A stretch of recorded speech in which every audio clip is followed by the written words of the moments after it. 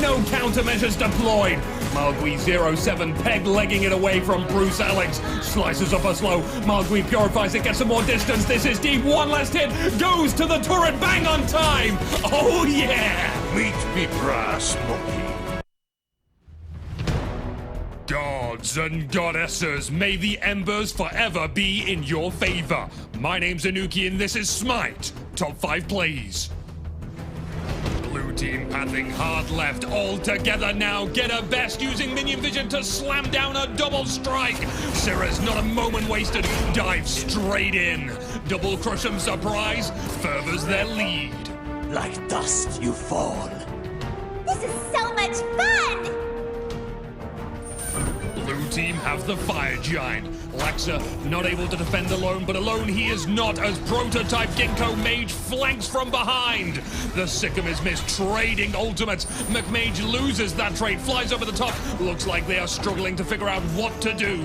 Laxa initiating, Loplex joining, red team are arriving from all kinds of angles. The Time Sanctuary stops brutalized. McMage flies over to Camper. Do you even need permission to sacrifice your support? Knocks the two off. Thank you, Kenkina, for the assist, but be careful they don't sacrifice you too. McMage was all out of dodgy tricks, but that's okay, because we're almost out of enemies. Who's your hero? I am! I'll be back. Lock and load! We see a familiar name. It's Pompeii. Going to be utilizing the lobster grab to bring Xing into the tower. Judge Dredz is here. Xing, bringer of death, reaper of souls, is now fearing for his life. Amiel is one man who will stand in their way to protect Xing. Amiel is great with a spare pointy end first. I like that. Dredz finished off by Xing. Pompeii, come back, dude! Xing evading 3 out of 4. Celsa beats. Amiel stay behind to avoid splash damage. Mr. Piggy entering and tossing sickles. But Xing is a beautiful butterfly and exit for the jungle. Mr. Piggy and Pompeii, welcome back, buddy! Piggy takes a big blast attack from Reach Zero, who's waiting out the Scarab's blessing that was used way too early. And they didn't even need to wait it out either. The damage absorption is high. Mr. Piggy getting all tangled up in their own bandages. I don't think they've got this situation under wraps at all. Death does not frighten me. Is that all you've got? You wouldn't download a Gold Fury. You wouldn't steal a kill. Online piracy is a crime, but aerial denial sure isn't. Well played to Choco Andy. His escape isn't so easy to secure, though. That's a lot of red dots on screen. He's going up and at him. This gives him a nice clear view of the ground. Ally positions, enemy positions. He's gonna help Flicker Coex. Space slams onto Z-Beats. She, no like, she makes Sanctuary. Flicker Coex late on the retreat. His Joker clears the tower. Minion sneaks Bourbon in. He's got the damage to back him up. Sonic softball and boom, baby. Beats. Bomberman, they're spinning. Nobody spins as fast as Tusky. It's Doom. That looks so scary. 1 for each eye. Good shot, Kinkishi. Great setup, softball. Chocolate Andy covering the rear of the wall. No one gives a damn about the evil spirits. They finish off the Crypt Maniac, leaving only a Bacchus and Ymir. No way they can escape. No way they'll get a kill. It's game over. Tactical precision nuclear takeout. This is a fight fit for some. Oh man, guys, that was epic! I'm on fire. Captain Twig is stuck between a cute and a creepy place. Lookjo will dash to the branches, Pretty Prime hovering around. He's looking at switches engage and goes for Lookjo. Smart call. The focus. He's in his sight. Inverness sets up with a taunt. The knockup prevents Lookjo action and bang, the dirt is gone. Leds and Blizzard don't have good chances here. They see KT Mio. Maybe they can work something out with him. Nice knock away from Leds, then a double power staff hit. He loops around to KT Mio as Blizzard Effect puts himself at range. He's got 2 frontliners to act as a buffer now. Perfect positioning is an option. Red team wanting to reevaluate the situation. They are etching backwards. KT and Let's put some hurt onto Pretty Prime as he scuttles away. Blizzard, double lasers all the way. Celebratory toot-toot. Praise the sun. Triple kill. I am your creator.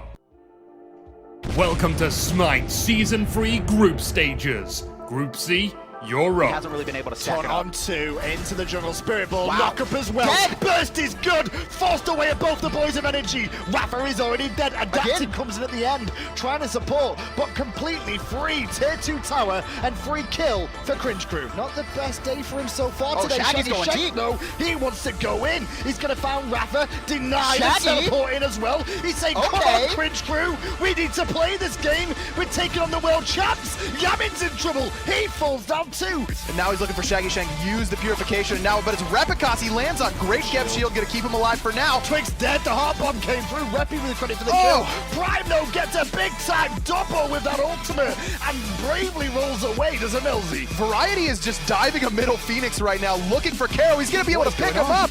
Rob making it rain from the sky, but not enough to take anybody down, and a big crit. Adapting it to take down Ice Ice. Emilito in the back line is doing his best to trade out damage into the 2 damage dealers, adapting now to trade places with him. Kalas gonna fall to Double. Yemen, adapting with the double. Yemen picks up Kalas as well. What in the, that auto attack did half his health. Big damage onto the objective. Here comes Ataraxia. A good ultimate will secure it. He stole Bay it! Alliance steals it away. Beautiful volley coming out of Ataraxia. The Crush gonna do a lot of damage to Kalas. There's The the reset. Iva Monster, got the reset. 3 lined up, and he is gonna miss again, and it's Shovel Ice! Straight through, finds 2. Cyclone trying to chase down Emilzy as well. He's so low. Zeros has rotated back in with his teleport. Emilzy's just trying to run away, but he's got 3 right behind him. Nowhere to go. Ice Ice Baby with a huge play Absolutely in the insane. middle lane. Captain Twig taking some damage. Adapting lands from the sky. There's the ultimate out of Nemesis to turn around. And Emilito rains just get hell, the fire! steals the fire giant away from Obey. And that's going to be problematic. 3-man Wrath stun by Deathwalker. Emilzy has to dash out. Zeros is left alone in the back line, but he doesn't matter. He's going in. Shaggy Shank, 3-man pin, 3-man taunt.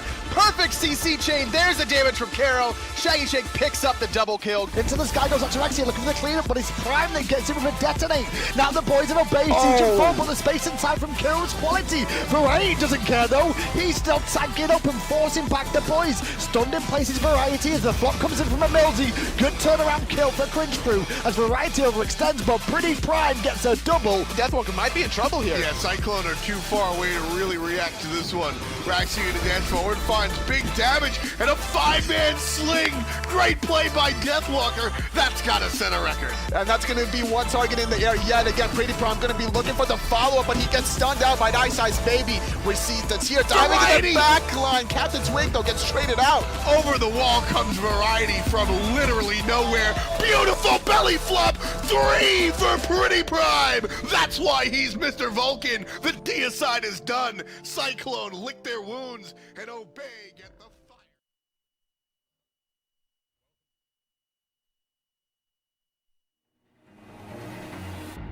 It's time for the SMITE World Championship. The journey that these teams took here was one for the ages.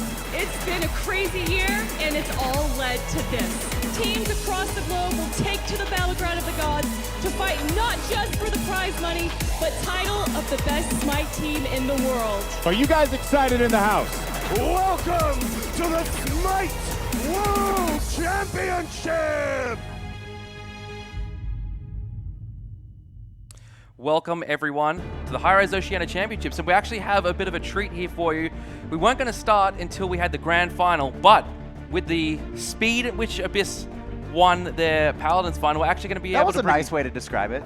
That was a nice way to I'm describe trying to be it. political. They absolutely crushed it, but a really fast end to the Paladins Regional Championships, and yeah, going to be able to watch Abyss taking on Alpha Sydney here in the bronze match. Legacy taking. I don't know why I said Abyss again. Because you were just talking about how I was good just they were. talking about how good they were. Legacy also very good yesterday. Very good. Took it to Team Pandemonium, took a game off them as well. And yeah, now Alpha City versus Legacy Esports, they've actually played the first game already, Yes. but we're going to be bringing you game number 2 very shortly. And this is only a best of 3 being the bronze place match, but still a significant amount of money on the line between these two teams and, you know, pride as well. Yeah, and Legacy currently up 1-0 in this match. They were able to secure that first game. You can see him on screen right now. HS247, Weave, Agony, Oga, and Shred. HS247, though, I think I was most impressed by his individual mechanics and also Weave. That dual lane coming out of Legacy showed so much promise. I mean, one of the reasons that Legacy were able to find that one win against Pandemonium. And you're exactly right. We've really stepped it up here on the main stage. It was and incredible. I mean, that's a big story for him because he was actually kicked off of this team and then brought back on just prior to this event. And, you know, he's basically a statement game saying, I belong in this roster. Oh, his Bacchus was just so good. Really strong initiations as well. And it was just kind of the individual outplays as well, really baiting Row into a lot of awkward spots in the game. They did win, and even the games they lost, one of the main reasons was just his fearlessness heading into just what Pandemonium was trying to do with the invades. He wasn't afraid. He wasn't hesitant at all. All right, picks and bans starting up now. Ra and Athena taken away by Alpha City. Pretty standard bans from what we sent out of them. Sylvanas taken away by Legacy. And, you know, that's really, we kind of saw this meta develop between Pandemonium and Legacy yesterday was Sylvanas. And then Zeus was kind of centered around that as well. Sylvanas is just a god that has started to provide so much pressure, I think. Really strong in team fights, obviously has the Wisp. And it's just kind of annoying to deal with because you think as a character without any mobility in his kit, he'd be easy to lock down, but it's mostly the Wisp that are allowing him to stay alive. And, you know, teams kind of execute going, okay, we know we can kill this guy, but when the healing and the protection start coming in, they kind of miscalculate their damage potential. The final ban from Legacy, from what I understand of game number 1, Limits, had a very good showing on that Freya. And yesterday, he had a pretty good showing as well, considering it was his first competitive game. The guy was insane. He was like 8-0. He's a true rookie. And 10 on Soul against one of the, you know, the better teams in the world. And it's just so absurd how that was his first competitive match, not even playing in the regular season of OPL. All right, first picks, Ratatoska for Alpha Sydney, Erlangshen and Bacchus for Legacy. And this Bacchus pick was a big one from Weave yesterday. And you were saying during that broadcast that Pandemonium might want to consider banning it out due to how much work it was doing. And you can see he just picked up so quickly. Alpha Sydney, though, really liking this Ratatosker. He's kind of taken the place of Thor in the meta, where Thor, obviously a god that provides a lot of global presence and good CC, but his ultimate is a little bit more consistent than Thor. Thor has this kind of wind-up animation when he selects his target, and so just that extra time allows people to escape it. But the knock-up, not going to be DR'd by anything on Ratatosker's ultimate, so a lot of teams putting more value into him. And it's also easier to hit his ultimate as well because you can be closer to your target. It's a good escape as well. He's got so much ability. He's got protection shred as well. He does what Thor does, but better. He doesn't have as safe ranged poke. Well, he doesn't really have any ranged poke. No. He's kind of just jumps in, but he has really good mobility. He's a smaller character model as well, so kind of hard to kill him as opposed to, you know, Kepri, big character model, easier to hit all the fun stuff, but he just kind of dashes in aggressively. Also, the self-stand in his kit allows him to stay alive, and mobility seems to be the key for Alpha Sydney as well. They've also paired this Ratatosker with a Giannis, and that's going to keep Legacy on their toes most of the match. That's the first Giannis we've seen this weekend on broadcast. The first game, Swifty did play it, so obviously Legacy okay with what he did with it, but this is the first time we're going to see it on the big screen. Isis locked in from Legacy, and this was one of their picks they really liked in the mid lane yesterday against Pandemonium. I mean, Isis just provides so much pressure, and it really seems to be this early game composition coming out from Legacy. Bacchus, obviously, a ton of base damage. We didn't really see Weave go for that Shoes of the Magi. It was more the Traveler Shoes, wanting that extra gold gain and ability to rotate fast, but still going to be able to pump out a ton of damage. Erlangshen as well. There's just so much control right now. Erlangshen still a little bit of a flex, but it could go jungle. Isis, Erlangshen, Bacchus, you do not want to fight into that 3v3. And what they've done as well, really smart, is they've taken away this Odin. Last set against Team Pandemonium, they let that Odin through in the first game, and it caused them a lot of issues. They definitely regretted it. Ram taken away by Alpha Sydney, Jingwei taken away by Legacy, and immediately Bastet taken away by Alpha Sydney return. Pick with Legacy now. Probably going to go for their jungler here. Maybe ADC, maybe try and pick up HS something before Alpha Sydney can pick it for themselves. I mean, they probably should go for their jungler here, simply because they know what Alpha Sydney's going to be bringing out in Ratatosker. At the same time, though, that Erlangshen's still potentially a flex. Picking a hunter here is not really going to give up whether it's going to go solo or jungle, so they have a couple options. I would like to see them commit to this early game composition, though, because Alpha Sydney just have such heavy rotational power. You really want to try and get a team fight composition that's going to be able to fight early and win the game, and that's what that on her is telling me. They agree with that. Yeah, very early pick, something that HS can play. And, you know, you were saying they already know what jungle Alpha Sydney is going to come out, so they can leave that for their last pick then, see what they're going to put maybe in the solo lane, and then decide if Erlangshen's going to be better in the jungle or the solo role. Alpha Sydney here. Final two picks coming through. Sobek, again, a flex. we've kind of gone back into the flex meta. Yeah. Everything was kind of established, I think, in the middle of Season 3, but at the beginning or end of Season 2, it was all kind of flex picks, right? A ton of Neath, don't know where it's going, and a lot of that brought to you by Sobek and Guardians really coming back into the meta. Teams valuing just the control, as I think a lot of them have improved, you know, really good, strong communication coming out from teams, can utilize just the Guardians' abilities much better than they could at the beginning of the season. Bologna and Izanami, the next 2 picks here for Alpha Sydney. So Izanami, first time we've seen her this weekend. First time we've seen her in OCE for a long time. She was played kind of during the middle of the split, but towards the end dropped off a little bit. You know, and this one of the big things about Izanami is that she's not really played that much. She's obviously only been available for competitive play for a few months, and so you don't have a lot of experience. Not a lot of people like to play her in ranked. Even in scrims, you know, people will experiment a little bit, but, you know, a good Izanami player has such a huge advantage against other hunters because they just haven't had the practice against her. She has a really good 1v1 boxing potential with her abilities, not so much the in-hands, but just able to get that dark portal, big silence, big damage. I like the Susano pick here from Legacy for the jungle for only good at solo. He played it in the final game against Pandemonium yesterday and really did a lot of work with it. You know, they didn't win that game, but he was definitely keeping them competitive with that pick. You see Mast from Luminosity also put a lot of value in Susano. Most players have kind of taken it out of the God pool after he received so many nerfs, but he has constant poke and pressure along with a really good amount of setup and control. Not only does he have the Wind Siphon that's able to pull players towards him, towards his team, which the only other ability that really does that is the Sylvanas Grab and Athena Taunt, which are Guardians, and you have that in Assassin that can also close that gap quickly, and that setup is invaluable in that kind of position. Legacy on your screen now. You know, a bit lighthearted this game. It's still something on the line, but it's not the same kind of pressure they were facing yesterday. And honestly, I think Legacy looked so good against Pandemonium. That set could have gone either way. A lot of it due to the experience of Pandemonium, able to kind of close out games. Legacy not the best team at recovering when they get down. Alpha Sydney, on the other hand, it was kind of hot and cold for them. We saw bright spots against Avant, but the objective and shot calling definitely lacking.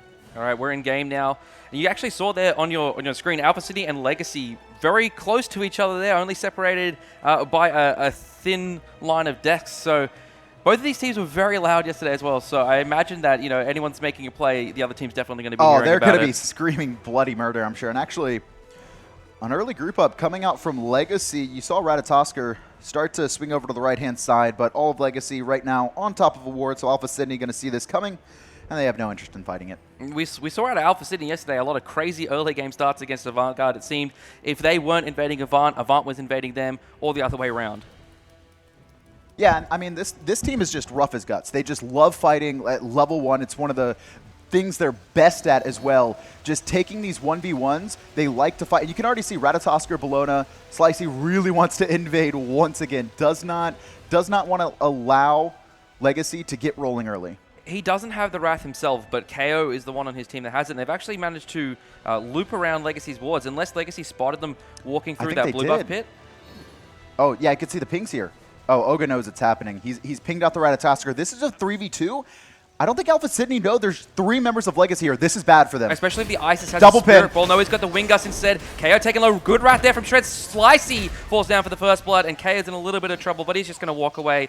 Legacy have done what they needed to do. And, you know, this isn't even bad for Legacy. Usually your mid laner will be taking the red buff, but Legacy give the red buff to the ADC HS anyway, so even though Agony is not going to be at that red buff, not going to get that experience, doesn't matter as much. And that was just a really good shot call coming out from Legacy. They recognized that Alpha Sydney was trying to gank them, and they rotated that Isis over, and that's nothing you're going to expect. A lot of that, I think, due to how many fights were happening at level 1. Legacy just knew that was going to be the case, that Alpha Sydney were looking for those invades. We did miss game 1.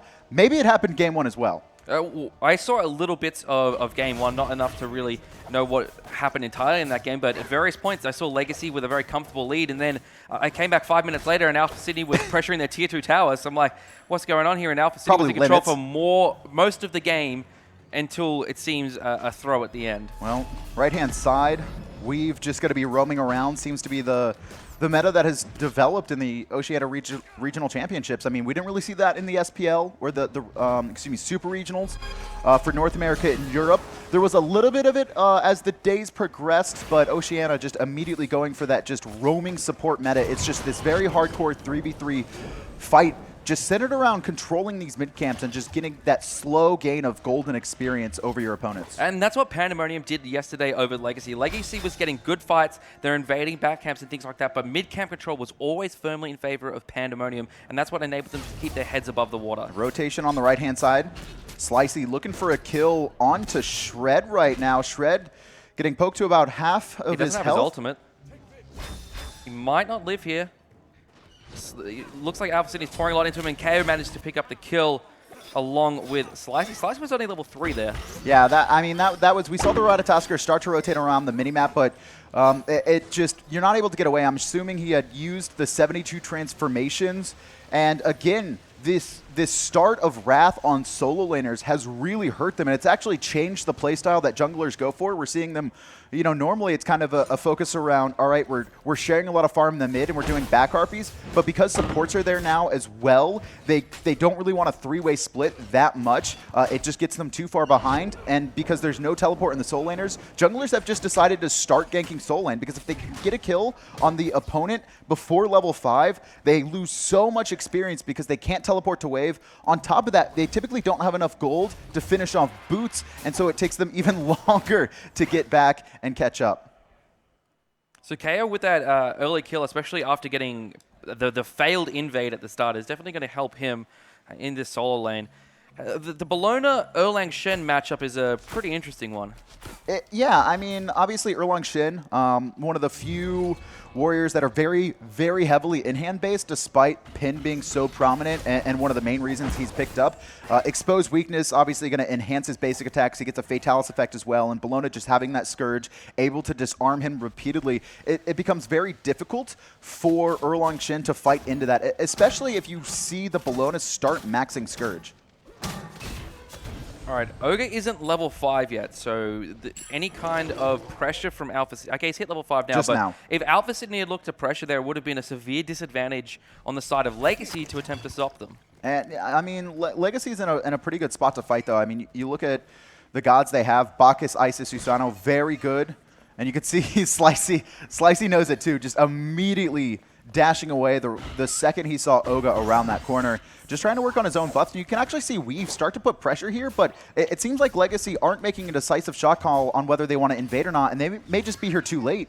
They're looking for the blue. KO's already got it there. They might be looking to pick off KO here. Agony's rotating around. Ogre's here as well. KO is actually forced to Eagles Rally. Shred, pluck back. He could be in a bad spot. Here comes the Typhoon. Intoxicate comes out of Weave. Shred uses that 9 turns blessing, but will the heal come through in time? It does. Shred manages to stay alive. Circle protection through as well, and through space of time comes through, but a disengage is sounded by both teams. A lot of ultimates used, but not a lot of result. Just sloppy play and execution from Legacy. I like the idea to invade. You saw them start to group up, but the issue is, you know, most of the members took too long to get there. Weave is just like sitting on the edge of the buff. He's seeing the blue go down, and everyone else from Legacy is nowhere nearby. They finally make the call to invade, but by that time the blue buff has already been secured. Ultimate's not really used in synergy either. More of disruption, trying to stop the other team. We saw, I think, Oga burn that Typhoon very early on because he was a little bit worried about the spot his team was in.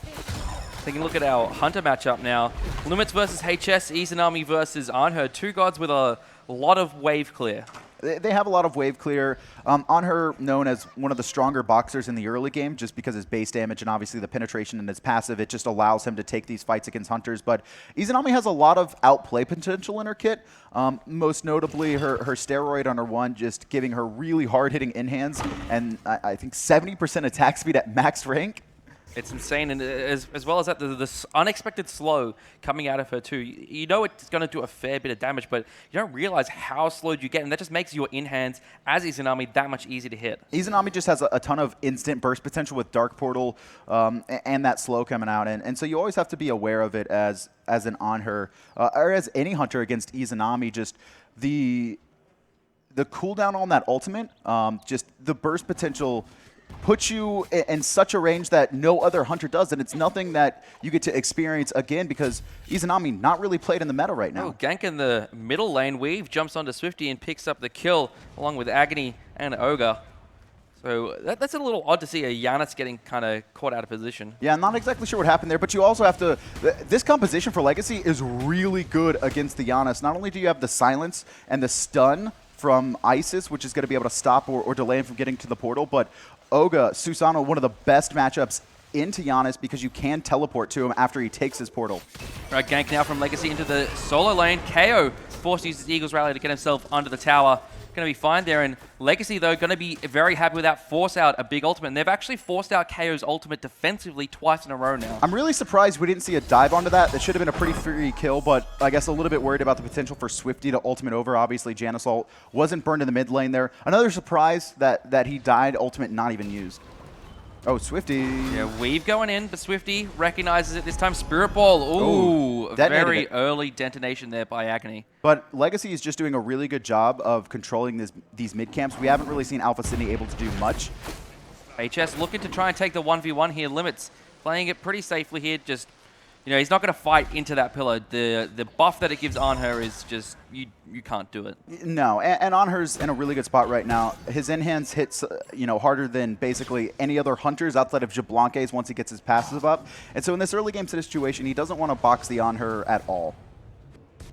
At 7.5 minutes in, gold lead about 1,000. Actually, solo lane. KO doesn't have the Eagles Rally, forced to use the Wrath, only good at solo, teleports in, picks up the kill onto the solo laner. So that's really smart communication there from Legacy. They forced out the ultimate the last time Ogre rotated to the lane, and then they didn't dive, left him to be. KO stuck around, doesn't have the teleport, so he's, you know, probably thinking, I need to stay, farm up a couple more waves. Ogre recognizes it, comes in, gets the kill. And again, a result of that early game where both solo laners went Wrath, obviously to contest and fight the 1v1. We saw a very early rotation from Oga before KO hit 5, before he had that Eagles Rally, which he'd be able to use defensively, killed him, and then he got so far behind, and they're just able to consistently, apply pressure onto this Bologna.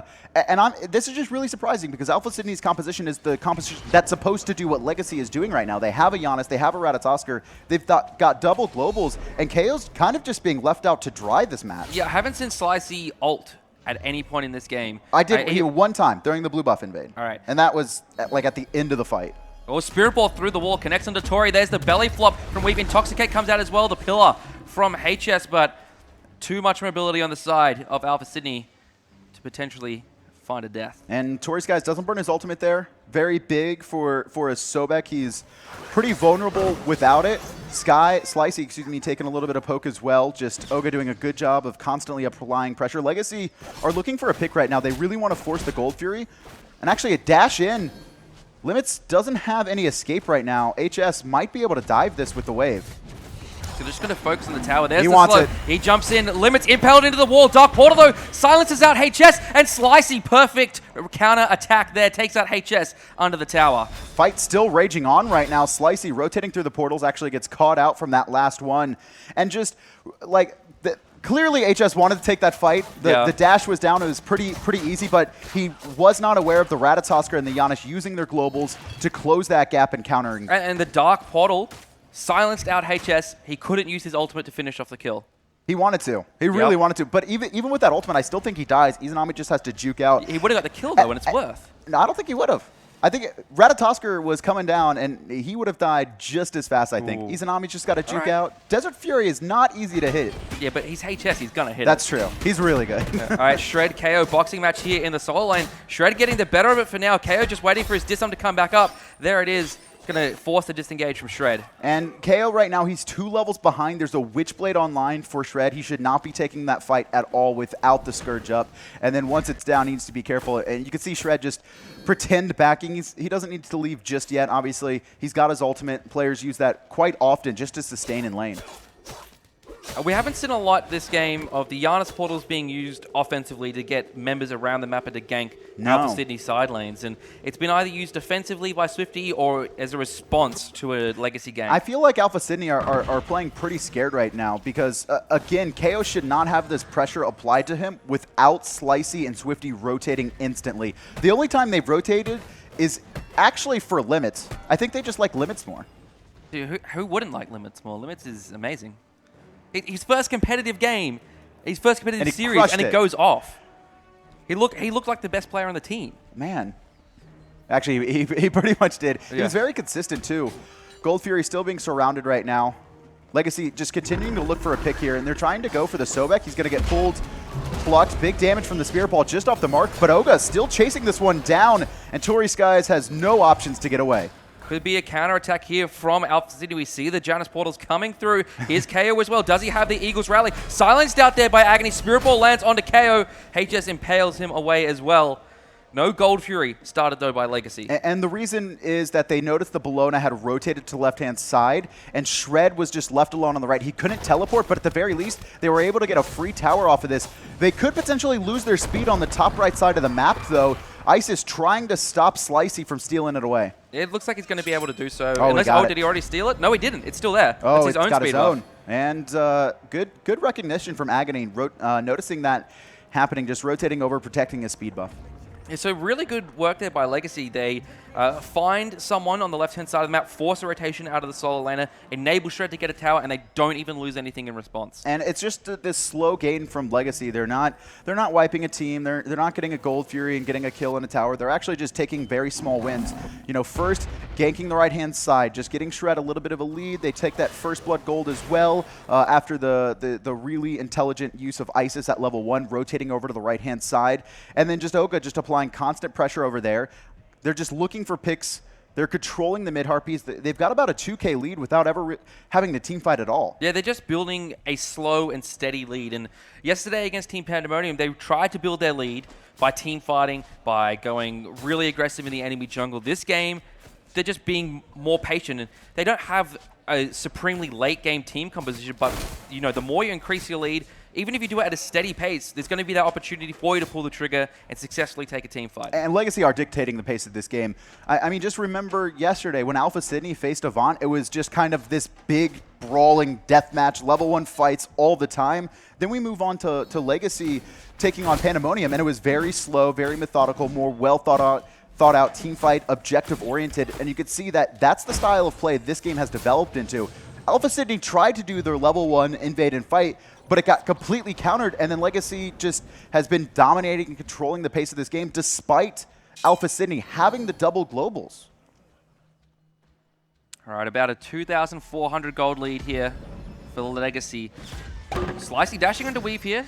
Pokes him out. Weave jumping in now, recognizing that Slicey's dash is down. Stuns 2 members out there. HS is here. Portal used by Swifty to get him out of danger. Ogre just barely misses the pull. That was so beautiful. The jump in from Weave, recognizing that he wasn't going to have the range to get the stun on the Ratatosker, and then he just turns and he finds the Sobek, stuns him. HS follows up. This is going to open up a Gold Fury attempt. This should Ratatosker in the sky, though. This should be free with the Circle Protection and a Wrath. He jumps in and knocks up 3 members here, but there's so much damage coming through from Legacy through space and time. Nearly hits Agony. Oh, no! And Tori Skies accidentally takes a portal, but Swifty's here. Shotgun Blast doesn't manage to pick up Agony, and in the front of your screen now we can see HS looking for the Sobek. Bludgeon comes through from KO, looking to get out now. Shred is chasing him down. Pillar gonna slow him a little bit. Shred gonna get stunned out. Now chasing. There's the belly flop. Weave confirms the kill. Tori Skies manages to stay alive. Swifty and Agony are still fighting. How is Agony still alive? He should have been dead 13 seconds ago. Oh, really good purification. Not gonna get stunned against the wall, but still can't make it out. Legacy, they get the Gold Fury. They secure 3 kills as well, only losing 1 member in Agony, and they extend their gold lead from about 2,000 to 5,000. And even the death on Agony, he should have died a long time ago. He just bought time. He took Swifty out of that fight. I don't know how. I'm assuming he had juked the Unstable Vortex at least twice. There's no other possible way. Swifty, he didn't even use his Sanctuary. Did it just come up, maybe? Maybe just came in. So he wouldn't have had the Sanctuary for the fight then. I'm assuming, but that was crazy. Really good job by HS as well. Just kind of switching targets, recognizing, you know, when the Sobek was running away, there's really no need to dive him. Instead, let's focus out the Bologna. HS just, at the start of that fight, actually jumping away. Shred managing to find Slicey, though, on the right-hand side. Yeah, Shred's 2 levels above him at the moment. He's got a Witchblade for some physical protection, but importantly, he has the Frostbound Hammer, which after that Ratatosker dashes away is going to make it really difficult for him to try and get away from that Erlang Shen. Surprising to see him go Witchblade and Frostbound Hammer. Obviously, they both do the same thing, so you're not getting that effectiveness out of the Witchblade that you would normally like to see. Swifty forces through to ace in time, but Weave picks him up with the Intoxicate before he can escape. Tory Skies lurking in the waters, forced to burn a couple of ultimates are Alpha Sydney, and Legacy used relatively little there. KO needs to be careful. There's a lot of control. There's the taunt as well. Oga holding the Wind Siphon right now. Does find it. Also finds Sobek as well. Knocked up, pinned inside the Isis ultimate. Dark Portal coming out from the Izanami. Just trying to help out, but he can't stop Legacy. 4-man knock-up from Slicey, but no follow-up damage here from Alpha Sydney. Shredder diving the Tier 2 tower while the Tier 1 is still up. There's not even a minion wave in the Tier 1. There is now, and Legacy should get this tower for free. And HS, this entire time, has been split pushing on the left-hand side and taken 2 towers of his own. The issue there is that Legacy found, again, 2 picks in the jungle on the right-hand side. First, getting Swifty. Then we noticed Tory Skies rotated, and he got picked up. HS jumping the bludgeon. KO going to be able to make it back to the Phoenix, but Weave in the meantime, and the rest of Legacy, just look at this. I mean, this was a 2,000 gold separated game, and then in the matter of 4 minutes, a Gold Fury team fights all these towers, and it's about to be another kill onto Swifty. He just respawned. He can't even get into his ultimate for a second time. Tory Skies flings one back, but he's 1 man against 5 here. KO has arrived, sprint pop onto Agony. Beautiful Spirit Ball. There's the Sanctuary keeping him alive for now, but he's the sacrificial lamb for Legacy here. Shred trying to keep his mid laner alive. Is Agony going to live? He is. HS picks up the kill. Tory Skies slowed into oblivion. Nowhere to go. Spirit Ball from downtown, and Tory falls. Ratatosker coming back into the fight, but quickly Slicey realizes it's not one he can win. Phoenix in the mid lane, 17 minutes. I mean, this was, all the towers were up 4 or 5 minutes ago. The game was separated by 2,000 gold, and now it's over 10,000 at 17 minutes, and it's going to be trouble again. Trying to fight into this one. Slicey's got to get away. Swifty looking for the snipe here. Doesn't manage to land onto any targets. Weaves in a bit of trouble here. Bellyflop comes through. Slicey looking for the kill, but he falls down. Legacy Esports firmly in control of this match. That was just brutal. And this is the thing about the composition Legacy has drafted, is that they have so much control in their kit. They're really good at fighting, or excuse me, in their composition, and really good at fighting in the early game. The Alpha City just kept seeing red. Every time someone would die, you'd see Agony on under, 15% life. HS didn't really get low, but Weave got low, Shred got low, Oga got low, and just they kept trying to come in and kill those players, but as a 4-man unit, Legacy just used their crowd controls to make sure to keep each other alive, protect one another, and ended up just, I think, getting 8 to 10 kills in that kind of extended engagement. That's one thing Legacy did really well last when they were the #1 team. They managed to peel for each other really effectively, and it wasn't just, your traditional like solo laner support and jungler being the peel. Everyone on the team was fantastic at it. HS just had this ability to use his abilities, particularly as Anher, to keep his team alive. Slicey caught out, trying to fight Shred 1v1, but there's a 4-level difference here. HS is in the area as well, so Slicey just needs to get out of dodge. I think Alpha Sitting are just trying to fight at this point. Shred should be able to close this gap. You can see Slicey gonna get the stun. Actually, does manage to get up to the sky. But, I mean, look at the positioning right now from Legacy. They have all his options covered, and he is going to get found at the Fire Giant. Agony gets his 3rd kill. And it might be a Fire Giant call here for Legacy Esports. Might as well at this point. And if they get this, I don't see Alpha City stopping them. I didn't see Alpha City stopping them either way. Left-hand side, it's just going to be limit split pushing for now, but Fire Giant going to be picked up. No one dies, although it got a little bit risky there for Oga. He managed to get away. Fire Giant in hand, Fire Minions raining down the mid lane, and a dead Giannis. Alpha Sydney, we use the word tilt occasionally. I think this is kind of the first instance we've seen of it this weekend. This is the hardest amount of tilt I think I've ever seen. This is just all of them. Just keep diving in one at a time. 21-3 right now. Almost 20 minutes into the game. I'm sure Legacy have so much gold in hand, but they may not even back. They may not even bother spending it at this point. So 5 minutes ago, we were talking about a 2,000 gold lead for Legacy. It is now 13,000. Sometimes things happen, Hughes.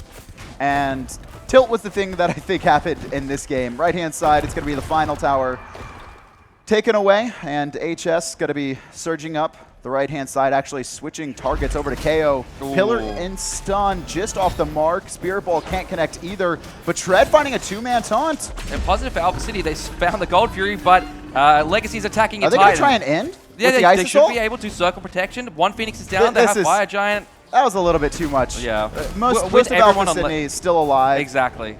Two Phoenixes exposed. Oga has rejoined the team after spinning his gold. It's going to be a missed ultimate from Tori Skies. Weave again, phenomenal on this Bacchus. Oga closing the gap. Ultimate from Swifty. Going to be able to get him back to his fountain for now.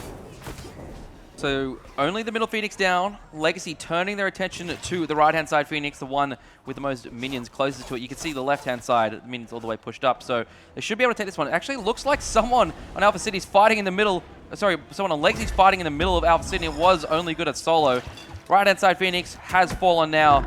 Legacy taking that one away. KO might find himself in some trouble here. The amount of CC and damage is just too much to handle. And that's really the name of this game. It's just been CC and this early game powerhouse lineup. HS going to be working on the Titan. The rest of his team is farming kills right now, trying to chase out the Ratatosker on the right. Mid Phoenix respawn. Shred takes out Swifty, and Tori Sky is going to be body blocked. Can't even make it into his fountain. I was wondering, why is HS not just going to go clear that middle Phoenix? And then I'm like, oh, he wants the kill. That's why. Of course he wants the kill. They're farming limits inside the fountain as well, but that's going to be it. Legacy 2-0 over Alpha Sydney. They are your bronze match winners. And you know, that's kind of what we expected out of this game. Legacy yesterday looked clearly the better team that lost and didn't make it into the grand final. And you know, people have said, you know, if the brackets were different, maybe they would be the ones going to the grand final to face off against Team Pandemonium. But you know, they'll be happy with third place. Last LAN, they came in first seed, didn't win a game and went to fourth seed. This time they came in lower expectations, and I think that was kind of key for them.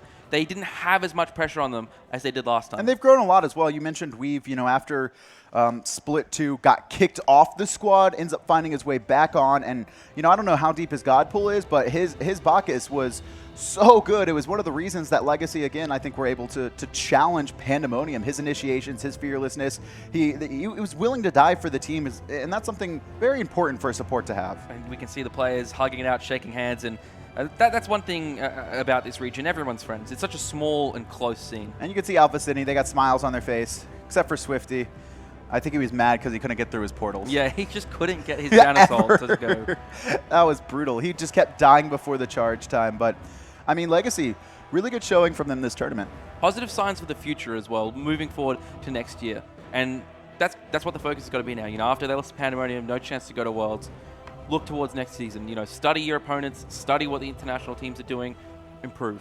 And also, I mean, you know, we saw it this last season. It was Avant-Garde, obviously now, for the most part, Pandemonium, that went to Worlds, and they were actually able to bring back a lot of experience from the international tournament. Maybe it's the same thing here, whether it's Avant or Pandemonium who go. And honestly, these players are clearly mechanically skilled enough, right? The individual skill is there. You always see some roster shakeups as well, so maybe that experience kind of drifts out into the rest of the teams, and you see a little bit of a stronger scene overall in the end. That's kind of how this team formed. Was they were actually kind of the leavings of a couple of other different rosters, and then they came together and everyone just kind of realized, hey, these guys are actually really good. But the issue for them that was, and it's still a kind of a problem for them, is communication. I mean, I think they did a good job overall. And I think we saw them kind of get better throughout that series as well.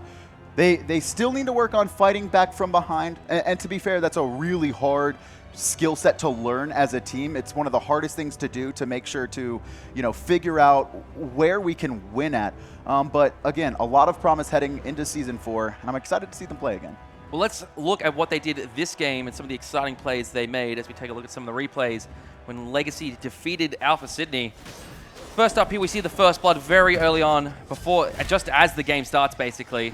And just good use of relics, good use of abilities. HS diving the tower here, really unfortunately, doesn't get it off. And that was the only time that we saw Alpha Sydney actually use their double globals of Ratatosker and Giannis. Every other time it was defensively or in reaction to what Legacy was doing. To be fair, that was also, you know, HS doing something and them reacting, but it was actually on time that moment. This is Swifty just unable to get into his portal. Tori Skies actually gets caught out there a little bit. And Legacy just chained their abilities together so well and so effectively. That silence there from Isis cannot be understated how important it was to securing the kill onto Tori. And they just have so much control. Body blocking was a huge part of what Legacy were doing the entire time. Even going back to that level 1 fight that we saw where, you know, Isis rotates over to the right-hand side. Swifty. After they get the stun, it's just body block central, and no one from Alpha Sydney was able to get away. Notorious guys diving in there 1v4. No chance to really find This anyone. was Agony. when Tilt was in full. Tilt was in full motion. This would tilt anyone. Agony's so low here, but look at the pillar. Look at the CC and body blocks from everyone on Legacy. The slow onto Tori. No chance in Agony coming in, still contributing And then again, to the fight. after getting knocked up from the turtle coming out from Shred, then he gets pulled by Oga. After that, he gets belly flop from Weave. And then as he lands, he gets spirit balled from Agony. And it's just, what are you going to do about that? That's kind of an interesting part of Legacy's team comp we really didn't talk about was a lot of their CC couldn't beat DR. They had a knock-up from Barkus, they had a knock-up from the Erlang shit, and they had a pull in from the Susano. I mean, they have a knock-up from on her as well. He's got an impale, really hard stun, the slow coming out from the pillar, just so much control. This is actually a pretty insane draft that they came up with. You can see now Legacy, just a few moments ago, took the Titans, secured themselves third place here at the Hi-Rez Oceania Championships. And that's all we're going to see out of these two teams today, Kevin. Next up, we have the grand final, Pandemonium taking on Avant-Garde. And I mean, I gotta give it to Pandemonium here at the beginning. I definitely think they're the hot team coming in. Avant, though, we saw a lot of promise from them. There was a couple games that were a little bit shaky against Alpha Sydney, but overall, we know they're individual players. We know they have the skill, right? Liquid Renegade, Divine for me was probably the best player there. Laney really showed up as well. I'm excited as well because Laney hasn't been playing with this roster that long. Had a chance to develop some of that synergy yesterday. We're going to see what he can do. We're going to go to a break now, guys, but don't go anywhere. We'll be back with Avant-Garde taking on Team Pandemonium for the spot at the SMITE World Championships.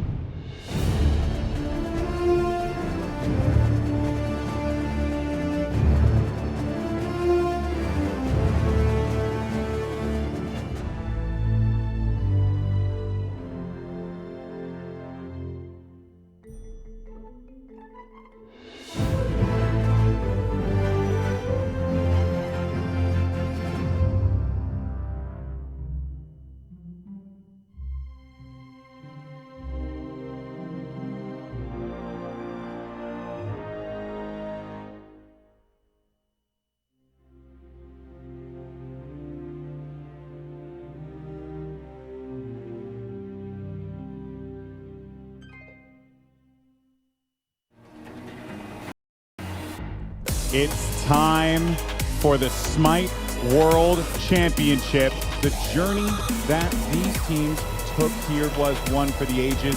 It's been a crazy year, and it's all led to this. Teams across the globe will take to the battleground of the gods to fight not just for the prize money, but title of the best SMITE team in the world. Are you guys excited in the house? Welcome to the SMITE World Championship!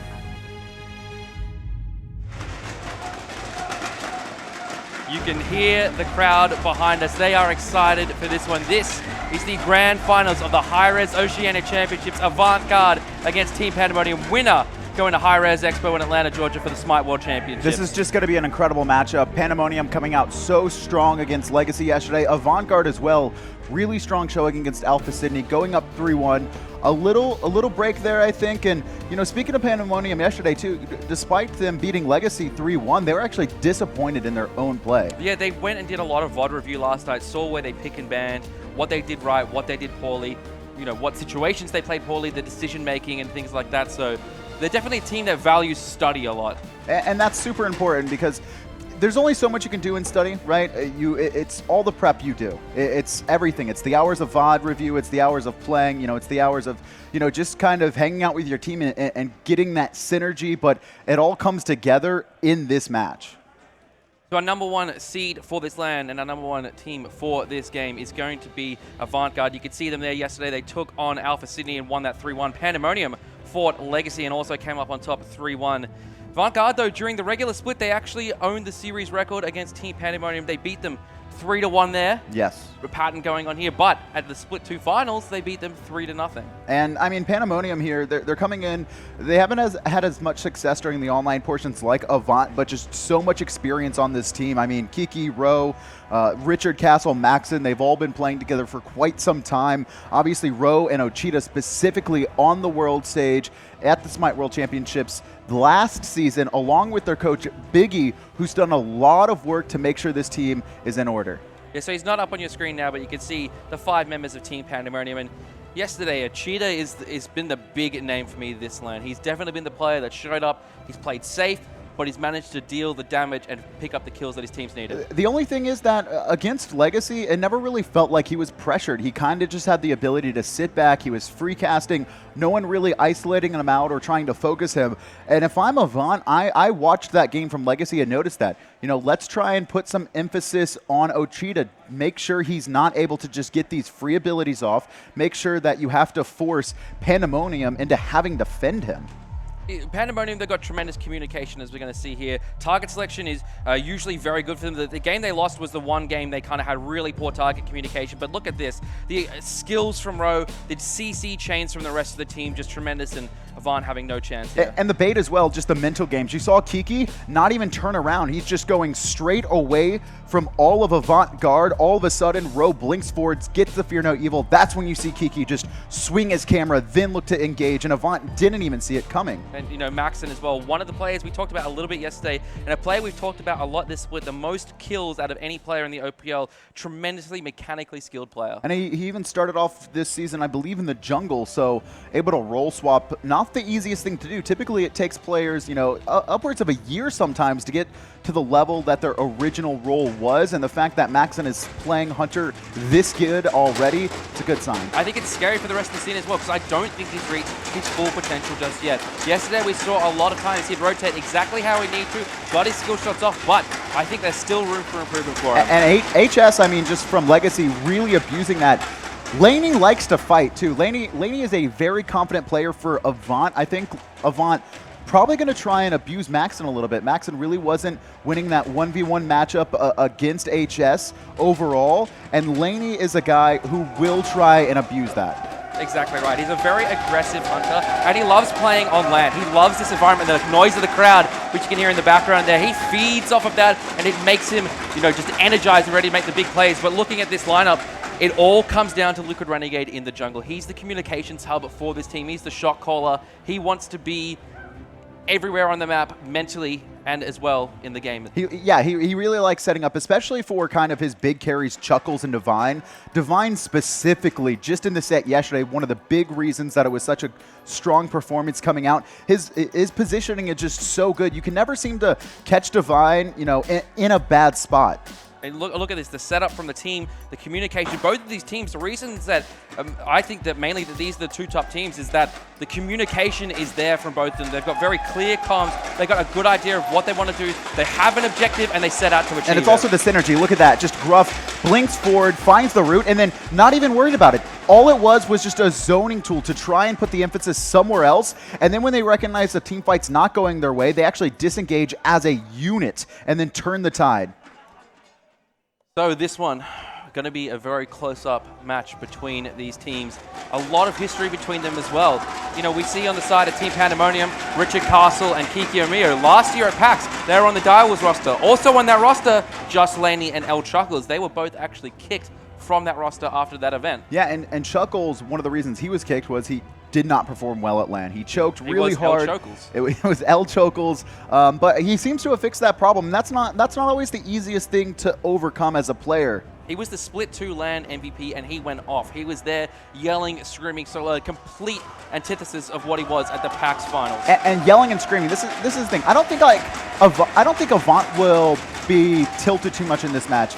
Obviously, they want to win. I think they kind of expect that of themselves. But if Pandemonium end up, winning or getting an advantage, I think they're going to be fine. Pandemonium on the other side actually has so much self-confidence.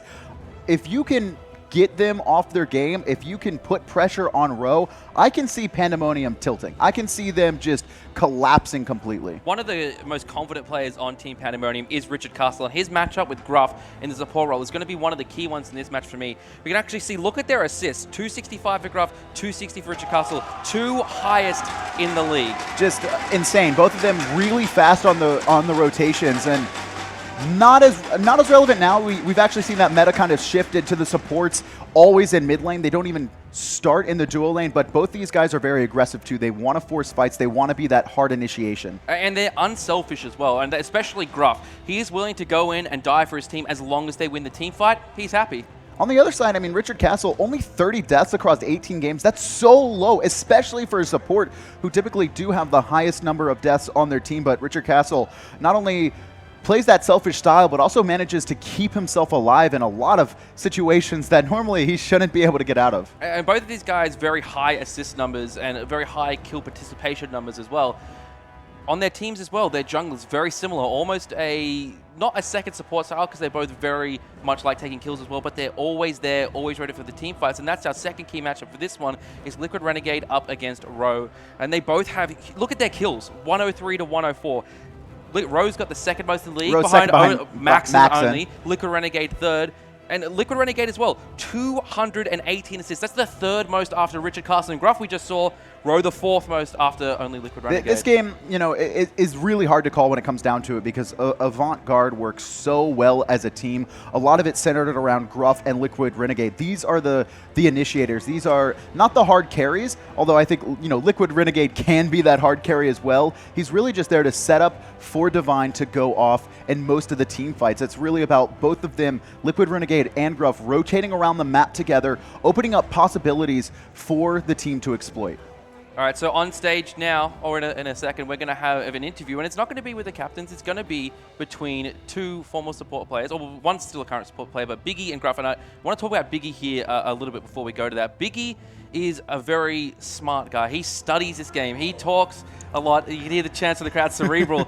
He's a guy that likes to study the game. And, I was talking to him the other night, and he was saying, with SMITE, playing the game is fun. What I find more fun is thinking of ways to outthink and outplay my opponent through my actions. I mean, talking to Biggie, he wasn't really concerned about, what other teams were doing. The only teams he was concerned about what they were doing were the best in the world at the time. Obviously, Oceania eliminated from the region, or excuse me, SMITE Worlds last year, but creating 2 really strong contenders. Also, Oceania going to be going up against Obey, probably one of the weaker ends of the groups. There's a lot of potential there for them to make a strong run at Worlds, and Biggie is looking at Energy. He's looking at Eager. He's studying them. He's trying to figure out what the best teams in the world are doing and how he can bring that to Pandemonium. Well, Sandman's got Biggie and Gruff on the stage right now. Sandman, what have they got to say?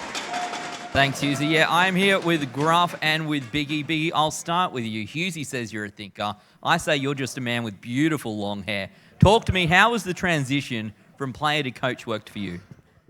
I've enjoyed it. I always thought that if I found a team that, kind of accepted my input and was willing to put up with, I'm not the nicest coach at times, and I end up enjoying it, that I would probably transition to a coach more than a player because I do prefer it more.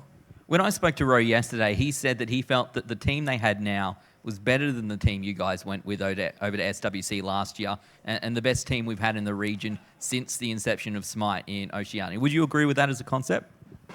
I think so, but it's not saying that we just put this team together and expect to win. We've put in a lot of work and a lot of research. We kind of in Oceania, I see a bit of a skill kind of ceiling, so we still have to work very hard to hit that ceiling, and then we have to go overseas and, find that ceiling again. So, but I do think so. I do think what Rose said is true. I think you're 100% spot on there. It's something that all teams within the Oceania region experience. It's, when you're at the top of the game, when you're the #1 team in the region, it's hard to play. There's no one else to play against. So everyone's constantly working at you, stratting you, watching your replays. Gruff, you guys, you've essentially come through. You took these guys down in Split 2. You came through as the Split 2 champions. Talk to me about... All right, we'll give 1 sec. It's so loud in here. So loud in here. Old mate Gruff, he's struggling to hear. We'll go again. You guys came through as Split 2 champions. You took down the former Pandemonium. You were the #1 team Split 2. Coming in Split 3, you've come through as the #1 seed, yet still everyone says, wow, that Pandemonium, they're going to go pretty well. How does that make you feel? How do you work against that? I mean, I think everyone's just going to be surprised if they think Pandemonium's the best team in the country. They've beaten us once since we've added iDivine.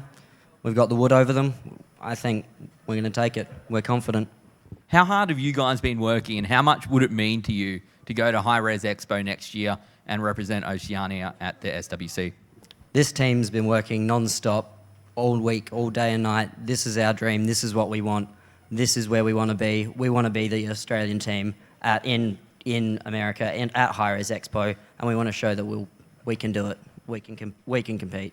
Well, you guys have had an amazing 2016. What I'm going to ask you for, though, now, I want a prediction. Obviously, you guys are going to win. That's your expectation. What's the score going to be when you do win? 3-0 in an hour. 3-0 in an hour. Biggie. Gruff says that Avant is going to beat Pandemonium 3-0 within the hour. What's the score going to be? What are you guys going to win by? Look, honestly, I'm just happy Gruff's here, playing, because if it wasn't for me turning down Avant's offer, he wouldn't be here. Wow. You heard it here first, guys and girls. The bands are coming out. Gents, I'm going to ask you guys to shake hands. Best of luck to both of you. It's our grand final here at the Hi-Rez Oceania Championships presented by AOC. A best-of-5 grand final. Who is going to represent our region at SWC at Hi-Rez Expo in January 2017? Gents on the desk, it's back to you. That was spicy, Adonis. Wow. OCE bringing the bants. Biggie's had the best banter I've ever heard in Smite right there. Yeah. I don't think I've ever heard anyone just BM someone else that hard. Damn. On stage Yeah. in the grand finals, just Wow. completely destroyed him. Gruff seemed pretty confident, though. I mean, he seemed really confident in not only himself, but his team. And that's what you've got to be, especially as a support player. You have to be confident that if you engage and you set up for your team, that they're going to follow up. Him, iDivine, Luca Renegade, been playing together, whether in a competitive team or in a casual environment for a very, very long time. So that trust is built into there with them. The side lanes, that's what they've developed with Chuckles and are still developing with Laney, but signs from yesterday were positive. And Laney looking really good. I mean, like I mentioned, I think he's going to be actually trying to take some fights with Maxon, but he played relatively safe. It was really timed aggression coming out of Laney when he did want to fight, when he was looking for those 1v1s against limits. And that's the mark of a good player. Very similar to, I think, Zapman over in North America, very similar to Imolito. They'll just kind of play their game, play everything safe. But the second there's one weakness, the second you step that foot over the line where you're out of position, he goes in and he tries to force the fight. And Maxon is capable of that, but playing on the big stage, maybe he's just trying to rein himself in, be a little bit safer, and be more of a role player for his team. Picks and bans starting up. Avant with the first pick, taking away Zeus and Ra, so definitely targeting out Ochita, a smart move considering what a skilled player he is. The big question here is Avant going to run the Sylvanas? We saw Pandemonium not really worry about the Zeus too much and still actually want to invest into that support. And it is. Avant just going to grab Sylvanas right away. A god that has been out of the meta for nearly a year has suddenly become a first pick in Smite in just the past few months, or excuse me, the past few weeks. The key for Pandemonium is they can play the Sylvanas now, but how are they going to play against it? The question is, does Avant know how to play with it? I mean, it's one thing, to try and take that pick away from Pandemonium, but Sylvanas is a god that doesn't really have any mobility in his kit. He's very slow. He does have the heal and the protections coming out from the wisps, and that's something that is very important when it comes into trying to calculate whether you can pick them off or not, whether you have the damage or not. Pandemonium going to start off with the Scylla, very strong against Sylvanas. Yeah, but also very risky. You lose a lot of early pressure with that. And as well as that, yesterday we saw Pandemonium play a game with the Scylla, and Ochita's target selection with that Scylla was not the greatest that we've seen it before. constantly using his ultimate on very, very tanky Bacchus. Yeah, probably one of the weakest performances we saw from him in all 4 games. The Kukulkan doing much better. They're going to pair that with the Jingwei, though. Jingwei can't really be abused in lane at all. Very safe. Airstrike, obviously, going to be able to get you across very quickly. And this is early game. Avant is just drafting into early game. So this could be trouble for Pandemonium. The double global dual lane coming out, Athena and No, that's Neith. Athena jungle. Sylvanas is there. It's Athena jungle for Oh, Liquid no, Renegade. you're right. And this is something that Ro has done a lot before, and Liquid Renegade, it kind of suits his style. Something that can really stick to the opposition, can get around the map a lot. We saw him play a lot of Ratatoski yesterday. Bacchus picked up for Richard Castle. I love this pick from him. It's aggressive. It just speaks to his play style. Very, very strong damage as well coming out in the early game. I do expect him to go into the shoes of the Magi, look for that early penetration and damage. Second round of bans coming out. It's going to be some solo laners banned out, and Sobek as well. So Avant-Garde drafting 2 Guardians. Bacchus on the other side. They're actually, I think, going to ban the Ymir here as well, really trying to target out Kiki's God Pool. Yeah, because that's what he loves to play. Guardians in the solo lane. If they could take that away, he's going to be forced onto a warrior. So he can play warriors, but he's definitely much stronger on Guardians. Yeah, we saw the Sobek in the first 3 games, I believe it was. Very comfortable. He didn't really win lane. He didn't really lose lane, just kind of sat there. He was the dimming. He was willing to take the losing matchup, rotate in, and contribute late. Avant looking for their final ban here. I mean, it has to be the Ymir. It's actually going to be a Wheelish, interesting enough. Locking that away from Ro. Obviously, double knockups in Bacchus and Jingwei. We know Ro does like a Wheelix, so taking that kind of combo option away from them, it would have been very powerful with the selection of Scylla as well. Just pretty easy to knock players up, pull them in, and get that guaranteed I'm a monster. So Ymir being hovered over here, I'd be very surprised to take it. Yep, taken away for Kiki Ymir, just something that he's comfortable on. And it actually works relatively well against Avant's team composition. The Sylvanas and Athena can have a difficult time trying to get away from walls and freezes. And Kigomio's walls were pretty solid as well the other day. Obviously, I think they needed a little bit work, but just really good at locking down players as they tried to get away in those tight corridors here.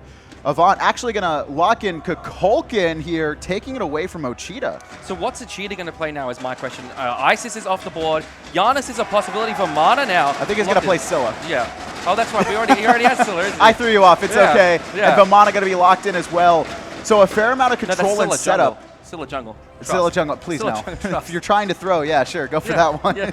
Naja. That's actually something we haven't seen out of Ro in a long time. The last time we saw it was probably Split 1 finals for him, and that ended up having to be a first ban away against it because he was just able to get so much control, so much setup for a cheetah. It works really well in this composition, though. Naja obviously combines very well with big burst mage ultimates. Scylla, most notably, more than anyone else. Raw, really the other one. I'm a Monster going to be almost a guaranteed hit. Obviously, when players land, there's actually a small couple frames where they're not able to use any abilities or any relics. And if Ochita can hit that after Ro has taken a player to the sky, that's going to be a big factor in mid fights as well. There's so much control actually at mid Harpies for Pandemonium. Not only the Ymir walls blocking off players' access, but the ring bounce from Naja, the zoning tool coming out from Jingwei, Bacchus belly flop with all those people combined together. Avant need to be careful, I think, at mid camps, because that's one of the things that Pandemonium put a lot of emphasis on against Legacy, was making sure to control those even if they had to fight. They always like having a strong 3v3. For me, though, there is a Kukulkan on the side of Avant-Garde, one of the best zoning abilities of the game with that whirlwind. So much damage coming out of it, such a wide ability as well to try and get through. You can see the crowd really pumped up for this one. Yeah. Honestly, Pandemonium seen as the villains to most of them. We heard the crowd roaring for Legacy yesterday. Now they've switched allegiances for Avant-Garde. And Avant, honestly, so much confidence coming out of them. This lineup, I really think needs to win early, though. Sylvanas, Athena, obviously you have the Kukulkan for late game, but you don't want to rely with all your damage in one ultimate. Well, that's kind of what I'm worried about with Avant's lineup is I'm looking and I'm thinking, you know, what's their plan here with this lineup? And it's, you know, pretty simple. It's the Sylvanas knockup or Athena taunt into Kukulkan ultimate or Kukulkan damage. But that's it. I mean, I think this early game has to be about rotating Gruff around the map and using Laney's ultimate to find stuns and just look for picks. Kiki, very immobile. I would actually like to see Avant-Garde kind of put some emphasis on the solo lane. We haven't seen it too much. Again, though, double Wrath coming out. Avant-Garde, they've got it on to Liquid Renegade, as an Athena doesn't really need purification as much, pretty naturally tanky, some of the higher base health and health scaling in the game. but it's going to be Kiki on the Ymir, obviously as a Guardian. Really wants that extra power to clear camps quickly. And you got to think as well, what's a Purification going to do for an Athena against Team Pandemonium's lineup? Realistically, you know, once you're sashed, you don't really have an opportunity to beads. You have to try and pre-beads at the Ymir wall. You can't Purification through that. So the Wrath definitely speaks to Liquid Renegade. I expected to see a lot of invades into Pandemonium's jungle. And so much control on Pandemonium too, like you were mentioning. They've got 2 knockups in Richard Castle, 1 in Maxon as well. Rose got his ultimate, going to be able to take players out of play space. The root coming out of Ocheeto, the walls, the freeze, more slows coming out of Kiki. Avant need to be careful. There's a lot of just chain CC potential from Pandemonium. So we actually see from the side of Pandemonium, Rose spending some time in the solo lane this game rather than rotating to the mid camps, which we've seen him usually do. So this is going to allow Avant-Garde to take the right-hand side mids for free. He's rotating towards the mid lane now, and as Cheetah's going to spot out that it's done. No pool, though, coming out from the Sylvanas, leveling up his Wisps and his root early on. And neath Sylvanas, really powerful push potential. Obviously, Sylvanas, one of the only Guardian with a ranged basic attack, going to be able to group up minions as well, hit multiple ones. Right now, Pandemonium, though, do have control in the 2v2 in mid. Athena doesn't really give you a lot of strength and clear. This is totally different to what we've seen in the rest of the regionals. The supports are actually staying in lane. We've got kind of a more standard 2-on-2 start with the jungle mids in the mid lane and going for back camps, mid harpies as well. This is, you know, a switch up in playstyle from both of these teams. Yeah, I mean, they've been playing in the meta where the supports have just been farming in the middle lane. But I think that's because both of these teams are so experienced. They've realized that play style doesn't work anymore. It's actually less efficient than the style we're seeing now when it comes to earning gold and experience and contesting camps. But it just kind of became the new meta, and players weren't ready to adapt to it fast enough, which is why it worked so well. But Avant and Pandemonium, they've put in the effort. They understand how to counter it. They really don't get invaded. You can see both teams picking up a Wrath and neither team wanting to take that risk. What I like with the duo lane of Avant is that it's very high pressure. It's going to force Maxon and Richard Castle under tower a lot. It's going to prevent Richard from rotating to things like mid camps and potentially stealing back camps. Well, yeah, but on the opposite end, you actually have the mid jungle for Pandemonium with the edge. You could see Ro and Ocheeto just doing a really good job of pressuring the mid lane, making sure Kukulkan has to farm under tower. They actually just backed here, probably about to finish both their boots. You could see starting to be worked on. Right. Oh no, they actually backed before having boots 3. I think they just want the extra power spike. I think they're trying to fight soon. It looks like there could be a gank over on the solo lane. Idivine hanging around there, looking at Kikimir, who's level 5. Doesn't have a whole lot of mobility. Here comes the Athena ultimate as well. Well went through as well. Kikimir knows he's dead. Liquid Renegade. First blood for Avant-Garde. And honestly, Kukulkan probably not even needed. This is the dangerous part about Athena. You can think of it a lot. You know, when a support is in the duo lane, you can see when the Athena's charging ult. Your hunter normally calls it. But when she's in the jungle, you have absolutely no idea when she's ready, and they're trying to set up. And it was really good recognition by Avant there, because they saw that Pandemonium had backed in the mid lane. Pandemonium wasn't going to be able to call out the rotation from Avant-Garde. Idivine essentially rotated for free. Oh, nice route, Ocheeto, see what's happening, but his Sentinel's going to be down. Gruff probably could have set up a pool there. Surprisingly, he wasn't able to get that in time, but he is just going to wait for this invade on the speed buff. Kiki has respawned. Richard's here as well. Wrath available for Liquid if he needs it. He's going to use it. There's the knock-up from Gruff onto Kiki. Neath ultimate coming through as well. Big knock-up there from Richard Castle. Kiki Omio taking about 50% HP. Spirit of the Nine Winds comes through. No target there for Idivine to hit. I'm a monster. Been popped. Ocheeto trying to find one, and he gets Gruff with a combination of Ro. Just really clean initiation coming out, and that's the main point of this Pandemonium lineup. It's really about setting up Ocheeto, right? You have the lockdown from Kiki, Richard. It's just about forcing out those purifications. So when Ro finds someone, takes them to the sky with Windfire Wheels, it's going to be a guaranteed hit from Ocheeto. And even though that ability doesn't hit too hard in the early game, that was a big 4v4. There was a lot of poke damage coming out from both teams. Talk to me about this tiny trinket start coming through from the Scylla. I mean, in OCE, we don't see that a whole lot. Usually we see a lost artifact instead. I mean, there's a couple options here, but ooh, actually, could be trouble for Kiki. He's going to get taunted. This is big damage. Half health, but just trying to poke him out right now. And the reason is I think he's going into a Pythagorean space because he has a Ymir and a Bacchus with him. Now, the Bacchus obviously isn't the most damaged late game, but just enhancing their power, even for the smallest amount, going to be very useful. I think this game is going to be centered around team fights most of the way. There's even the possibility of it for being a Divine Ruin to try and counter some of the healing coming out from Gruff playing that Sylvanas, but you know, he's got a couple of different options there. He sometimes goes the Polynomicon on Scylla as well. He was actually buying it, but it was typically later in the game. Maybe just wanting to get it started early, I think, more than anything else. All right, Jingwei here for Pandemonium, being played by Maxon, going for the Devourer's Gauntlets. He's managed to get those stacks online, whereas Laney's got a bit more of a traditional Neath build, starting a Transcendence and getting his stacks online for that one at the moment. Yeah, I mean, Neath does really well with heavy power spikes like Transcendence, obviously. One of the few ability-based hunters. Spirit Arrow hits for so much, not only early game, but late game as well. You also see players go into just full kind of power penetration builds where they're just ults are chunking squishy players for half their late game. Divine's rotated again. They're going to be looking for Kiki Amiro over on the right-hand side. Worldweaver's gone across the map. Kiki looks to be in some trouble, and Divine picks up the kill. Another gank on this solo lane. I love this. And Avant, they're playing for the strength of their roster, getting Chuckles the lead. And this is the third time we've seen them gank the right-hand side, but this has opened up Gold Fury.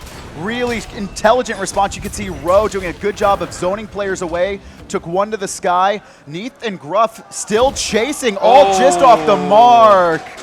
And Rowe's going to be able to walk away for free on that one. Even game after just Avant-Garde putting so much pressure, but look at this. Maxon's I don't think Maxon knows. Maxon's going to be in some trouble here. Has Athena airstrike. charging the dash. Maxon just holding his ability, uses his purification. Root, too early there. Pull off the mark as well. Maxon, I like that. That's not any kind of panic. That's just cool, calm, collected. Oh, there's people ganking me. I'll use my relic. But the issue is that he used Purification instead of his ult. Ult, obviously only a 90-second cooldown. Purification going to be down for 140 seconds. We've already seen that all Liquid Renegade is trying to do is not actually try and control the farm in the mid camps or around the map. It's gank. And that is a pretty easy to gank, Jingwei. And I would like to see him actually put some emphasis over there. I think by now, El Chuckles is in a really good spot. They've already killed Kiki twice. Try and actually get a lead in going for the a other third lane. time here. Kiki hit by the whirlwind, knocked up by Chuckles. Liquid Renegade's right as well. Spirit of the Nine wins. Kiki jukes it out, but he's taunted in by Liquid under the tower with no response from Pandemonium yet as Liquid takes a couple of tower shots. Actually, all of Pandemonium starting to rotate over. I'm so surprised that they've just kind of ignored Kiki Omio for this long. Avant has now ganked him 4 times in 7 minutes, and it's been pretty free as well. We saw that in the last set between Legacy and Alpha Sydney. Alpha Sydney just let KO die, but that enabled Ogre and Agony to get quite a significant advantage over the opposite numbers. The question is, where's Pandemonium going to gain their lead from? They were able to get the Gold Fury last time, but that's not going to be up for another 4 minutes. I mean, if Avant are going to rotate that many members over to the solo lane, I'd like to see them try and gank Laney. Maybe look for the invades. That red buff would have been free to pick up in the meantime. All right, mid lane now, we can see the gold still even, only about a 300 advantage for Avant-Garde.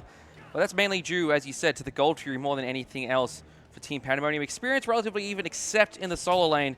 Kiki is 2 levels down on El Shockles. And it's where's the break point, because Ymir's going to be useful no matter what. He has a big AoE freeze. He has the wall as well, which is able to disrupt team fights, but he's not going to be able to be the front line like he's used to, where he can just kind of run towards a team if he falls this far behind. You can see level 9 right now, one of the lowest in the games. Only Gruff, a support player, below him. Falling just the wave there to keep it out of the tower. Another rotation from iDivine here to the solo lane. He's been in this lane more than his own. He's been in this lane more than Liquid Renegade has, which is surprisingly enough. You almost never see mids rotate and actually set up ganks anymore in this meta. Most of the time it is the junglers, and it's kind of the mids following. But this is probably what's throwing Kiki off more than anything, and he has absolutely no idea.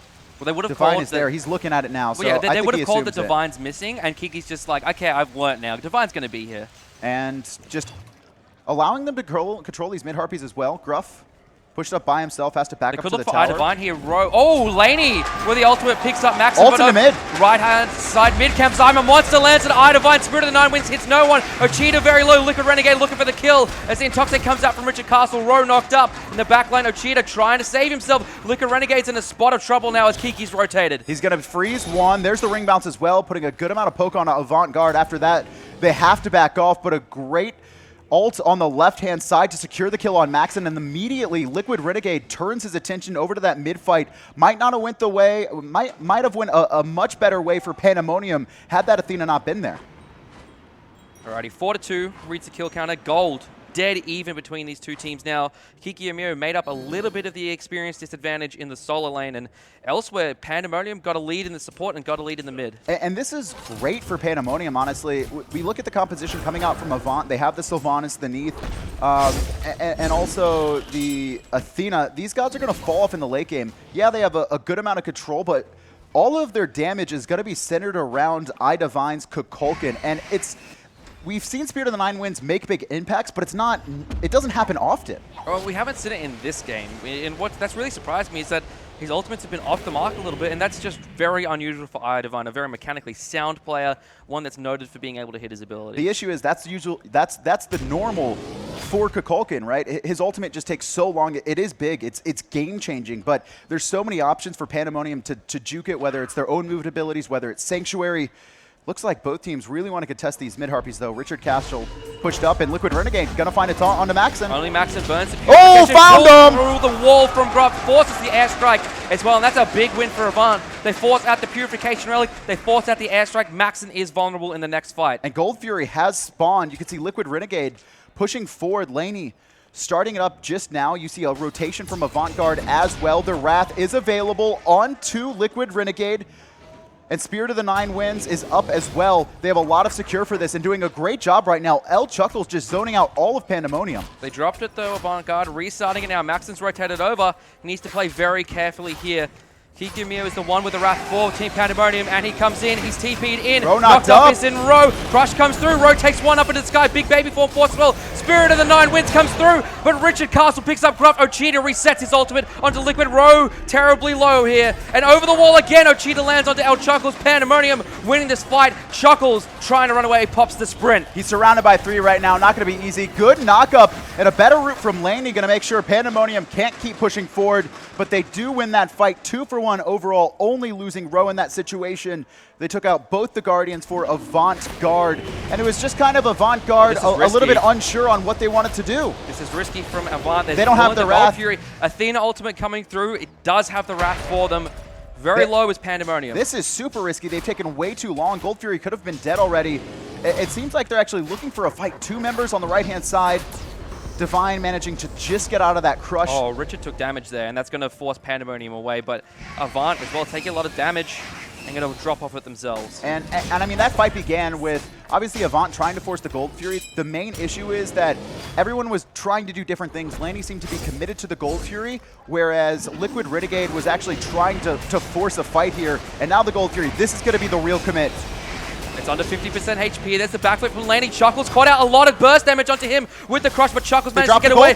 Kiki's very low, wars himself in with Liquid Renegade. 2-way knockup from Gruff. Liquid Renegade picks up Kiki. The Whirlwind's on Ochita as well. Ochita running away from iDivine as Gross went up in the sky. Great sentinel away there from Ochita. Oh, the airstrike not going to hit anyone. Ring bounce. Liquid Renegade staying alive under 50 health, and both teams going to disengage again. Avant-Garde actually had a guaranteed Gold Fury there, but instead peel off, try and save their players instead. Everyone does manage to get out, but it was very close. Kiki Omio, the only one to fall in that fight. And honestly, Team Pandemonium's going to be fine with that. Kiki Omio, more than happy to die for the team. And also, the later this game goes, just the better Pandemonium's composition gets. Obviously, Najan not going to be as big as a factor, but we know Scylla, you know, I'm a monster, can one-shot players once he's full build with the red buff. Kiki Omio, he was really far behind, but because of how much fighting's been going on, Avant haven't been able to extend that lead in the solo lane. He's 0-4-3 and only a single level behind El Chuckles right now, in a great spot despite getting camped really hard in the early game. Pythagram's piece has been complete for Ochita as well, and like you were talking about, just synergizes so well with this team lineup. And, I mean, Ymir just has so much base damage, it's just going to increase that. There's a little bit of lifesteal as well for the Scylla if Ochita does get picked off. Speaking of picked off, iDivine trying to contest mid-camps by himself. He's going to get stunned. I'm a monster. Helps secure the kill on Divine, and Ro finds one locked up to Liquid Renegade, going to survive the crush on landing, and the last hit from Ro to kill him. 4-man knockup from Gruff, but all the damage from Avant-Garde is down or not in the area, and now Pandemonium are going to take the one mistake. That is what Pandemonium is so good at. You make one mistake, they're going to take it, and they're going to run with it. Now Gruff walking in, he's going to get picked off as well. The ultimate from Kiki not even needed. Now El Chuckles walking in. This is Avant-Garde just running 1v5 repeatedly. Chuckles is going to be able to force Pandemonium off the Gold Fury for now, though. That's the important point. He's just forcing the way, letting his team get their respawn timers, but now he's trapped in the Gold Fury pit. Nowhere to go here. Maxon picks up the kill. Laney with a good route onto Roe. Roe taking a lot of poke here, but you know, Laney doesn't have a whole lot of steal potential. He doesn't. I don't think he has a weave down either. You can see Roe just going to force them off. There's the backflip, and it's going to be a Gold Fury for Pandemonium, along with a couple kills. A 3K lead for the Panda. Second Gold Fury of the game falling to them. Experience as well across the map, except for the solo lane in favor of them. I mean, back to the start of that, though, Avant-Garde had done such a good job of playing around as a team, and then all of a sudden, you just see iDivine push up at mid-camps. This was a dead-even game until one small mistake. Avant are going to have to reset their minds right now and try and at least contest the next Gold Fury. All right, 15 minutes in the game, 8-6. This kills in favor of Team Pandemonium at this stage of the game. No towers really touched except for Kiki's solo lane tower at this point in the game. Red buff going to be taken here by iDivine and Gruff, and you know, I really haven't seen the impact from the Kukulk in this game that I would have liked. And that's just because it's so hard to actually secure that ultimate, but they do have a lot of control coming out from Avant-Garde. Most of it, the issue seems to be that Avant-Garde haven't actually been trying to force relics out. They've actually just been committing to fights. As an Athena, you can just kind of dash forward, taunt, get the beats on multiple players, then back off, reset, and then go at it again. But when Liquid Renegade dashes aggressively, it's always a full commit from the team. They always just want to fight that fight instead of just trying to bait out these relics. Right-hand side mid-camp spawning, no contest from Avant-Garde. Team Pandemonium really establishing control of this neutral map objective, and that's been the way they won yesterday, and that's the way they're winning this game. And they always just draft these great 3v3 fights. Ring bounce super strong, along with the solo lane as well. Just the walls to zone players off and also lock them in place, very powerful. We haven't really seen Kiki have an impact in the game just yet. Most of that due to Liquid Renegade taking multiple visits to his lane, but he's going to start being an impact to it now. Again, now matching the level of El Chuckles along with picking up a Wing Blade, he's going to be so much safer. The thing is as well, with Liquid Renegade paying so much attention to the solo lane, there really hasn't been much attention paid at all to Ochita, who's currently on 0 deaths. And that's a trend of Ochita's. He's actually got the lowest deaths in the entire OPL. At the same time, he has the top KDA, a lot of kills and assists, but a very, very safe player. Pandemonium actually trying to set up a kill. This could be bad for Gruff, and he's going to get stunned out trying to make it to tower. Ochita actually missing the route there. And Kiki Amio's presence there, Liquid Renegade spotted and walking up behind him, prevented him from dashing in. If he dashed in there, would have been a very bad situation for the Athena. Teleport coming in right now from El Chuckles. Tower still completed. In Pandemonium, they just put in some poke onto Gruff, siege the tower, and then back off. They're not trying to make any risky plays. They know they have a lead. They're not going to let it. They're not going to let Avant-Garde abuse them being over aggressive. One of the few mistakes that Pandemonium did make, I think, against Legacy was just their over aggression. They got a little bit too confident in their play, diving by themselves 1v5 sometimes. Laney, bit of trouble here, taken up to the sky by Roe, knocked up by Richard. Excellent Sanctuary will save him for now. iDivine hits the Spirit of the Nine Winds, and Roe is extremely low here. iDivine going to find him in a second. No. Chuckles is going to be the one to get him. Sentinel, Ochita looking for a way out. He's not going to find it. Knocked up. Purification burned as well. He managed to get over the wall, but the tick damage enough to pick up the cellar. Richard Castle going to have to run away. The issue is no Gold Fury available right now for Avant-Garde to take, but they do have a tier 1 on the left-hand side. They have the sustain coming out of Sylvanas, and this is going to be the matched tower very early on. Spirit of the Nine Winds. We didn't see it on screen, but hitting 2 players, both Roe and I believe Richard Castle in that fight. Excellent use of relics there by Laney. He copped the ultimate from Roe, came down, used his Sanctuary, and the combination was just a split second off for Pandemonium, and he was unable to secure the kill onto the Neath. And actually, I mean, not only the sustain coming out from Sylvanas, but there's self-sustain and the ultimate from Chuckles. Also, same with Laney, does have that. Oh, who is teleporting in? This is dangerous. He just barely doesn't make it there, and he's just going to keep split pushing on the solo. Actually, no, he's going to rotate in now, but he took down the tier 1 tower in the solo lane, so some equal pressure applied across the map for both teams. That's one of the most dangerous things you can do in SMITE, is teleport into a tower against 5 players, but the tower falls, so he's not going to be in any danger just yet. Gold Fury going to be spawning soon. And Avant-Garde doing a really good job, again, kind of responding to Pandemonium's aggression. We saw Row rotate very deep into their own jungle, find one player to the sky, took Laney there. Ochita just wasn't in a position to finish him off, and like you mentioned, that great Sanctuary right after landing. And then Row was just in a position where he couldn't really escape. I'm assuming he would have sashed to that player. Now has a blink online, though, so I think we're going to be seeing him have a little bit more consistency on those initiations. And we also see a blink coming through on Gruff, and Gruff thus far has altered either defensively or to counteract the aggression from Team Pandemonium, but his style is very much up in your face, initiate for his team. With that blink, he's going to be able to do that. And you can see, we didn't really mention it, but a curse was actually picked up by Liquid Renegade as well. There's not much healing on the side of Pandemonium, so they're really just using this for the slow. You can see Richard Castle has picked up the sprint, and they're actually both available at the same time, so Richard Castle doing a good job of waiting for the curse from Liquid Renegade to come out before he pops that. What's surprising me, though, is that there isn't a curse on the side of Pandemonium, or really any anti-heal at all, considering this is Sylvanas on the other side. I mean, a lot of these fights have just been burst, though, where healing hasn't been the biggest factor. It hasn't really been a siege composition. There's the blink from Gruff, though. Gonna find two. El Chuckle's going in as well. Row goes forward, trying to get some damage off, but Liquid Renegade finds a two-man taunt.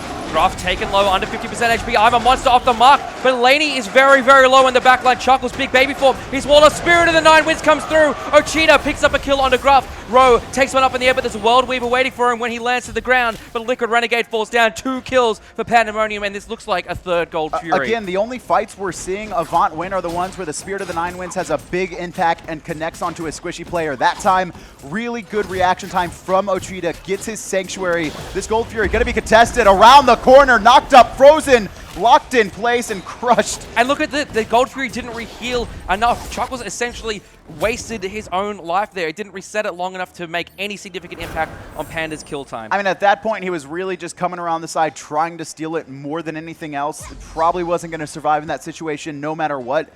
And Avant-Garde falling very far behind, about 5,000 now separating the teams. I'm looking at Maxon's build here, and rather than Executioner, he's gone for the chin sides, which I absolutely love against the Vance lineup. They've got a double Guardian with the Sylvanas and the Athena, as well as a Vamana, who's got a lot of health, particularly with this Bulwark of Hope he's picked up. Liquid Renegade ulting in onto Ochita, dashes forward, looks for Kiki, but can't find the taunt. Just around the corner.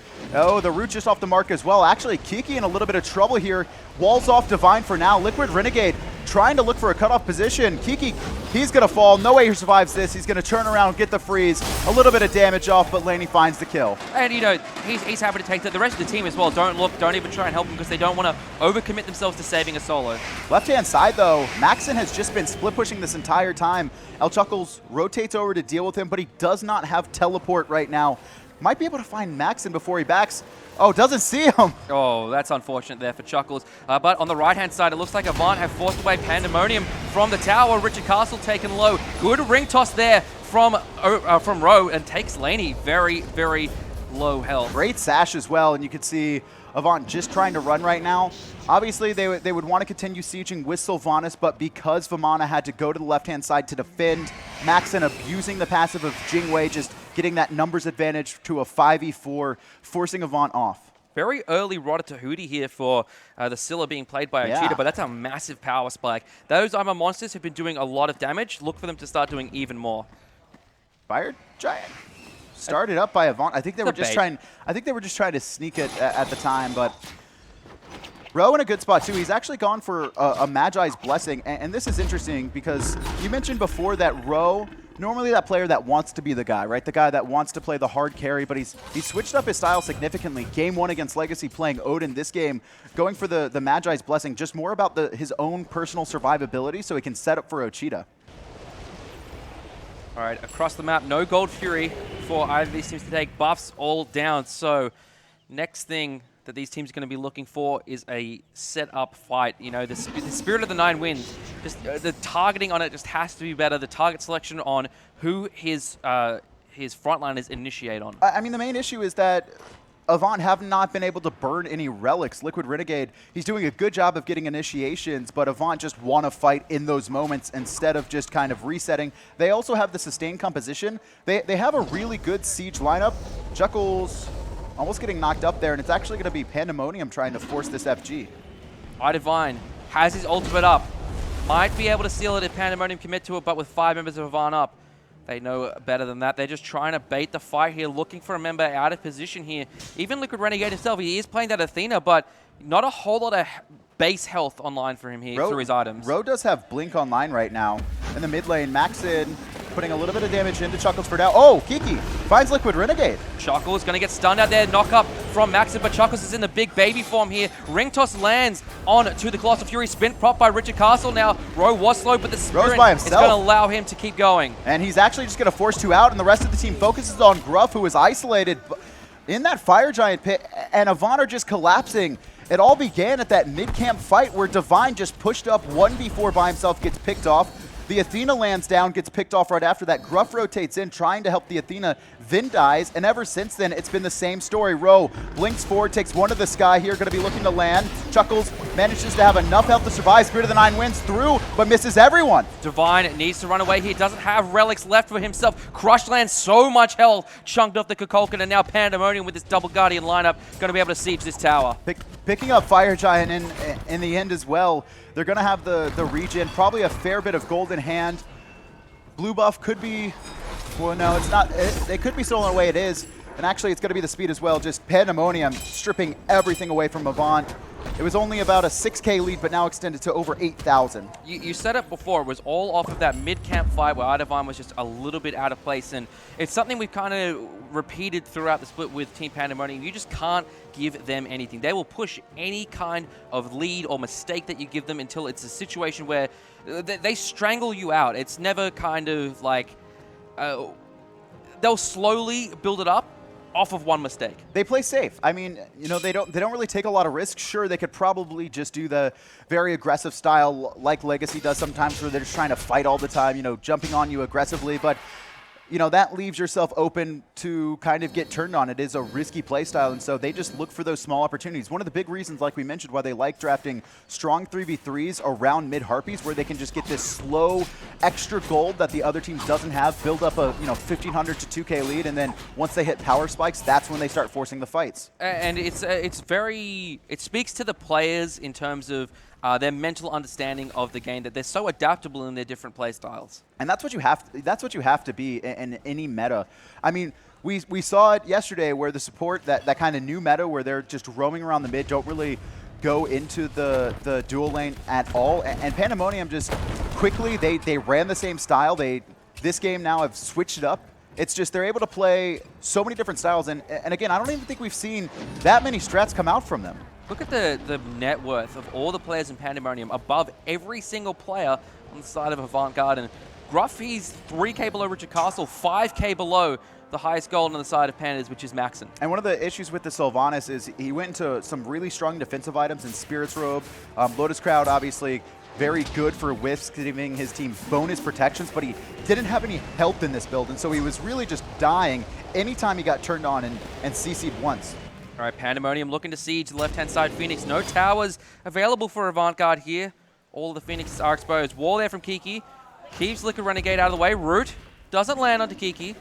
He's just searching here, trying to zone them out. Freezes onto Chuckle, lands down the Glacial Strike. He actually blocks Liquid Renegade's dash there. And Richard Castle's in a little bit of trouble as Ro takes one up to the sky. He's going to do damage, but that's a pretty tanky Guardian right there. No one's going to fall. Liquid Renegade just trying to get out, and it's Pandemonium pushing forward. L Chuckles on the front line, though, going to keep Pandemonium at bay. Oh. And another wall. Laney just barely able to get out of that one. Somehow still had his purification after that big fight. Good stun on a Maxin, but it's immune to, again, a lot of players holding their relics until the later parts of that engagement. Great defense here from Avant-Garde thus far, but the left-hand side Phoenix does fall down. The question is now, can they make Pandemonium pay for it? Great Sikkim there by Ochida, keeps El Chuckles at bay, and Team Pandemonium sounding the disengage. Oh, they're baiting, actually. Laney getting poked out, and there goes Richard Castle. Liquid Renegade forward as well. Gruff very low.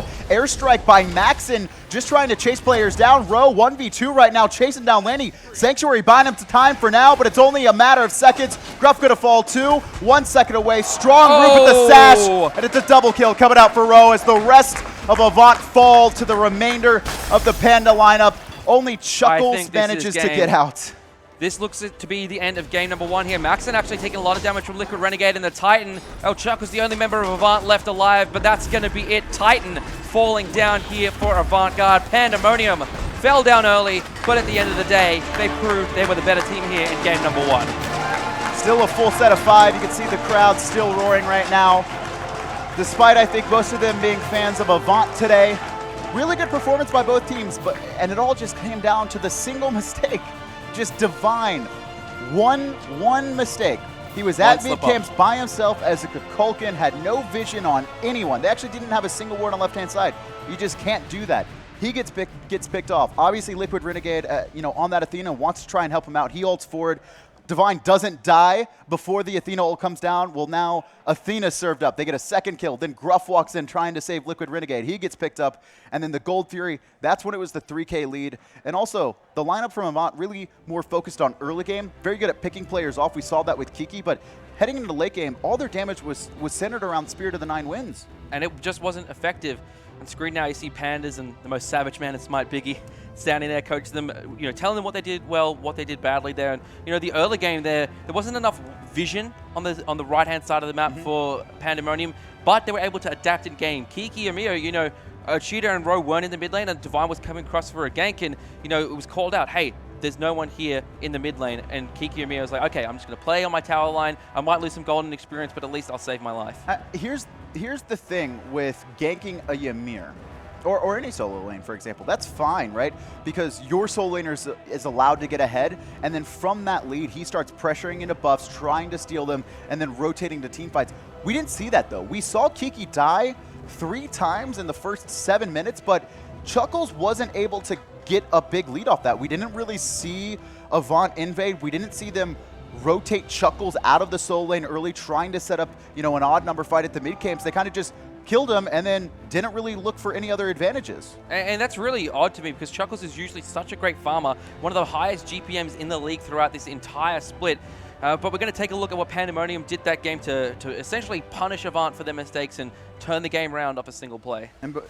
And yeah, so this is how the game started. A lot of pressure into that right-hand side. You can see Kiki just getting ganked multiple times. Early rotations from Divine. Typically, you don't see a mid laner rotate to try and get ganks by himself. And a lot of that as well, if you rotate from the mid lane, you give your opposite mid laner a lot of control over wave and mid camp control. We didn't really talk about Ocheeta at all, but his play might have been close to perfect, just so defensive, able to get out of everything. You can see right here, just able to set up I'm a Monster, help secure a kill, gets the reset. I think he was actually trying to block the ultimate coming out from Neath there, but kind of just serves Ro up to death. And this is it. This is the play here. Divine just out of position, absolutely chunked down. And Liquid Renegade's here. Nothing that he can do as well. Ro, great ultimate here, takes the Athena out of the sky, crush. And then so Gruff. Damage. And then Gruff walks in as well, 1v4. You can see Chuckles on the side there. After that, the team was able to get the Gold Fury. And we did see Avant actually able to fight back in this fight. A lot of that, again, that was all Divine, though. I mean, he hit a Kukulkan ult, which basically killed Ro. But after that, then they're still here at this Gold Fury. They didn't commit to a decision either to take it or to leave and farm up. Pandemonium was able to come back in numbers and then win the second fight. I'd say that was the biggest mistake, right?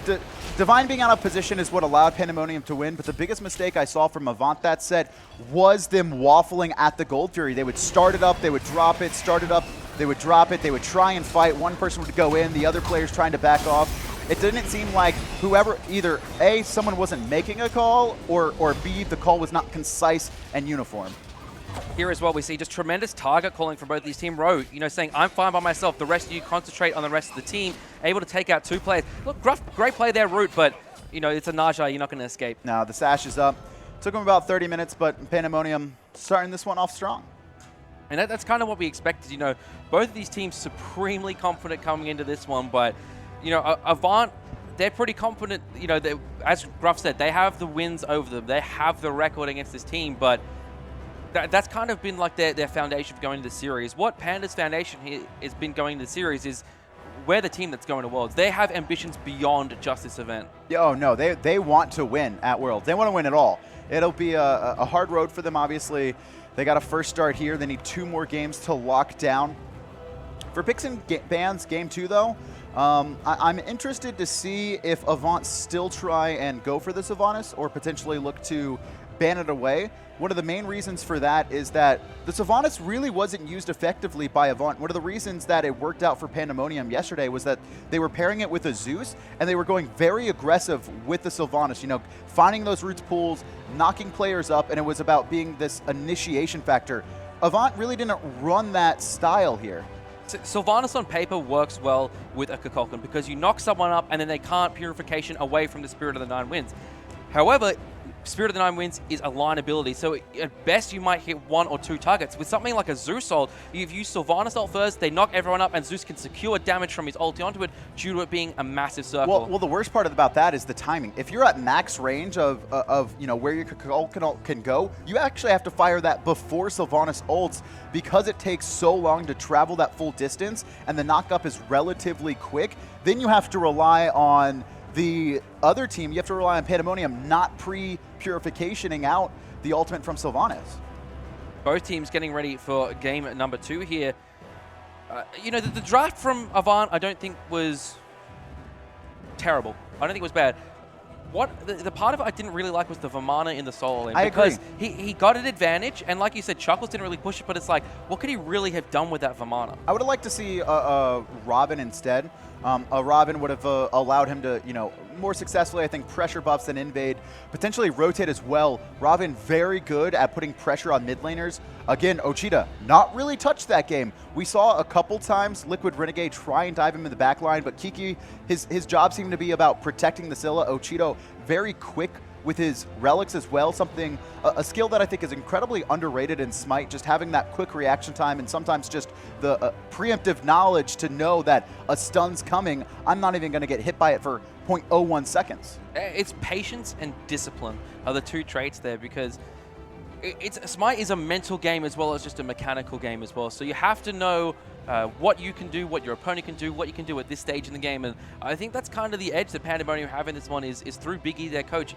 But Ochita as well is such a smart player and knows this game inside and out. I think Ochita has been the most consistent player I've seen out of everyone here in the Oceanic Regional Championships. He's done a really good job of just never putting himself out of position. Again, like you mentioned, one of the fewest deaths in the OPL in Split 3. First bans coming through. This looks like a repeat of last game as Avant-Garde take away Zeus and Ra. Identical so far. I think the other ban was Erlong Shannon. It's going to continue.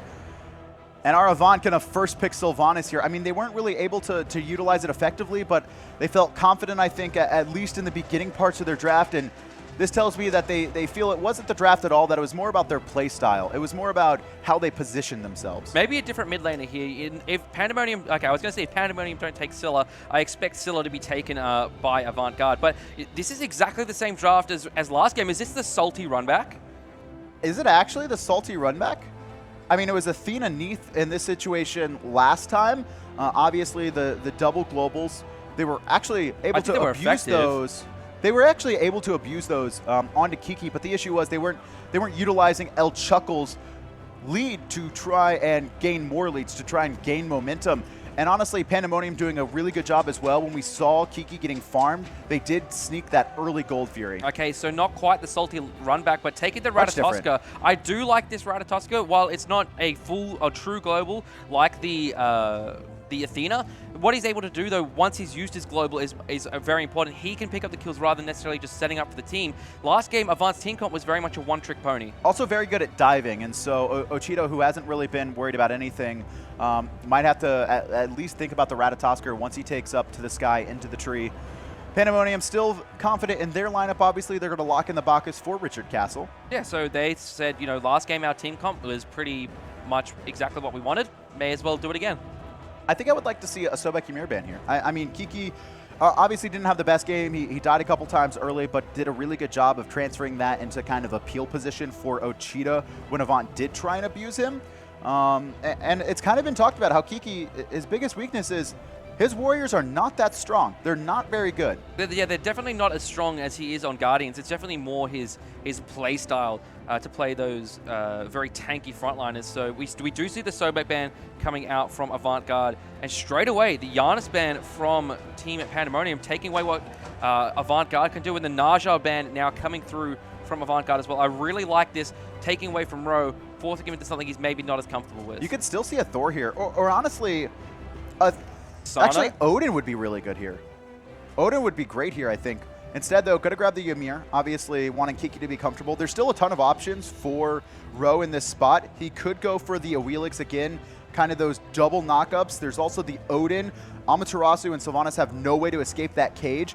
And maybe they actually don't want to give that away just yet. That's possible. Maybe they want Avant to pick 2 more gods or potentially 1 more god that's not going to have a leap. If they pick the Odin in that spot, that wouldn't be the case. All right, Rama comes through for Laney. Last pick for Gruff here is going to be the mid laner Chang'e. Odin. This is Odin. Chang'e has been played 4 times by Idivine in the Pro League, and he's won all 4 of them. Chang'e, yeah, but the thing is, you know, Chang'e is very risky. Chang'e is amazing when you're ahead because it's in that melee range. Gonna switch it up Odin. to Agni instead. This needs to be an Odin. I think it should be an Odin. And Ro's already proven that he can Yeah, play there we go. insta-locked. I love that. I really think Ro wanted to pick the Odin in the first half of the second phase of the draft, but it baited Avant-Garde into not really thinking about it more than anything. He also had a couple more options depending on, you know, what Avant drafted into, but this is very similar to Pandemonium versus Legacy Game 1. Avant have no way of getting out of it outside of Ratatosker's ultimate. Thing for me as well that Avant-Garde have drafted, they've got this Amaterasu. This is one of Chuckles' favorite goals to play, something he usually does tremendously well in, and honestly, he's actually carried games with his Amaterasu before. I mean, Amaterasu is one of the warriors that can carry a game, especially if she gets a lead early. Typically thought of as, you know, a late game monster. A lot of players have learned some intricacies on Amaterasu to make sure that her weak early game isn't as bad as it used to be. We used to see most Amaterasus getting pushed under tower very heavily, getting anywhere from 500 to 1,000 gold behind in the matter of 10 to 15 minute mark. Not really the case anymore. They do a good job actually leveling the aura first now, which obviously going to enhance the damage of your team. You actually clear camps faster as well.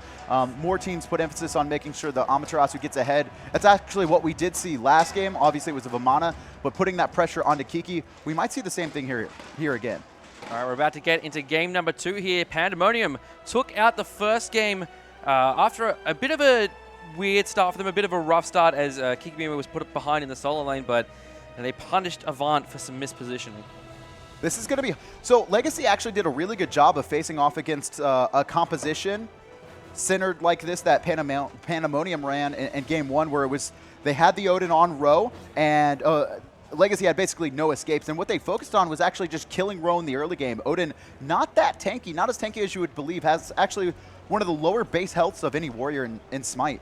And Ro was actually caught out of position a fair few times with that Odin, and attempted to try and go in to save his team, but once he'd gone in with that bird bomb combination, there was really not much he could do, and there was really no escape for him. The worrying part about Avant-Garde's lineup is they don't really have a lot of pressure. Agni is great once he hits level 5, but he really can't compete early game. It's always risky to dash because he doesn't have many other abilities to easily clear the wave. And actually, here comes an invade. Ratatosker and Amaterasu. The Hog coming out from Liquid Renegade as well. Kiki Amio. He sees this. We heard the pings, yeah. too. So he spots it out. Ro hanging around behind the back camps, and Kiki going to walk that way as well. They're going to give up at least one of these buffs here. You can see Ro. Is he just going to go to lane, or is he just going to stand here in front of it? Obviously, oh, Ro has Sanctuary level 1, so I think he was a little bit worried about what happened last time, and I think we're just going to see the standoff here. I don't think either of them are going to try and risk going for a buff. And this doesn't do anything for either team. It prevents Avant from getting experience. It prevents Panda from getting experience. But Ro's taking towards the mid lane now, so he's going to be able to pick up some farm there. Just a little bit, and you can see Kiki just going to be backing off. Surprisingly enough, once Ro started rotating, we didn't see the invade coming out from Avant. Obviously, it would have still been a little bit risky, but I don't think anyone would have been able to rotate over fast enough to stop them. And now they're going to go for Kiki Amio's blue buff. It looks like Liquid Renegade's pushing his head towards there, wants to spot out what Pandemonium are doing, but he sees the 3-man grouping with the Scylla, the Barkus, and the Odin. And Ro's just going to tag these minions here. One issue is that Pandemonium are now 4-way splitting. They three-way split a mid-wave, then they 4-way split a blue buff, and now 4-way splitting a speed buff as well. As a mid-wave actually goes into the tower, Ochita going to miss a little bit of this gold, and again, it's going to be 3-way split. So Pandemonium, not very efficient right now in the early game, also losing Fire Elementals and Mid-Harpies. Really bad start for them. They did manage to secure their buff, though, and it's going to give Kiki a little bit of an easier time in the early game, which he struggled with last time, honestly, and that's what allowed Avant to get a little bit of a lead. And Kiki's going to be fine in this situation, I think. He is going to be able to get a couple solo waves for now, as Ratatosk are still going to be splitting with L Chuckles. Also, Ymir's just, I don't want to say safe, because we saw him die 3 times in 12 minutes last game, but as long as he knows a gank is coming, it's very hard to pick off a Ymir. And it's actually relatively hard for a Ratatosk unless he uses his ultimate to gank Ymir. If you spot the dash in time and you got the reflexes from it, you can wall off his dash and you can wall off his stun. Richard Castle, Ro, Ochita, all level 3 right now. Just a little bit behind in experience. Not that big of a deal right now, but one of the things that we saw Pandemonium run last time with the Odin was actually hitting level 5 early. They got a big experience lead, and they tried to abuse that fact by initiating on level 4 players. But here comes the gank onto Kiki once again, and he doesn't spot it out in time. There's the stun from Liquid Renegade. Oh, the freeze off the mark from Kiki. Walls off and Rose here, so Avant-Garde have to back away. And Avant-Garde just a little bit scared there. If they were 5, obviously that would have been a successful kill, but not able to do it, and just scared from Ro is what was surprising me the most, and they're going to dash forward. He's in a lot of trouble. Great wall from Kiki, though, going to save his life. Excellent work there from the solo lane of Team Pandemonium. Mid lane, I'm looking towards Richard Castle and Ochita. They've got to be calling that Divine and Gruff aren't there. They're both level 5. Tower dive coming out from Avant-Garde. Kiki misses the freeze. Bomb comes through. Stun onto Kiki. He's going to get stunned out a second. Dazzling offensive picks up the kill. And Ro uses the Sanctuary, but he's knocked up by Gruff. And 2 kills for Avant in the solo lane. A repeat of last game. First Blood going over to Chuckles, too. Really good spot to be in. He's able to get that extra gold from the First Blood bounty, and he's going to be able to run forward with this. And this should be a tower. I mean, they have a couple minions. Sylvanas going to be able to heal him up, and a very early tower at 3 minutes. That's going to put a lot, it's going to make the solo laning phase very difficult for Kiki Ymir, especially on a Ymir that doesn't have the greatest laning phase. It's also going to enable El Chuckles to be able to rotate the team fights a lot easier. We didn't see that the last time that he got a lead, but it's going to be so much more efficient. And honestly, Kiki's in a dangerous spot because he has no protection right now. All right, red buff being taken here by Pandemonium. Securing that one for Ochita. Ochita going the same start as he did last game, Tiny Trinket into boots. Probably just going for the same build as well. Yeah. Obviously, Pythagorean Speed's very useful when you have other mages. Give them that bonus magical power aura. And mid-camps being controlled by Avant right now. We actually haven't seen Ochita do too much in this game. It's really been Avant-Garde having that same play style, put pressure on the right-hand side of the map. This time, though, looking for the invade on the buffs. 2-man freeze coming out from Kiki. Wall still available right now, throwing in some in-hands with El Chuckles. At the very least, they forced Avant off their speed for now, but it doesn't seem like Avant want to give this up, and Ratatosk to the sky. He's up in the sky. He's looking for targets here. It's probably going to be Ro, who's caught a little bit by himself. Uses the shield. Can't even get his cage off before he's bursted out. I'm a monster comes through to Eye Divine, but it's not enough damage at this stage of the game. There's the Odin cage as well. Trapping Liquid Renegade in, and Richard Castle's plucked through the cage. And just a quick kill onto Ro. Obviously, he had that Sanctuary, but it was burned on the right-hand side. He was just chain CC'd, knocked up, timing so well from the team, and that's one of the weaknesses of Odin. Again, not that tanky, especially for a warrior in the early game. Has low health, and he's just going to be able to get abused in this situation where he's fallen so far behind. Now, we haven't really seen the cage have too much of an impact, and you can see Phantom actually also picked up by Gruff as his first relic. A thing to talk about as well is last game, Avant-Garde they had early game composition, and Pandemonium's really outshone them in the late game. In this game, Avant kind of matches up fairly well in the late game with Pandas. Yeah, I mean, especially in the mid to late game.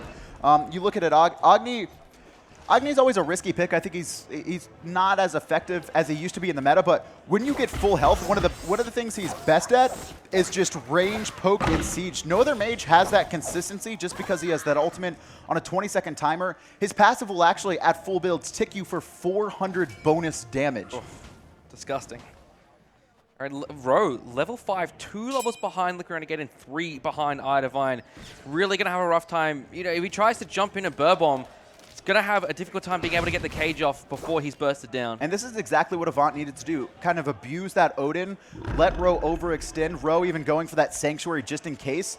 Gold Fury going to be started up by Avant. It seems like they're trying to bait a fight right now. They do have Wrath on Ratatosker. First bomb, 2 bombs, both miss. Same with the pool. Now Gruff pushed up very far by himself. Laney also by himself around the Gold Fury pit, but managed to roll away. Rowe looking to use the bird bomb combo onto Gruff. Doesn't land as Gruff forced to use his ultimate. Looking Renegade across the sky, but Rowe's trapped in the cage. He manages to jump away. No damage from that ultimate. Gruff taken low, Intoxicate. Will the Wisp be enough to save him? The airstrike almost takes down the Sylvanas. Shuckles picks up a cheater in the back line, and Rowe forced to dash away on the tower. He's got to get out. Maxon very low. Good wall. Going to keep most of Avant on the other side of it. Kiki manages to get out as well. Overall, just 1 kill in favor of Avant-Garde, but they do have a Sylvanas somehow. Gruff surviving that, and here comes the Wisp for Sustain. This is going to be a free Gold Fury. Pandemonium gave it up, all of them back to base. There's just not enough damage coming out of the Scylla right now for that Odin combination to be effective.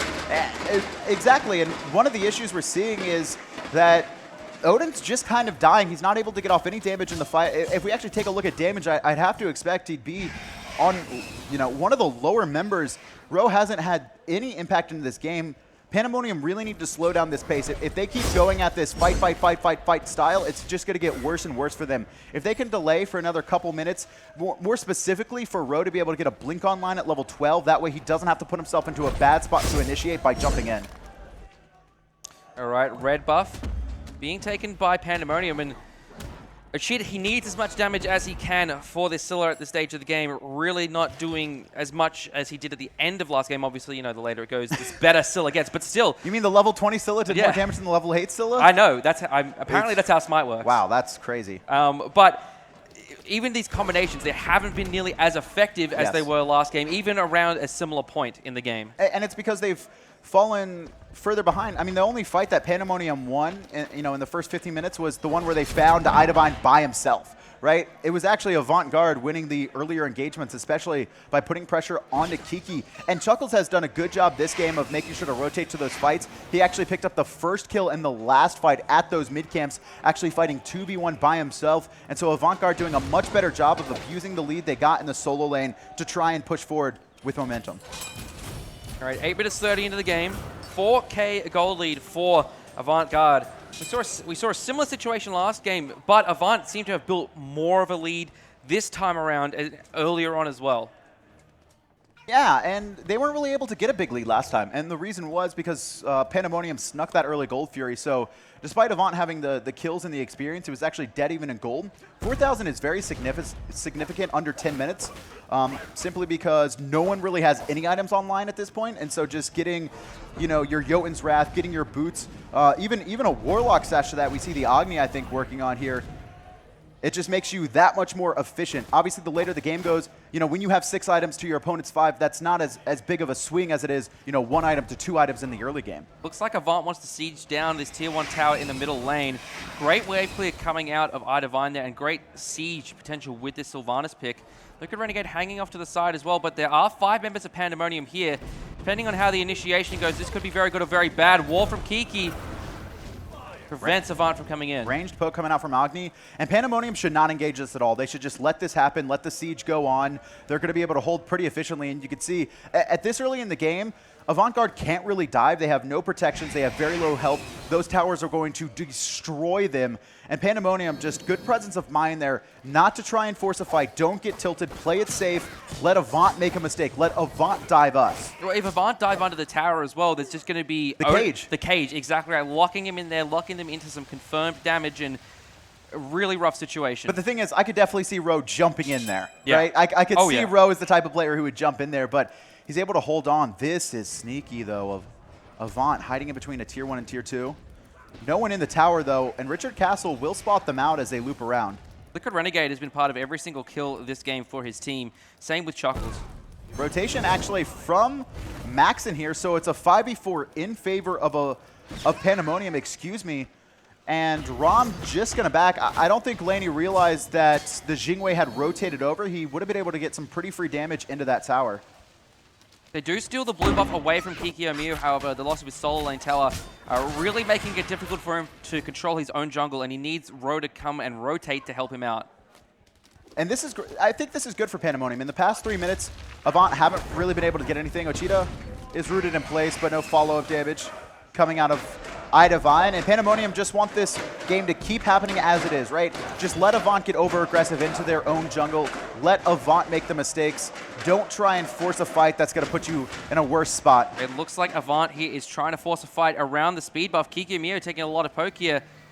Did Pandemonium? Yeah, Pandemonium managed to secure their own speed. And that's really good. I mean, that's going to be another couple minutes, and Avant-Garde was so focused on trying to siege that tower in the mid lane that they didn't invade at the times they should have. Laney is going to try and secure that red buff. I believe Max installed that one away. Liquid Renegade hiding around the corner, though, waiting for Oceania to come and claim that one. Chuckles is here as well, so Pandemonium might have taken the red buff. I don't know if they're going to be able to pick it up, though. Jingwei should be able to. Divine, you know, he's up there by himself now. Ro just going for the Sentry wards. Gruff has not hit these pools. iDivine knocked up there by Maxon. Ro has got the bird bomb. Might be looking for an engage here, but nothing doing at the moment. They've got very defensive vision at the moment. Nothing really that's going to allow them to take a fight. Oh, Kiki's on the wrong side of the map. There's only 4 members of Pandemonium here. He doesn't have and CT. Kiki Omio is not going to be here anytime soon. Pandemonium want to try and reset this at least once. 2-man knockup, though, and Avant's got to back off. Gruff getting very low. I'm a monster up in the air, and it finds a kill. No, Richard Castle's the one that claims it, but not without some help from the Scylla. Liquid Renegade up into the sky as well. Snipes come out from Laney looking for a target. iDivine crashes down onto Ocheetah and claims himself a kill onto the little girl. Gold Fury going to be started up once again. Richard Castle rotating, and Kiki has made his way into this position. Richard Castle looking for the opportunity, but Laney pushing forward. Good wall, and it's actually a Gold Fury, this time not reset. Avant do secure it, extending their lead to 5,000. And last game, Avant were unable to secure those Gold Furies, were unable to take the fights there and commit to that engagement. This time, they've taken 2 Gold Furies. Well, last game what they would have done was Laney would have dashed in and they would have dropped the Gold Fury. This time, they managed to hold on to it, and it seemed to be a very concise call this time. I think they made some serious adjustments in their communication moving into game 2, because they were just, and it was multiple times last game. It was not just once, and that was a very clean call. Laney jumps forward, he's zoning, no one else drops it, and they secure it, and Avant are in a great spot. Ro is still so far behind. Even if he is able to get Blink at level 12, he will just explode. And he hasn't been able to get consistent Odin ults off. He hasn't really been able to force that Phantom out of Gruff often enough. We saw last game that Kiki Amir was put behind, but across the board, the rest of his team were either even or ahead. This time around, it's the entire Team Pandemonium roster that is behind, and that means that even when they take counter-engagement fights, that there's no one in their team that can do a significant amount of damage. Ro locks Chuckles into the cage. Crush comes through. Dazzling offensive used by Chuckles to try and save himself. I'm a monster. Doesn't land onto Chuckles. Oh, they can't find it. They do find his Sash. There's the wall coming out for Kiki. He does get picked up. But look at this. Actually, split push happening on the left-hand side. That was Pandemonium's entire team that needed to kill one player, and they've left their left lane exposed. While it does result in the loss of a tower for Panda, it is perhaps a little bit of a mental encouragement to them, and they get a little bit of their mojo and confidence back, and their team feeds off that a lot. But Avant, if they take this tier 2 tower here, it's going to be disastrous. Forcing the teleport, Kiki did buy it for his second relic. Ruff pushed up by himself, stun, not going to go through from Bacchus. Maxon still pumping shots into him though, and it looks like they're just going to allow the Sylvanas to get away, as Liquid Renegade was the one overextended. I think he dove onto Ocheetah in that tier 2. Richard taking some poke from the firebomb, but not going to get stunned out here. Saving the tier 1 tower in the middle lane. Ro was in the middle of Avant's jungle just then. I saw him. He actually backed right on the blue buff on the bottom right-hand side, somehow getting away with that, but he's still 3 levels behind. You can see him now working on a winged blade, really worried about the slows coming out from Avant-Garde right now. All right, 4-man grouping in the mid lane for Avant, looking to siege down this tower. They got a full mini wave. Shell already popped very early. Up into the sky goes Laney. He's looking to prevent some damage. Liquid Renegade crashes down onto 2 inside the cage. Gruff knocks up 2 as well. The bomb stuns 2. There's no opportunity for Panda to get down the damage except for Kiku, who picks up Gruff, and the I'm a monster lands on an already dead Sylvanas. Avant just not really synergized there. The shell was popped, but they kind of hung around for 2 or 3 seconds before they re-engaged onto the fight. And then after that, Gruff was just entirely focused. He was tanking the tower, but he's not as tanky as he needs to be right now. Really far behind. He's only level 12, and so that Sylvanas not able to really reduce a significant amount of damage that those towers are outputting. Pythagoras piece picked up again by Ocheetah in this one. Ro's Polynomicon too. Yeah, so a lot of lifesteal, but also just a lot of, with the Pythagoras piece, shared damage, increasing the magical power of both his Ymir and Barkus, and the Polynomicon is going to allow basic attacks to do extra damage. And looking at the player damage chart, it's about where I expected too. Row, 1700, lowest damage in the game by a pretty wide margin right now, and Ochita down there as well. He has mostly been getting poked out in most of these fights, and Divine doing a great job. That's one of the strengths of Agni. Agni is so bad from behind. You can't do anything. Your ultimate just tickles players. He's okay from even, but he is actually one of the better mid laners from ahead because he's able to apply constant pressure onto people from an incredibly long range. His ultimate, obviously, on a 20-second cooldown, he's able to just spam those rain of fires, not have to worry about it too much. They recharge incredibly fast, and he always makes sure that the squishy players, right, those backliners, are in an uncomfortable spot. Good pull from Gruff, but no real follow-up there. Richard Cashel just going to jump away. He jumped away from the stun, which is important there. Idivine wasn't looking to apply damage to him, just lock him in place and then apply damage after that, or allow the rest of his team to rotate in and pick off a vulnerable Barkus. Speaking of rotating, look at the minimap right now. 2 sets, both the dual lane, and there's Gruff actually blinking forward, going to find a 2-man knockup, and a good root onto Kiki, pulls him back in, forced to charge his ult early. Roselock did 3 though. I'm a Monster lands onto Divine. It's not going to pick up the kill though. Ro's going to fall down to Chuckles here. The damage from the Scylla just not enough as Idivine escapes on barely 2 HP. Maxon caught out but airstrikes away. And Ro, again, the only one to fall in a fight. Ochita has to Sentinel away. You can see Avant still grouped up. They're going to get the heals coming from Sylvanas. Ochita might get baited in this spot. You can see Divine very low, but Ratatosker just going to force him away. Liquid Renegade maybe overextending a little bit too much, and it's just going to be the tier 1 in mid. They could be looking for the Gold Fury as well. That would be a huge gold bonus for Avant. They're already 5k up at this point, but instead they don't have the vision on it, so they're going to choose to back away. Maybe looking to counter engage on Panda if they attempt to take it. Oh, Pandemonium going straight for Gold Fury. And Gruff's going to smell this out, but the issue is El Chuckles doesn't realize this yet. Now he's closed the distance with that movement speed aura. Gold Fury at half health. Ymir does have a Wrath. Oh, good route that prevents Pandemonium from resetting it and allows the Gold Fury to do some extra damage. Crush comes through, pokes them out a little bit, but not enough damage. Was that a shell pop? Oh, shell pop from both teams, actually. So baited out relatively early there. Phantom's still up for Gruff, and so the team's just going to back off. Interesting enough, Gruff has not gone for really a team-fighting relic. Obviously, Phantom, technically a team-fighting relic, but it's more for just defense and safety. It could hurt them later in this game, not having a sprint or a curse. Alrighty, 18 minutes into the game. Huge gold lead for Avant. 6,000 in favor of the boys in blue over Team Pandemonium. And we saw them get an advantage last game, but be unable to hold on to it. But this time, they really seem to have a firm grasp of what they want to do from ahead. And it's really just abuse the Odin more than anything else. Kiki, good wall, just trying to get the counter ward, but Gruff still finds it over wards. Richard's still going to be just placing that down, and Ward Vision actually in favor of Pandemonium right now, all around this Gold Fury. So I'm looking at Ochita's build and what Richard's picked up with relics. He's gone for Divine Ruin has Ochita and a Weakening Curse from Richard, and last time they weren't focused on anti-heal that much. This game they seem to have put a lot more emphasis on reducing that Sylvanas heal. And I mean, it's going to go a long way. The curse also very useful, like I mentioned. Phantom and Blinked picked up from Gruff, and so there's no sprint on the sides of Avant. On the side of Avant, they also don't have any wing blades, so they have no counter to that really long slow. El Chuckles teleports in, and immediately he's turned on, trying to get away, forced to ult early. His Bulwark of Hope as well. Oh, great wall from Kiki there. I think he wanted to get him on the other side with the rest of his team, so they would have been able to pick him off, because El Chuckles now just going to be able to heal, but they do have that dazzling offense down now. He does, and his Bulwark passive is procced as well. Gold Fury still being kind of danced around by both of these teams. And the gauge being looked for. Ro, his entire shield there was burned. Gruff, blink forward.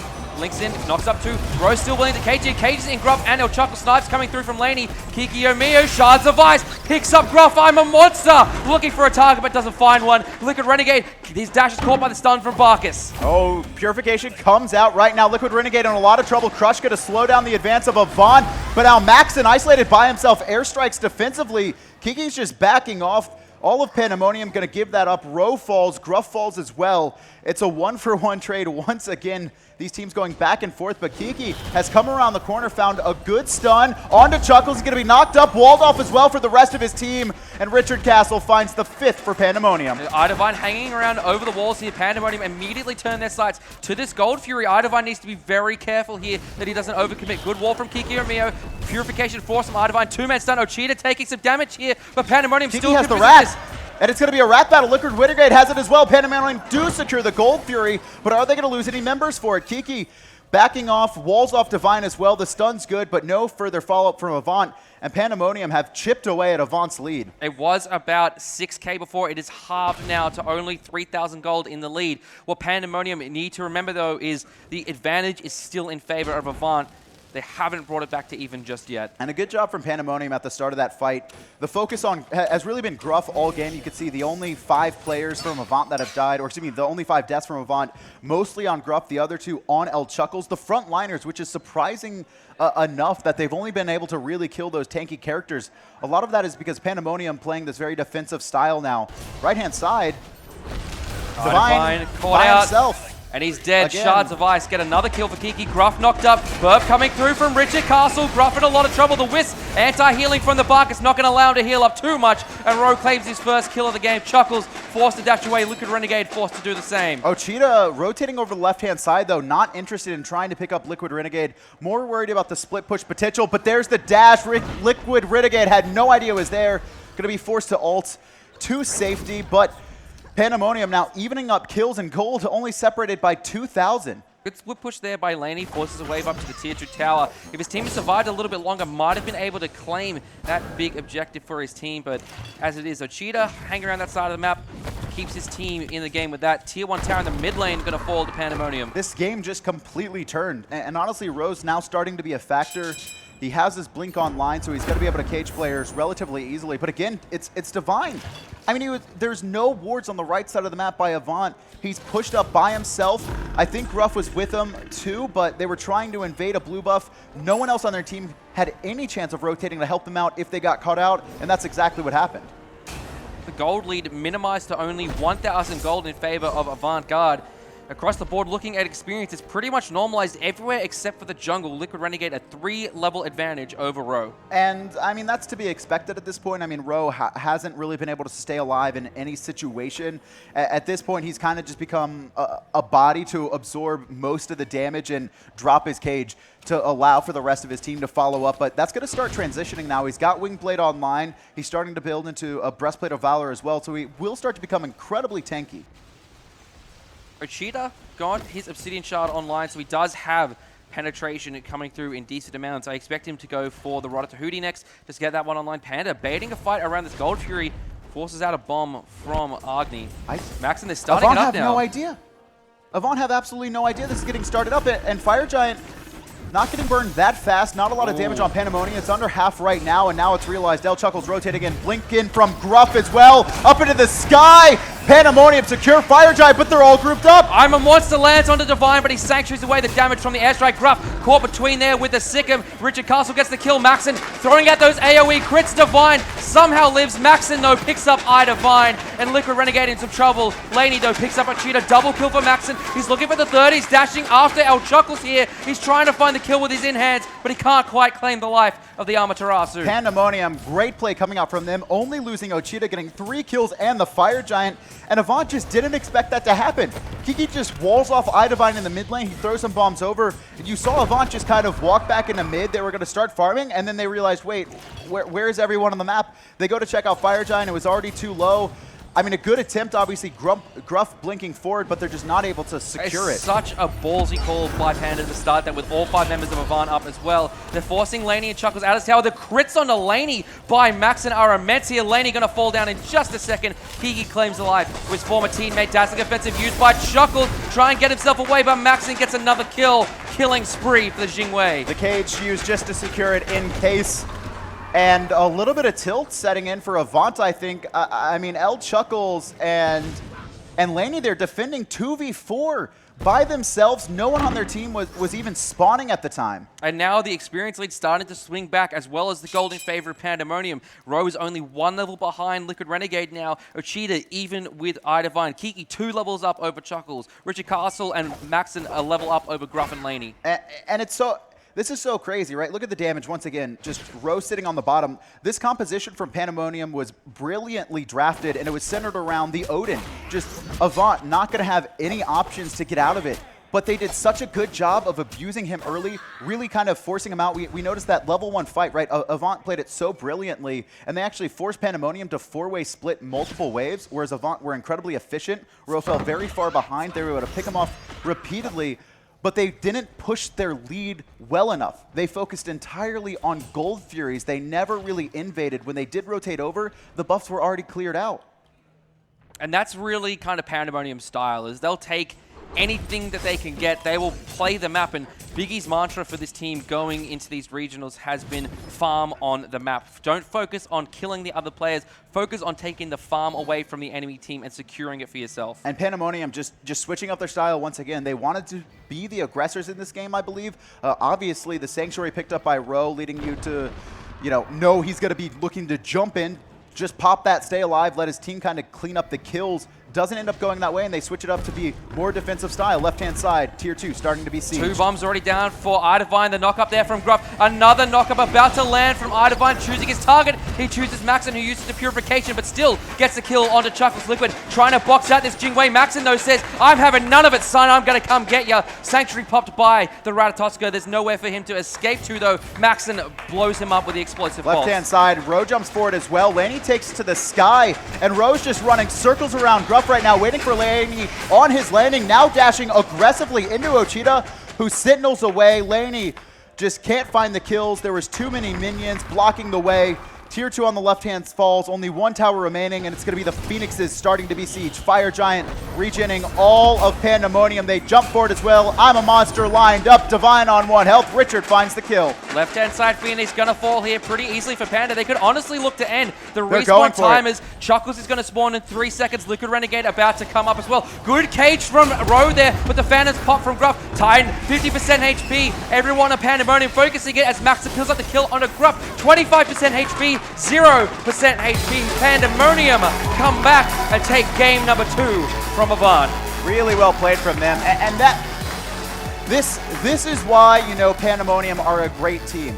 A lot of the teams we've seen here, haven't really been able to do anything once they get to about that 6K mark. They're not able to fight back into it, but Pandemonium are just so intelligent in how they play. Again, we saw the group up from Avant. They played the early game exactly how they needed to, focusing the right targets. After that, they tried to siege mid towers. And honestly, Pandemonium just didn't take the bait. They were trying to force Ro to jump in to kind of overextend and so they could pick him off. But all of Pandemonium just sat in that tower. They had no fear at all. And by the time that Avant realized it wasn't going to work their way, sieging that tower, they went to invade the bus, but they were already picked up. And Pandemonium just not allowing Avant to push that lead at any point. Avant on your screen right now, not looking too excited, not looking too pleased with themselves after... I think it's safe to call that game a throw. That was a throw. And the key for them now, the draft was pretty good. It's just the execution of it that just seems to somehow just fall apart. I mean, it's the shot calling. I mean, they did a much better job this time, obviously, where everyone was following, right, in a concise direction. They all followed the call. The Gold Fury specifically was great, but when they were just trying to pressure, they were trying to force so many fights, and Pandemonium were not taking the bait, and instead of looking to invade that speed and blue on cooldown, they just allowed Pandemonium to just secure their own buffs, make sure the lead didn't go too crazy, and then by the time Ro actually was able to get some defensive items online, even though he was so far behind in levels, even though he did the lowest damage in the game, he still had the cage. That's all he needed to do. There wasn't enough pressure onto Ocheetah once again. I mean, I've never seen a mid laner just able to just sit in the back line with not a single person looking at him for 2 minutes straight. Eddie, in terms of the draft for Avant, anything you would like to see them change from that last game? I think the Sylvanas actually worked out much better this game, but the main issue seems to be that they're not really drafting a mid laner that's synergizing super well with it. Obviously, it was a little bit better than game one. I don't think the Kukulkan was able to pull off what a Zeus does normally, where it's mostly about those big AoEs, just really hard to fight into that style. I think they just need to ban away the Sylvanas at this point. I don't think they're able to use it as effectively to warrant a first pick for it, right? If they're able to abuse the Sylvanas, Gruff was doing a good job of staying aggressive, but he was a little bit off the mark on the pools. He was trying to kind of freehand them instead of, you know, waiting for someone to get a CC off or trying to get the root off and kind of just look to just pluck someone out of position. Honestly, that mid-tower siege that didn't go so well probably would have been successful if they were able to get one pool. Just one pull and put someone out of position. Well, let's take a look at a couple of the plays that Pandas and Avant made in that game. Pandemonium up 2-0 in the series. Let's take a look what they did in that game. First up here, we're going to see, of course, the first blood by Avant diving the tower here. And this was great. Great rotation, great communication. And you don't see that too often. And again, they continued this pressure. This was actually the first spawn of Pandemonium's buffs. This is the fight they really wanted to take. And you could see sieging very effectively. Liquid Renegade allowed to stay alive. But I don't even think they were able to. I don't think they took one of the buffs, though. No, I think that the timers were just off, or they were unconfident about where Richard Castle and Ocheetah were, that they might have been able to come in and clean them up. Also, one of the issues in this game was the Ymir. We talked a lot about Ro, but Kiki's walls were so good, and Avant probably would have cleaned up this game if they were able to chase effectively, but Kiki really holding his walls for the perfect times. Anytime players started to dive into his backline, he propped it up. Didn't have the best game one, but game two much more consistent. And the Ymir and Odin really hurt Avant-Garde here. But you can see Chuckles, no way to get out here. No one on Avant-Garde had a way to get away from a Ymir wall or an Odin cage other than Liquid Renegade with his ultimate. And you can see that right there. Avant-Garde finally got tired of Pandemonium sitting under their tower, so like, okay, we're finally going to go aggressive. A 3-man cage. Gruff is tanking the tower the whole time. And a nice initiation there, but the Odin cage just locked them in. They were staying way too grouped. And you see the Ymir freeze onto the Agni, just locks him in place so long, so easy for Ocheetah to hit those armor monsters and chunk down Divine. And then just after, I mean, this is still when Avant's winning for the most part, but I think this is the fight where it all starts to turn. Yeah, Gruff locked in place, doesn't get a chance to ult, doesn't get a chance to heal, exploded there by everyone. And Ocheetah, look, he's just fine by himself. No one's even chasing him. Liquid Renegade, you know, he dashes after him, but that's more to escape for himself than anything else. And one of the things, too, is we actually saw Liquid Renegade in the sky on that play, but because the Odin cage was down, he was so hesitant to actually dive in onto Ocheetah. He didn't want to join the rest of his team in a circle that he wasn't able to get away from. And again, you know, look at Team Pandemonium. 4-person grouping up against 2 people here, just Avant, they can't escape from this Panda lineup. And then this was the final Fire Giant. This was such a gutsy call from Pandas, doing it while all 5 members of Avant are up. And then Avant, you know, they call it correctly. They engage while a lot of skills from Panda are down, but the strength of Panda's lineup at this stage of the game with the Fire Giant buff as well just allowed them to have their way with Avant, basically. And right there, too, Ocheetah actually gets an I'm a Monster off the Divine and forces them out at the beginning of the fight.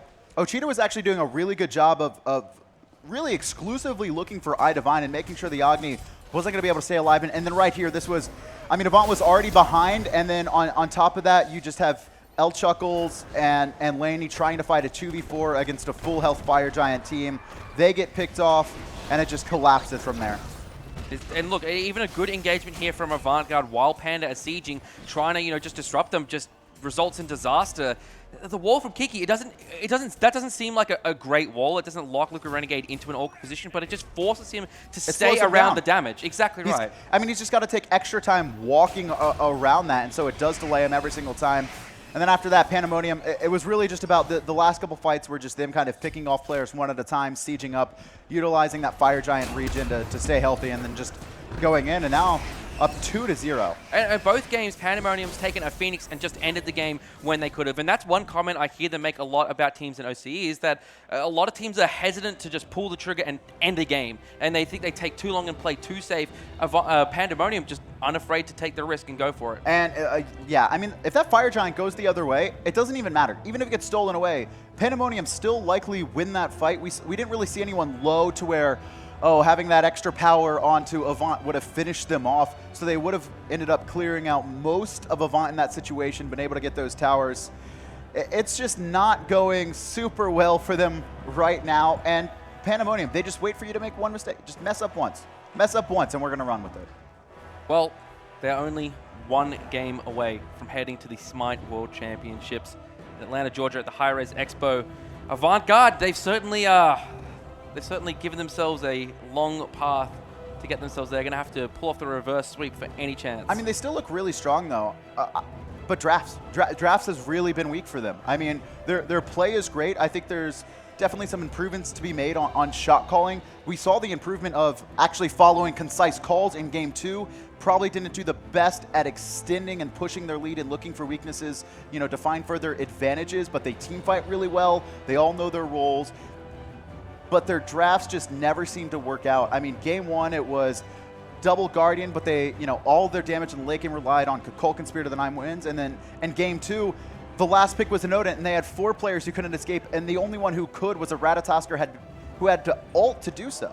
And look at this, Avant-Garde banning away Sylvanas and then banning away Barcus, just taking away those picks, and that's going to leave open a couple of strong picks for Pandemonium. The Ra is available, which has been banned every game, and the Zeus. I thought it was going to be a Zeus, but the Ra locked in instead. Obviously provides a lot of options. I'd like to see a Bacchus picked up for Avant-Garde here. Oh, it's banned away. They banned it away. Oh, I'm sorry, Sobek. I meant Sobek, excuse me. Sobek here, obviously it gives anti-healing against the Ra, and you can see the Odin locked in as well. It is a flex pick, can be played solo jungle or support, although I don't really know if Liquid Renegade is going to be able to bring it into the jungle. I don't know. I don't think any of these players have had significant play time, at least on a competitive level, with this Odin pick. So something perhaps they're a little unfamiliar with. Jingwei, though, I like this pick here from Laney. Has done work with it before, a safe pick as well. And as well as that, Max has played it the last 2 games, going to force him to reach into his own God pool. Pandemonium here looking to draft again. Bacchus, Sylvanas banned away. They have a couple options for a support pick here. I have to imagine that they'll pick up a support in some form. Probably a Sobek. Obviously, Sobek really the only god or the only support left with anti-healing. We know Richard Castle can play it. More than likely, it will go to Kikyo Mio. Well, the Ymir's still up as well. They could get a Sobek here and then let and if Avant let Ymir go through, pick that up for Kiki in the solo lane. It's actually going to be a wheelish, though, surprisingly enough. They don't have any knockups yet, but obviously that really strong counter to the Odin. And to the Jingwei a little bit as well. Yeah, I mean, she self-banishes herself, and that's going to be a lot more dangerous to do with Ro hanging around the jungle.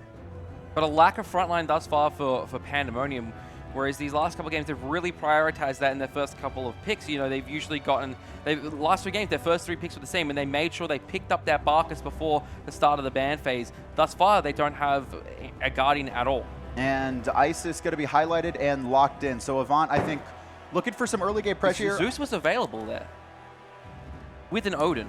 I mean, a Wheelix can jump out. Obviously, the Ra and the Rom are going to be locked in, but, you know, you mentioned it before, you know, the team doesn't really play that much Odin. Do they play that much Zeus as well? Exactly. It's one thing to try and bring in one god, and you know, that you don't really typically have in your god pool into a competitive match. It's another thing to try and bring in 2. And Odin is a lot easier as well. Obviously, big ring. That's all you have to do. You press 2, you press 1, you do a lot of damage to people up close, and then you press 4 and your team kills everyone inside. So Avant banned away Sobek, so taking away from both Kiki and Richard. Be very interested to see if it's a Ymir ban here, or possibly an Ares, because we know how scary Richard Castle's Ares can be. No CC immune ult right now outside of the Jingwei for Avant, so it's a possibility that they want to do that. There's no real cohesion on Pandemonium's lineup right now, though. They have the Raw. Awilix, you know, not the best synergy with it. It can be, but you have to rely on knowing whether the opponent doesn't have their purification up. Not always going to be able to pull people in. Rom just kind of a god that fits into any lineup here. I would like to see some other form of setup drafted from Pandemonium in the second half of the draft. Just something that's going to allow Raw to guarantee those Searing Pains. Guan Yu taken away by Pandemonium, so no really viable sustain options left for Avant on the board. Like these last 2 games, they have had a Sylvanas to give them that consistent heal. Isis, she gives you a heal, but it's burst and on her ultimate as well, so you can't really rely on it. I mean, I wouldn't really count that as kind of sustained healing. Obviously, it's nice overall. At this point, Avant-Garde, I think, should be looking for early game. They're actually going to pick up Ymir themselves. Still a flex option between the Ymir and Odin. Could really go either way, but they do have great synergy with their Odin ult right now. Not only the Circle of Protection being dropped down, but also the Shards of Ice. It's going to reduce damage of people inside. Raw likely won't survive if he gets caught out by an Odin in this game. Avant's draft at the moment is looking very much like a Team Pandemonium draft. Kabrakan being looked at here, and that would be probably support for Richard Castle. I know we've seen some Wukong support before from the likes of Trix Tank, but unlikely we would see it from Richard Castle. Sun Wukong, probably the solo laner for Kiki in this situation. Kabrakan, the support. And we talked about kind of the issues of Kabrakan support yesterday. You know, it has to get in really close to you to apply NECC. Geb finally looked at this weekend for Gruff. And obviously Geb is the truest support that we have in SMITE, the shield, outside of Khepri as well. More of a defensive style. Obviously can go aggressive if he goes Blink Cataclysm here. Pandemonium's lineup, though, I'm not the biggest fan of this draft. Obviously, the Kabrakan has a ton of... They do have a lot of damage in this lineup, but we saw the Kabrakan actually able to be abused significantly in their set against Legacy, where Richard Castle kind of got picked off a couple times early. I believe that was the game they lost, was with the Kabrakan support. Interestingly enough as well, El Chuckles is gone for the Ymir solo, and it's going to be Liquid Renegade playing the Odin in the jungle role. So, Odin probably operates a little bit better in jungle because you get a lot more early rotations, but I haven't seen Chuckles on a Guardian in a long time. And you said Liquid Renegade really not that experienced on Odin as well, so going pretty deep into their god pools. And at this point, I mean, Avant did lose the first 2 games. They have to make change. They have to make some form of changes. This is a composition that can win early. Also very good, I think, at the 3v3 fights. You do need Odin to obviously get out of his rough early game. We saw what happened last game, with Roe when he got picked off a couple times. You're not really able to be that front line that you need to be and survive. Alrighty, guys, this could be the last game of the grand final here. Your top 2 teams coming into this game, Pandemonium up 2-0 over Avant-Garde. On the left-hand side of your spectator UI, fighting under the blue health bars, we have got Team Pandemonium, Kiki Ymir in the solo lane as Sun Wukong, Roe in the jungle as a Wheelix, Cheetah, the mid lane Ra, while Richard Castle and Maxon make up your duo lane as Kabrakan and Ram. Avant-Garde, right-hand side of your spectator UI, fighting out of the Chaos side of your minimap, Chuckles in the solo lane as Ymir, Liquid Renegade coming with the Odin Cage out of the jungle, Divine, Isis in the mid lane, while Gruff and Laney will be Geb and Jingwei together. This could be it, guys. You need to make some noise for this team. Avant-Garde need every single bit of confidence they can get from this crowd. They looked so good in game 2, but couldn't close it out. You can see actually 2 blinks picked up by Avant-Garde very early on, a Wrath as well. This could be dangerous. A blink on Odin. This is just exactly what Roe wants. Liquid Renegade is going to have to be incredibly careful around this Wheelix. He has no way to counter that gravity surge, and Ochita is going to be ready to fire his ultimate. He's been so consistent on Scylla, really great on Zeus as well, always in correct positions. Liquid Renegade, he's got to have a perfect game here. Interestingly enough, no Wrath picked up as a first relic from anyone on Team Pandemonium. Usually we see it coming out of either Roe or Kiki Ymir here at the start, but just not going to do it. Phantom as well, picked up early by Richard Castle. I think a lot of that is because Odin doesn't really have the best level 1. Great level 2 when you can get the bird bond, but just the jump doesn't really do that much in the early game, and then he has no way to really get out after he jumps in. And we are going to have a pretty normal start row. Going to be rotating to the mid lane, sharing waves with Isis, or excuse me, with Ra. And actually Geb, so Gruff actually rotates from the dual lane into the mid lane, whereas we still have Richard Castle and Maxon splitting on the left-hand side. What that allows as well with Liquid Renegade sticking in the solo lane, it's going to ensure that both he and Chuckles get some farm from those early fire elementals, and the way Avant-Garde pulled that mid-camp back towards that wall, separating them from the early buff, allows a lot of experience to be shared amongst the team. You can see efficiency-wise, it's actually a 200 gold lead from Avant early on, so this start did allow them to actually split everything really well. And most notably, they're going to let their Jingwei solo farm, whereas the Rom going to be playing catch-up for most of the game, probably about 100 to 150 gold advantage there. Mid lane, Richard Castle finally rotating over, just getting the mid-camp timer. Doesn't have a blink, but he's hanging around outside the wall. Kiki Ymir taking some damage from this Ymir here.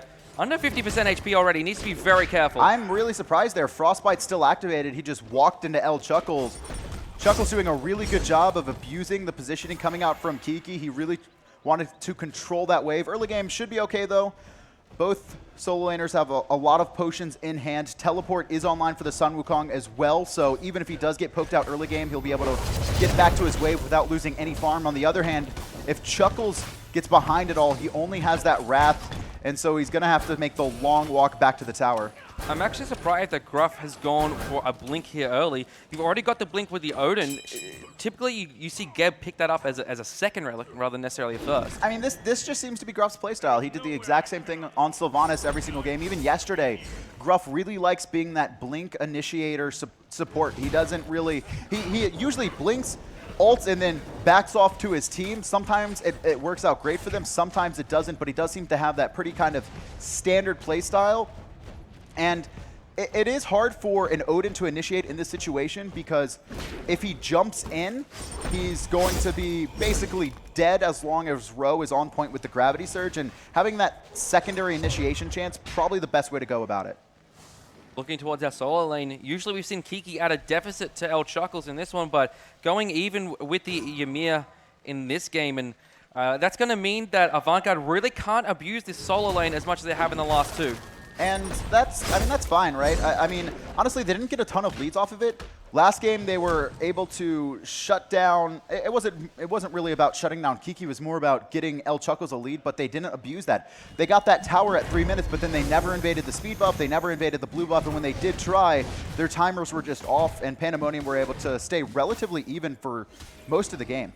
Buff spawning for both the teams. Ro gets his speed buff, leaving Kiki's blue buff alone for now. Going to allow Kiki probably to clear his wave and then take it himself. Gruff looking for a fight, though. Doesn't have Purification. Rose looking for the lineup. There's Suku charge, though. Not going to be able to knock him up. Mid-camps go the way of Pandemonium.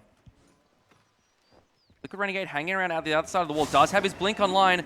Ro, I think he knows he's there, though. Right on top of a ward. Oh, he knows. Yeah. Still just going to secure those mid-camps, though. Bird Bomb in place. Still needs a couple autos, and Pandemonium have no interest in rotating over there. Actually... Oh. Did a cheater snipe those away? Was that stolen? I can't tell. He would have had the vision on it from the ward, so and he doesn't miss an ability that's a stationary target, especially if it has vision on it. I'd give him the benefit of the doubt. Not a lot of players I would give a benefit of the doubt to there, but I would give it to a cheater. I believe it. You're just trusting his timing? Yeah, absolutely. That's a whole lot of bias, Hughes. I mean, I would probably say the same for Idavani if he was on Ra, but Ochita, I've seen that Ra in action many a time in competitive play, and he doesn't miss. Ochita has just been so consistent this entire land. Thus far, he's my vote for MVP. Clearly. I think overall he's mostly been playing Scylla. He had one game on Kulkin, and I've talked a lot about how no one's been able to put pressure on Ochita, but at the same time, a lot of that comes down to Ochita's just positioning. He makes sure he's never in a spot that he's vulnerable. His relic use is absolutely perfect, which the only team I think in the world that I think has perfect relic use across all players is Energy. You will have a fight rage on for 45 seconds and their purification will still be up because they know when to save everything. And that's that same style you see in Ochita. Anytime you think, oh, he's going to die here, somehow he managed to have a sanctuary, somehow he manages to have saved his purification. And in previous weeks, in the last LAN and during the regular split, we were saying similar things about Idavine, but you know, yesterday he played pretty well, but today in this set against Pandemonium just seems to be a little bit flat. It hasn't been the best for him. Just very small mistakes. I mean, the best is on Eager. I hate you. I had to get one. I had to get one. That's like your 10th. That's the first time I've said that one. Oh, that one, yeah. Yeah. Oh, no. Okay, everyone gets one of those. Yeah. You can never go wrong with the best on Eager, Joe. Yeah. Alrighty. No kills thus far. 5 minutes 50 into the game.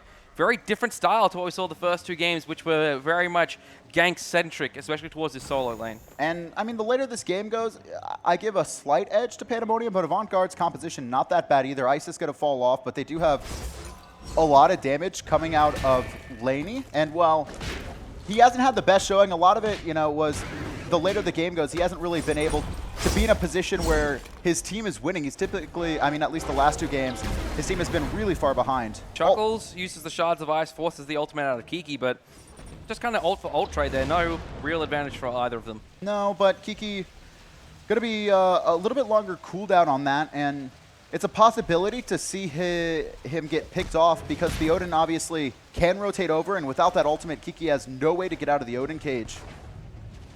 Can't even really clear this wave due to the mana loss. Gruff blinks in after Liquid Renegade. They're looking for a Richard Castle and Ochita, but the Phantom used by a Richard Castle enables Team Pandemonium to escape from that relic for relic use. Ult for ult as well. That Phantom down, but Odin Cage, very low cooldown. This is going to give an opportunity for Liquid Renegade to actually try and set up a kill. And look at that. Ro wasn't in that fight. Obviously, Gravity Surge would have been incredibly useful. Instead, though, stealing away the speed on the right-hand side. Chuckles just walked right by him, had zero idea, and now Ro just sneaks between the entire team. 4 members right next to him. No one notices him just walk in and take the jungle. They warded basically where he had just run. Hey, they just placed down that ward there over near the blue buff. 2 of them, actually. And now, obviously, those wards just kind of going to be a waste of gold. Avant are going to secure their own blue buff and red at the same time. Laney going to pick that one up, working on the Devourer's Gauntlets, tier 2 right now. So Maxon a little bit further behind. That's fine, though, for Maxon because he is a Jingwei. If he picks a... sorry, that's fine for Maxon because he is a Ram. I got them on the wrong side. That's fine. Yeah, so he's going to get him anyway, but he's not really worried about getting behind early. Surprisingly enough, this Isis has 0 player damage at 8 minutes right now. I mean, one of the biggest strengths about Isis is that she has very fast clear and some of the strongest early game poke. Spirit Ball, Wing Gust, so like just such long range. And the idea of picking Isis is that you're looking to have that pressure in the mid lane. And just Avant-Garde has not used it in any way, shape, or form. Kiki Amio is going to be fine here. He does have his ult, but Chuckle's just bullying away Kiki. He's not going to be fine here. Freeze. The Mother in hand might pick it up, but the Ox form gets Kiki away. Chuckles dropped that kill. Yeah. Absolutely dropped it. If he would have frozen 2'd and then immediately ult, it would have been free. Probably could have just frozen and ulted right there as well, but instead, he hesitates a little bit. The cooldown's once there. Laney 1v1, dodged by Maxon. Soloed. Maxon, he had his ultimate, but didn't use it for he didn't use it at all. He could have popped it a lot earlier, but Laney not hesitating to pull the trigger. And Avant pushing forward. They got to pick on the left-hand side. They need to abuse this right now. They're going to be starting up the Gold Fury. Gruff on zone duty. It's an ult from Richard. Castle, Cataclysm to counter, and here comes Odin as well. Ocheetah stuck in the cage. Spirit Ball, there's the player damage for the Isis. Gruff, though credited with the kill. Liquid gets one onto Richard. Castle Row, very rough spot here. Laney diving forward, wants another one. Laney picks up his 2nd kill of the game, and Avant-Garde 4 early kills, and they're going to get a tower. Team just lined up for this tower here. They should look to go for Gold Fury afterwards as well. They already got it. Just coming out of spawn. Oh no, I didn't realize they had done that much damage to it that quickly. Yeah, they used the Circle of Protection there. The Wrath as well from Chuckles was used. And just burst it completely. 3,000 gold lead now. Tier 1 going to be answered back by Kikiomiyo. Good presence of mind there. He may not be able to get that, though. Doesn't have a lot of damage right now. It's going to take him a while to chunk down that tower. You can see Laney just utilizing that passive. So the tier 1 in mid will manage to hold, but big misplay coming out from Maxon right there. I mean, that's one of the reasons that most hunters have converted to a style that's incredibly safe. They don't really like to take too many fights, especially in a Rom versus Jingwei. Both of these hunters, typically more of the passive farmers that wait for the late game, but Maxon just pushed up by himself, and that's really good for Avant-Garde because that's one of the reasons Pandemonium have been so good, right? When someone makes a mistake, they just run away with it. It's the same thing we've been saying this entire tournament. And now it's Avant who are able to do that against them. And Avant have kind of converted their playstyle as well from focusing on the solo lane to kind of focusing more on the mid and left-hand side. You can see the huge ward coverage coming out of Avant over on that left-hand side, covering the Gold Fury pit and pathways into the middle lane. Divine as well, getting on the damage boards. Rowe, only 186, so I don't even think he had any impact on that fight on the left-hand side. Push forward, though. I think Odin has someone caged on the left-hand side. Big grouping, 4-on-4. It's Richard Castle locked in, but Avant aren't really in position to finish him off. Instead, the team just going to be focusing on forcing players off onto the red buff. And it seems like Avant just disengaging. Kiki being chased down by Chuckles here. Chuckles just absolutely bullying Kiki Mio out. Gets the freeze onto him. Kiki going to be in some trouble here as Gruff is rotated in, but no, he's going to ox him away. Beautiful wall from Chuckles. Forces out the Somersault Cloud. Again, just forcing that ultimate on cooldown. We actually haven't seen Avant abuse that just yet. Kiki still 0-0-0. Actually has a level lead over Ymir as well. But at the very least, Kiki's never in a spot that he's going to be able to rotate to these team fights despite having this teleport. All right, 11 minutes 30 in, 4-0 reads the kill score. Avant-Garde ahead by about 3,000 gold. And, you know, we saw this last game as well, but a little bit earlier, and Pandemonium managed to come back. But I think Avant-Garde's team composition this time is going to be able to exploit that lead a little bit better. You need to look at where your advantages are. Surprisingly not in the solo, even though we've seen Chuckles set up for or at least one potential kill onto him and have most of the pressure. Chuckles just needs to kind of sit in this lane and make sure that Kiki isn't able to teleport and rotate because he is behind. You have a 2-level lead in the Isis, a 1-level lead with the Odin, and actually a 2-level lead with the Geb. That core needs to keep fighting. Jingwei as well, 2-level lead. Just really try and invade onto the speed, I think, in the right-hand side. I don't know if they have the timers, though. Typically, Avant hasn't been warding super deep into Pandemonium's jungle. They've been warding kind of neutrally or defensively. And last game, earlier this game was all on the left-hand side. Laney poking his head into the lane there, seeing if Maxon is getting himself out of position, but it looks like Maxon's just freezing the wave, comfortable to just sit here and farm. He has to at this point. I mean, he's so far behind, he can't push up against the Jingwei. He's an item and a half behind. Yeah, I mean, Odin's just going to rotate and kill him as well. Kiki continuing to just get pressured here. He's level 14 at this point with the Heart Ward amulet, so he should be fine. He's going to be safe, but he's not going to be able to bully. Oh, Laney picks up the kill onto Ocheater in the mid lane in combination with Liquid Renegade. And you can see the blink on cooldown right now. Just really good job abusing that raw right-hand side. Again, Kiki just on death's door non-stop. He's taking so much free poke from Chuckles for some reason. He kind of just walks up into the Ymir. I don't think this is a matchup he's very comfortable with. Despite being very confident in his own Ymir play, he doesn't really seem to know the matchup between Sun Wukong. Oh, if he lands down here, he's in a little bit of trouble now because the rest of Avant have rotated. Eagle form, but stunned out by the Cataclysm, knocked up and dead. Laney, 4-0-2, putting this team on his back. Finally, the positioning of Kiki is abused. He's just been taking way too much free poke from this Ymir. Obviously, he has so many options to escape. It just happened to be that Avant-Garde putting more pressure on the left-hand side of the map. They finally get him. This is going to allow Chuckles to start to be able to rotate after that tier 1 finish on right. Good job by Max in there, rotating, split pushing the mid lane. Gold Fury going to be spawning 2 in just a few seconds. War coverage around this left-hand side at the moment, pretty even. Gold Fury pit covered, though, by Team Pandemonium. 6 kills to 0, 4,000 gold. Ahead is Avant-Garde. All tier 1 towers for Team Pandemonium have fallen down at this stage of the game, so positioning-wise, Avant in a great spot. Gold Fury started up, should be pretty free. Really, Pandemonium not in a position to contest it at all. You could already see the zone coming out. Avant-Garde extend their lead. Gruff actually in a pretty good position. Richard Castle throws down his own walls, but then it gets walled off. He's knocked up as well from Jingwei. All of Avant focusing him down. Chuckles finds the kill. Richard Castle dead. Everyone else in Pandemonium scattering to all corners of the map. Ocheater's actually gone to the solo lane here just to pick up some farm for himself, force the minion wave down, 2 seconds and take the tower. Oh no, just a couple seconds on Blink. 3 seconds. Odin ult is up. Liquid Renegade actually gonna find Kiki, who just walks in. He gets knocked up as well. Trying to get out with the Ox 4. Wing Gust, though, one more hit. Isis ult used to secure it. Now Gruff finds a Cataclysm, and there goes Liquid Renegade. Maxon locked in. Bird Bomb finds him. Avant-Garde on a tear this game, 9-0. Taking the tier 2 tower over on the left-hand side, running through Pandemonium. Just absolutely absurd. Kiki, I don't know what happened to him this game. This is not a Kiki I've ever seen. He's playing at, honestly, such a low level.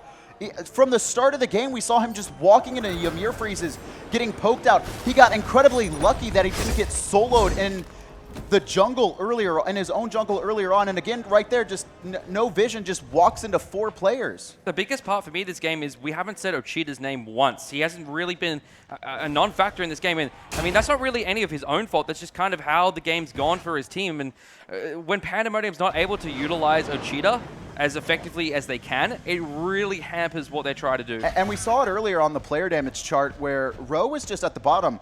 We haven't said Ocheater's name because we haven't seen Ro this game at all. Ro has been a non-factor. I mean, he's just been running around on a Wheelix, but he hasn't really been setting up any plays.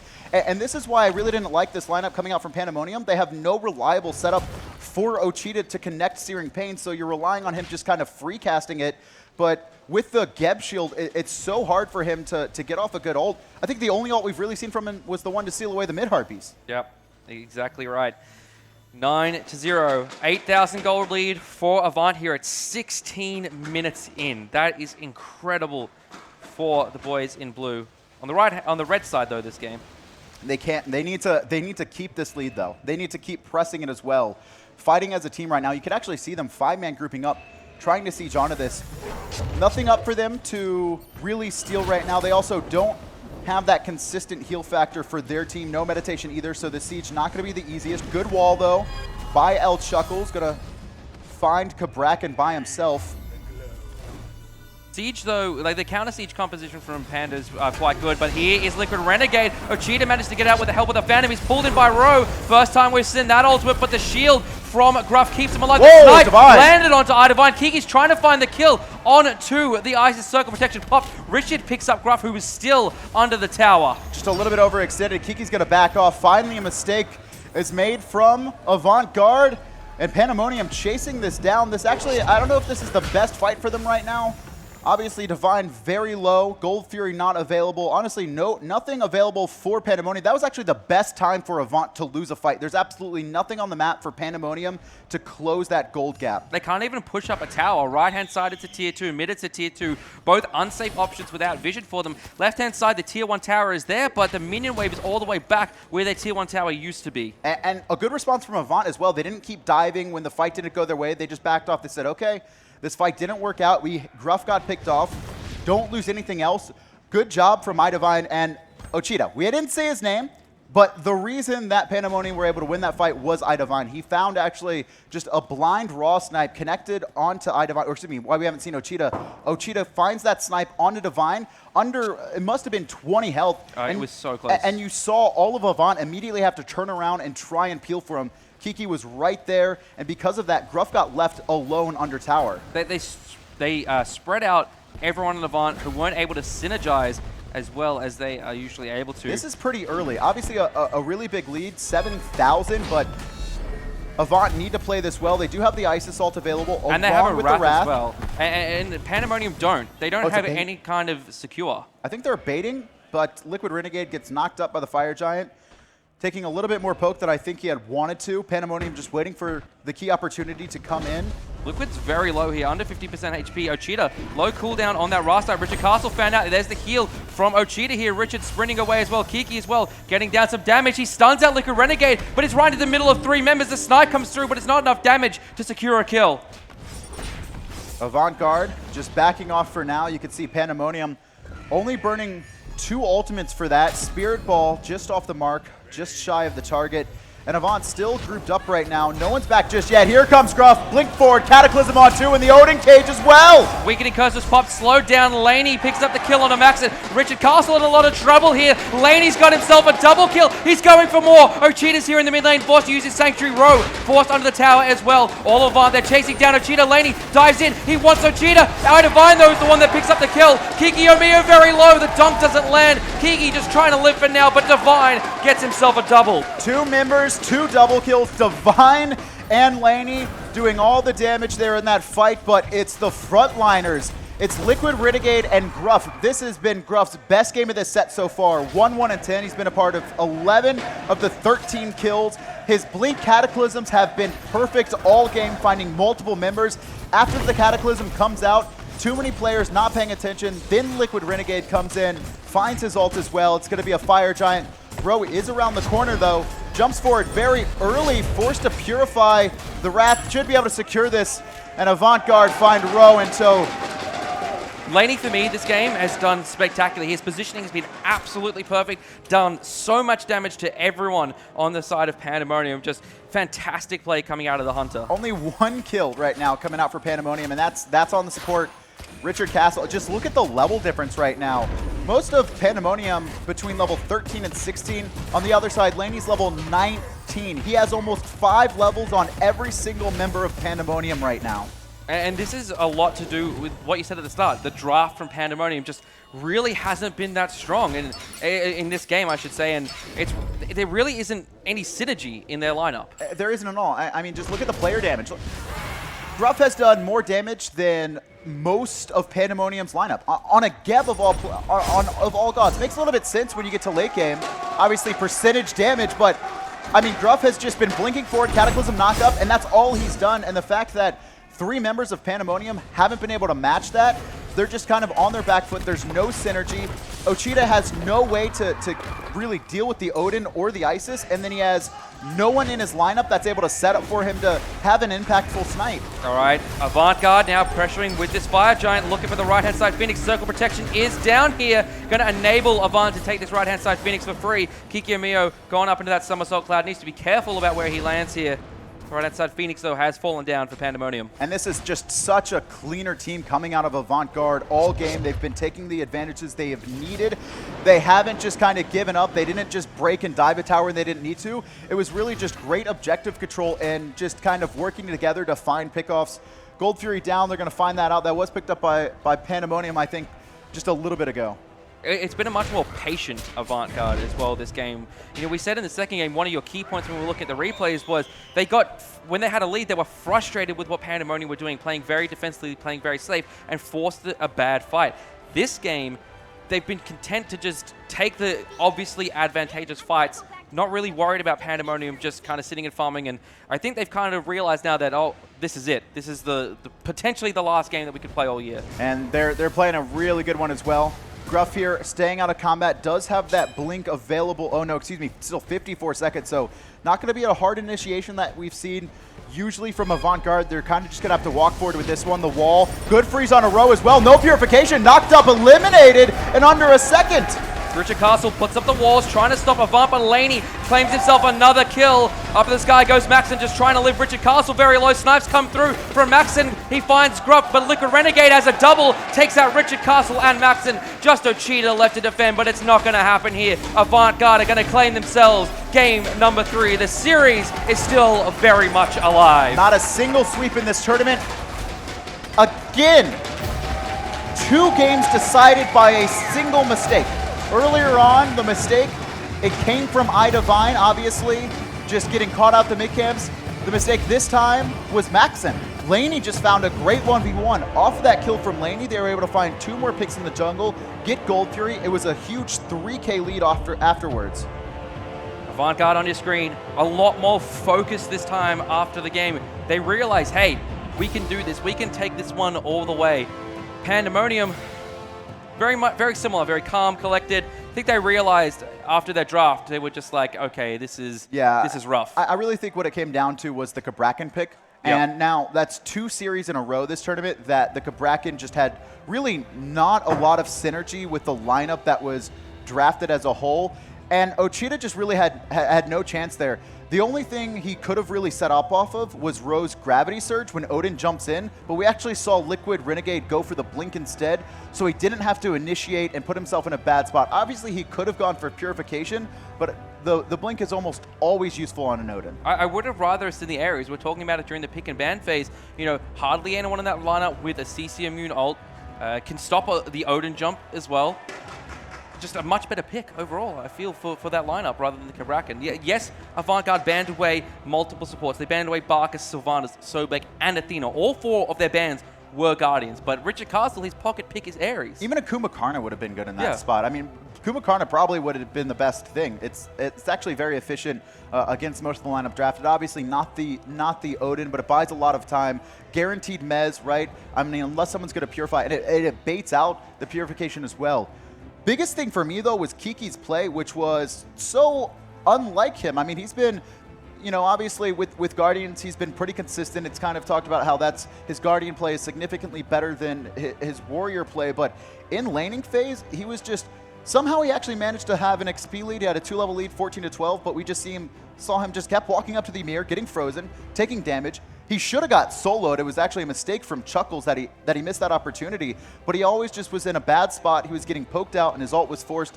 It wasn't really abused until about, I think, 16 minutes when we saw that rotation from the team of Avant where they were able to grab him, then take the tower, then he had no more safety net. Let's take a look at what Avant did there to... It was one of those one-sided matches we've seen all tournament. Possibly only the Avant versus Alpha City matchup was more one-sided, but here, the early solo kill from Laney. First blood as well. And then off of that, the team was able to rotate to the Gold Fury. Liquid Renegade gets a great 2-man cage. Gruff and him are able to pick off 2 members, then Rose on full retreat as well. I'm pretty sure he falls in the end. And it went from 1 pick on Maxon to 4 kills and a Gold Fury.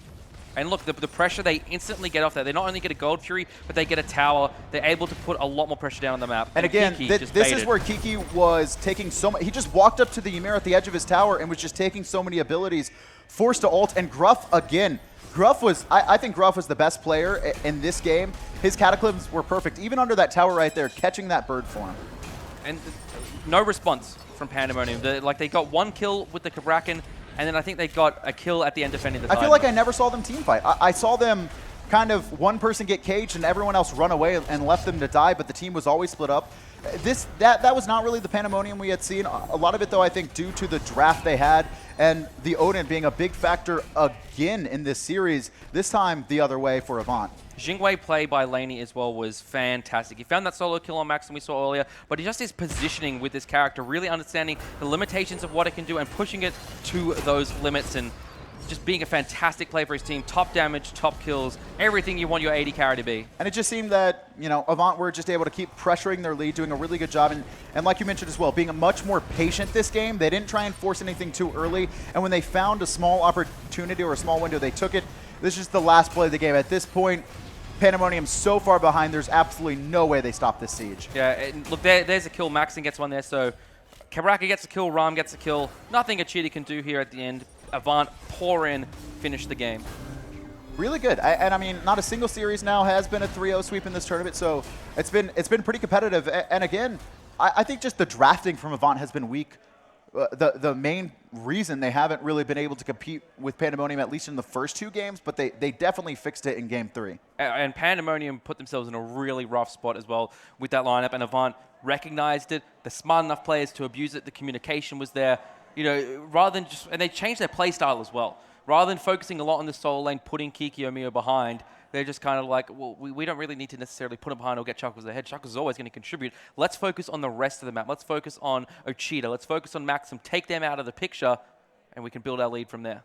And, I mean, they're going to force a game 4 off of that. I do like their adaptation. You know, Sylvanas was kind of their focus of the draft. In the first 2 games, they're like, okay, well, Pandemonium clearly wants to run Sylvanas, so let's just pick it up ourselves. But they weren't really able to fully utilize the Sylvanas themselves. Obviously, it's just a different style of play, I think, between Gruff and from Richard Castle. So then game 3 was just, all right, let's just not deal with this at all. And also taking the Odin away from Row, I think a big factor in that match. Well, Pandemonium and Avantgarde going to get a chance now to sit down, talk about what went wrong and what went right. We're going to go to a short break. Don't go anywhere.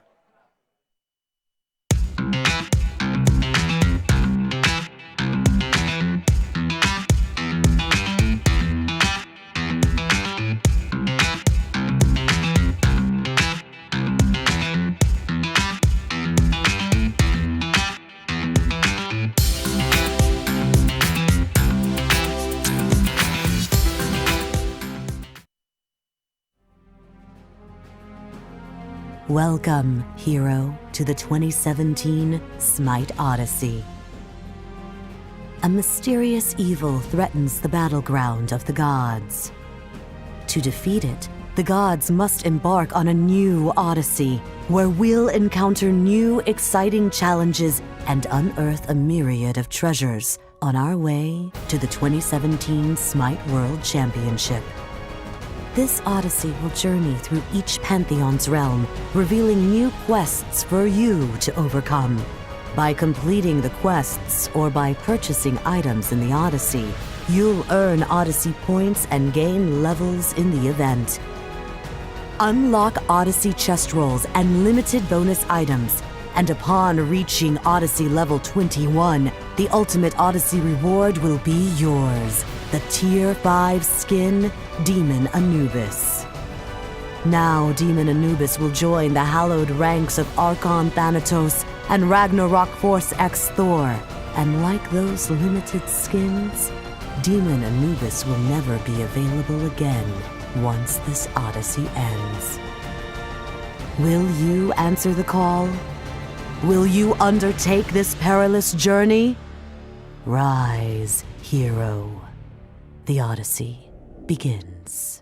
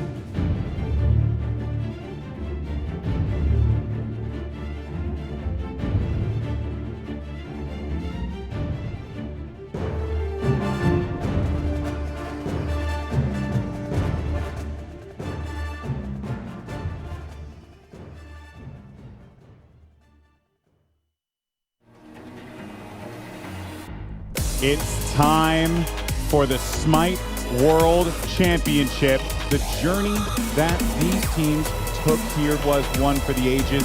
It's been a crazy year, and it's all led to this. Teams across the globe will take to the battleground of the gods to fight not just for the prize money, but title of the best SMITE team in the world. Are you guys excited in the house? Welcome to the SMITE World Championship!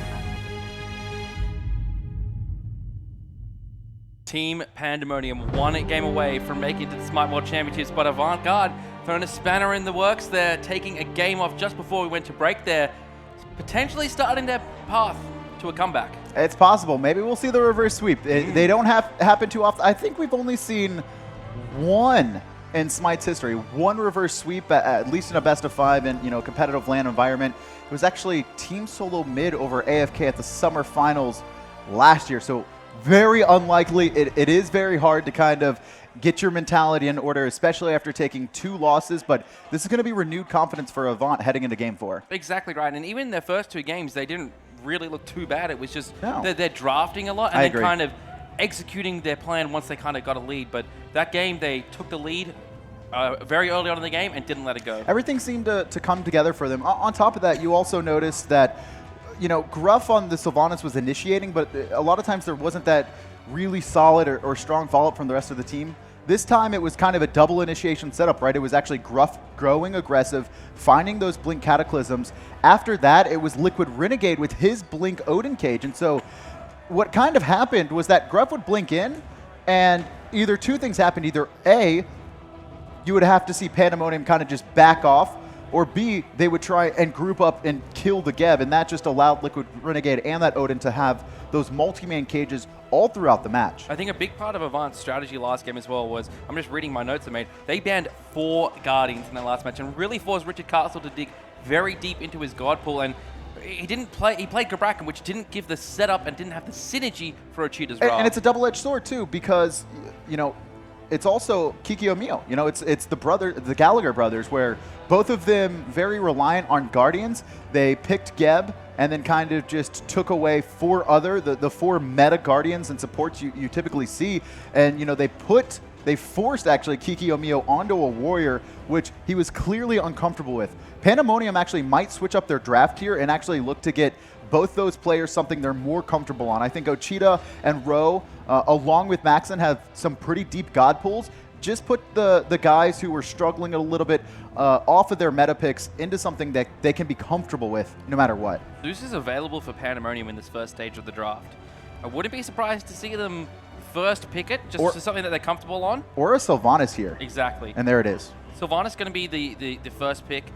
Richard Castle yesterday played very well with the Sylvanas, and game 1 against Legacy, they got the dream composition, Sylvanas and Odin and Zeus.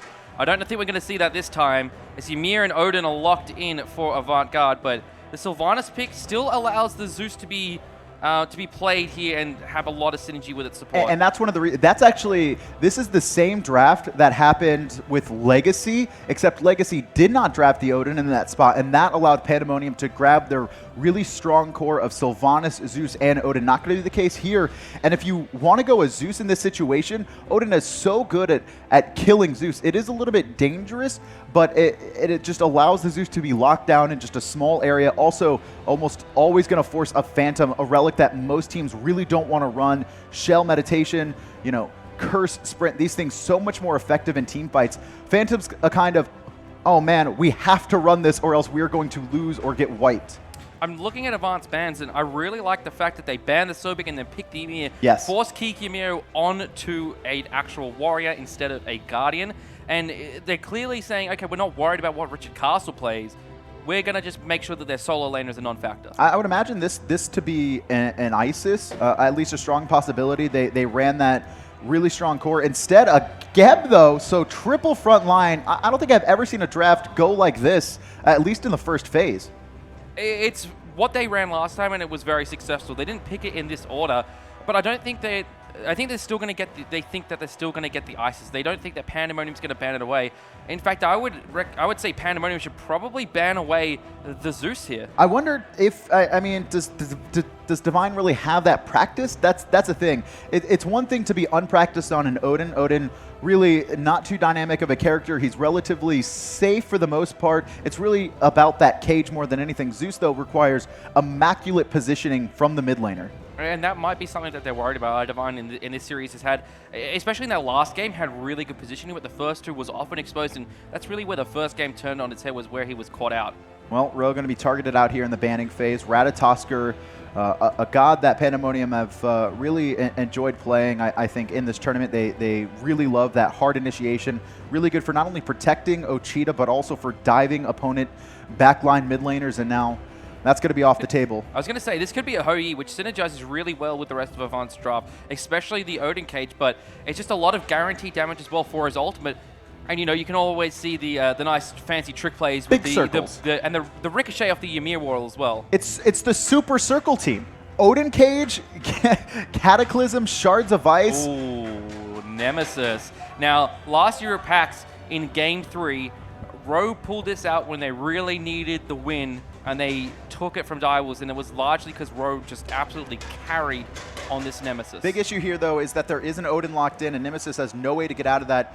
Bellona also going to be highlighted here for Pandemonium. That's going to be going over to Kikyo Mio if locked in. I think, you know, not as safe as Sun Wukong, but brings a lot more power to the team. Bludgeon does a lot of damage. Obviously, Avant have a couple things to deal with it. The knock-up from Geb, Ymir freeze, but the big thing about this is circle of protection, just giving you so much defensive. Ra, we saw all yesterday and the start of this series was banned, was auto-banned, but now it's been let through to the last pick, and Avantgarde is going to go ahead and take that one. What I like with Pandemonium's draft is obviously the Nemesis with her Divine Judgment ultimate, going to reduce protections, take some health off. It's going to make that Scylla ultimate in the early game a little bit more effective, a little bit more likely to pick up a target. And the Nemesis, the Nemesis here is good against just the massive amount of frontline. Avantgarde picking up Ymir, Odin, and Geb. All of those going to be the key targets for Ro in this match. But the issue, again, could just come down to the Odin. No way to get out of it. They have a Sylvanas as well. Bellona has to ult to get away. Scylla the only one with a reliable escape from the Odin cage, obviously with Sentinel. All right, we're about to head into the game here. Good sustain coming through from both teams here, but obviously, as we've been talking about at length, Avantgarde with the counter to it, this Odin cage, and really difficult for Pandemonium to play into that pick. We saw last game they struggled a little bit against it. I mean, they played it very well themselves, but against it they seem to be a little bit, you know, everyone knows what Odin does, but, you know, just the intricacies and the little bits of the character they just weren't familiar with that allowed Luca Renegade. You know, obviously it looked like a pocket pick for him. It looked like something he was very comfortable on. Yeah, and that's surprising. You know, we didn't expect it to be in his God pool coming up. We were a little bit worried when it was drafted, but he looked great on it. Also, going for that blink style against the Awilix instead, so he doesn't have to jump in, doesn't get gravity surge, and allow Ochita to kind of set up. Ro was a non-factor that game, Ochita was a non-factor that game, and Kiki was a detriment that game for Pandemonium. He really needs to be okay on these Warriors, because now, once again, going up against this Ymir, El Chuckles really seemed to understand kind of how to apply pressure to him constantly, just force him out his lane as much as possible, make sure to bait out that ultimate, and make sure the Sun Wukong was unsafe at all times. And even if anything, the Ymir has a better matchup against the Bellona, because Bellona goes for that bludgeon, he's just going to freeze her in the middle of that and stop most of the damage. And yeah, I mean, that's the big key here. On top of that, you do have the Scourge, so it's going to be able to obviously stop the enhance from Ymir coming out. That was actually a big amount of the damage that Kiki was taking. It wasn't even just him getting frozen and then hit by the frostbite, or excuse me, the glacial strike. It was just El Chuckles just putting in a ton of extra in-hand damage repeatedly after setting those up. Again, Ro has not gone a Wrath in this game. He's gone for the Sanctuary. You know, obviously, when he's Odin caged, he's not going to have a way out of it. You know, no reason to get the Purification. The Sanctuary going to do a little bit more work for him, but it's going to mean that Avantgarde might look to invade. What? Oh, this is risky for Ochita. I mean, it's one thing for Ro to go for the Sanctuary, but Ochita has gone as well. Now, his positioning has been, you know, really well played, I think, this entire tournament. But against Gruff, who has that Blink Cataclysm on top of a Raw Snipe, Avant-Garde have a very easy combo to kill him. I'm interested to see if they recognize that and rotate Gruff over early, trying to set up the kills. All right, Avant-Garde got a little bit easier early clear with the Wrath, and also just obviously with the Ymir and Odin going to out-clear a Bellona and Nemesis this stage of the game. Ro, instead of last couple of games we've seen him stay in the solo lane, this game he's choosing to come and secure the mid camps, and that's, I think, a big part of Pandemonium's game plan that we've really been falling down on these last couple of games has been mid camp control. And that's normally what they've been so dominant at. With is just making sure to get that slow gain of gold and experience, make sure to just have a slight lead.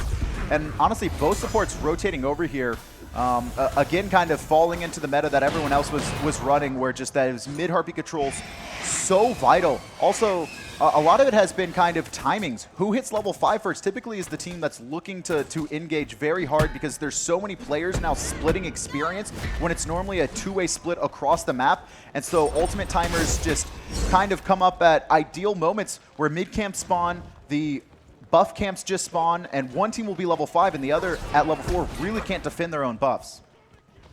And that's going to be key for Avant-Garde is buff invasion. They have a Wrath, they have an Odin, and they have Sustain coming through from this Ra. It's going to allow, and as well as a Geb as well, just to protect this Ra. They should be looking to invade. They don't have timers on the buffs without ward placements, but things like back camps when they have the advantage in mid lane, when they've got some push, which they should have against a Scylla, need to be looking to take as much jungle away from Pandemonium as possible. And Pandemonium actually has the pressure in all three lanes right now. Mid, not a ton. Obviously, Ra has pretty safe wave clear, but on the left-hand side, Maxon actually getting the better edge of Laney right now, able to pressure him out, just put this constant poke on him and make sure he's not going to be able to rotate to any mid-game team fights, or excuse me, any mid-fights. Liquid Renegade, he's looking for the right-hand side. Kikimio just hit level 5. He's going to be safe if the Odin Cage comes in. He's waiting for it. Oh, Liquid Renegade's not even level 5, so just showing his face. I think he was going to try and bait Kiki's ult out with just the sound of the Odin combination. And you can see Ro only level 3 right now. This three-way splitting has been incredibly risky from both teams. Pandemonium still want to take this fight, though. Liquid Renegade very close to level 5. I think he only needs a couple of these minions. Kikimio seems to be much more comfortable on this Bellona over in the solo lane as well. Seems to be able to just do more with it. It's surprising because the Sun Wukong should have better push and safer push than a Bellona does, especially up against the Ymir, but Kikimio having control of this lane thus far. Yeah, this is clearly something he's much more comfortable on as opposed to the Sun Wukong. Buff's going to be spawning up right now. Neither team really in a position to invade. You can see just kind of that awkward rotation on the right-hand side. Ro's a little bit too far behind to try and force anything, and Avant-Garde also all just backed in unison there to get their boots online, to get those power spikes. The left-hand side mid-camp appears to be a spot of contention, but Avant-Garde not even looking at it. They just don't want to risk anything at this stage of the game. Ro's not level 5 yet. He's barely... He's a very large portion of experience behind Liquid Renegade. He does get that level 5. Kikimio, right-hand side. I think he tried to seal away that speed buff, but might pay for it here. Good Ymir wall from Chuckles. He's frozen in place. Needs the Eagles rally to come off. And there's the ultimate force out of Kiki. You can see Avant-Garde trying to rotate over Geb and Raw, but they just couldn't get in position in time to find that pick. Kiki again playing a very dangerous game. Last time it was just taking free poke and kind of getting out-pressured, not really paying attention to the matchup. This time, trying to go aggressive and look for that invaded speed buff. Mid lane, 3-man grouping from Avant-Garde. Liquid Renegade standing on the right-hand side mid-camps. Does have a blink online, but he's in combat with those Harpies. Could still look for something across the wall. I'm actually surprised. It's actually good positioning coming out from the Scylla and the Sylvanas, though. We haven't seen Richard Castle really put into any poor positioning right now. You can see only 34 damage. He's actually been very far back in this mid lane, and both teams giving each other a lot of respect. And I think Pandemonium have to, specifically against this double blink composition. And Richard Castle being in that mid lane has actually allowed Oceania to be very safe. You know, normally Scylla struggles a little bit with wave clear early in the game. Sylvanas, famous for helping any ADC be able to gain pressure in lane, and now basically since we've seen this support come into the mid lane at level 1, meta developed, especially at these regionals, he's helping out that Scylla push and is keeping Oceania in a spot where he can play safe. And Oceania, that's all he wants, obviously, on a Scylla. He's just looking for the late game. Obviously, Pandemonium scales incredibly well the later this game goes. Bellona, Eagles Rally, going to be really big when it comes to just AoE protections inside that Odin Cage. Pair that with a Nemesis, who gets a huge chunk once Divine Judgment is maxed out. It's like 50% of a target's health. Going to be very useful against this Ymir, Odin, and the Gem. The Jingwei as well is a very late game pick, and we saw Laney do tremendous work with that last game. But just imagine, you know, a Divine Judgment comes through, and then you have this Jingwei doing these big AoE crits with the explosive bolts, and these frontline targets, whichever one Pandemonium chooses to go on, is not going to live long. You can see neither team really wanting to make any mistakes. I mean, if Avant-Garde get off to a lead here, I mean, they're going to force a Game 5, and Pandemonium incredibly confident coming into this one, starting off 2-0. And Kiki, again, just not understanding this matchup. He's going to get dove here. Chuckles has his ultimate. Divine picks up the first one on the row. Kiki, with the Eagles rally, managed to avoid the kill from Chuckles, but there's the Glacial Strike. Chuckles solos Kiki under tower. Did someone take over for Kiki Omio? This is a huge weakness in Pandemonium that has been exposed in just the past 2 games. You take away Sobek, you take away Ymir, and Kiki Omio just becomes a challenger player at this point. I mean, he is walking up and just in-hand trading so far behind. This is the exact same thing we saw last game. This is absurd, this insane drop from his level of Guardians to his level of Warriors. He was doing well early in this game, but as Chuckles got his penetration boots online and started getting a little bit more protection as well, he didn't really understand that the big power spike that is pen boots for Ymir. Right now, again, Avant off to a great start. They've got about a 500 gold lead, and we saw First Blood actually going over to Divine. They were able to pick up Ro, who was actually already kind of getting out-farmed in the jungle, thanks to that awkward start where everyone was three-way splitting, and this Nemesis is going to continue to fall even further behind. Pandemonium still do have that really strong late game, but Avant-Garde, I think, are going to try and continue to pressure this lead, just like they did in Game 3. The question for me in this game is, how well can Maxon stay farmed and potentially be the person that keeps Pandemonium in this game? We've seen him do damage, we've seen him get kills, but we've never really seen him put a game on his team on his back and carry a game. Gold Fury going to be started up on the left-hand side. No one on Pandemonium even nearby. You can see them start to rotate. Wrath is online for Ymir, but not in this Gold Fury pit right now, still crossing the mid lane. Oh, Maxon actually gets stunned there by Laney. Liquid Renegade takes the poke. There's the Nemesis ulti. I'm a monster off the mark, but a lot of damage still here. Liquid Renegade might fall down. Eagles rally from Kikimio, but he's stunned out immediately by Gruff. Snipe lands onto 2. Laney gets a kill. Maxon, though, gets one in return. Ro's got to get out of here. Now Maxon in the middle of 3. Does manage to dash away, but still in the middle. Divine finds another kill, still very low, but the shield from Gruff going to save him. Chuckles finds Kiki, 4 dead, going to be a Gold Fury as well. And Avant 6-1, opening up after down 0, after being down 0-2 in this series. There's the Wrath from Avant. Gold Fury taking a 2,000 gold lead for Avant, 6-1. Up in kills. I mean, we talked about the tilt for Pandemonium, and that seems to be the case right now.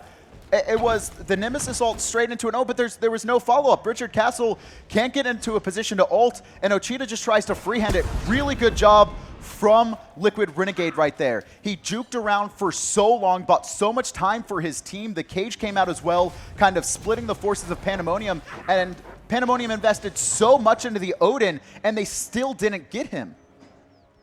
And the Odin, as well as just the rest of the draft for Avant-Garde, has been perfect these last 2 games. They've taken away, the Guardians that Kiki Omio is very comfortable on, given them to Chuckles. And, even when Kiki might have been playing Warriors, he was probably playing them up against other Warriors, not experienced in this Warrior v Guardian matchup. But Odin taken away from Ro. A lot of support's taken away from Richard Castle and Kiki Omio. Pandemonium look a little bit lost.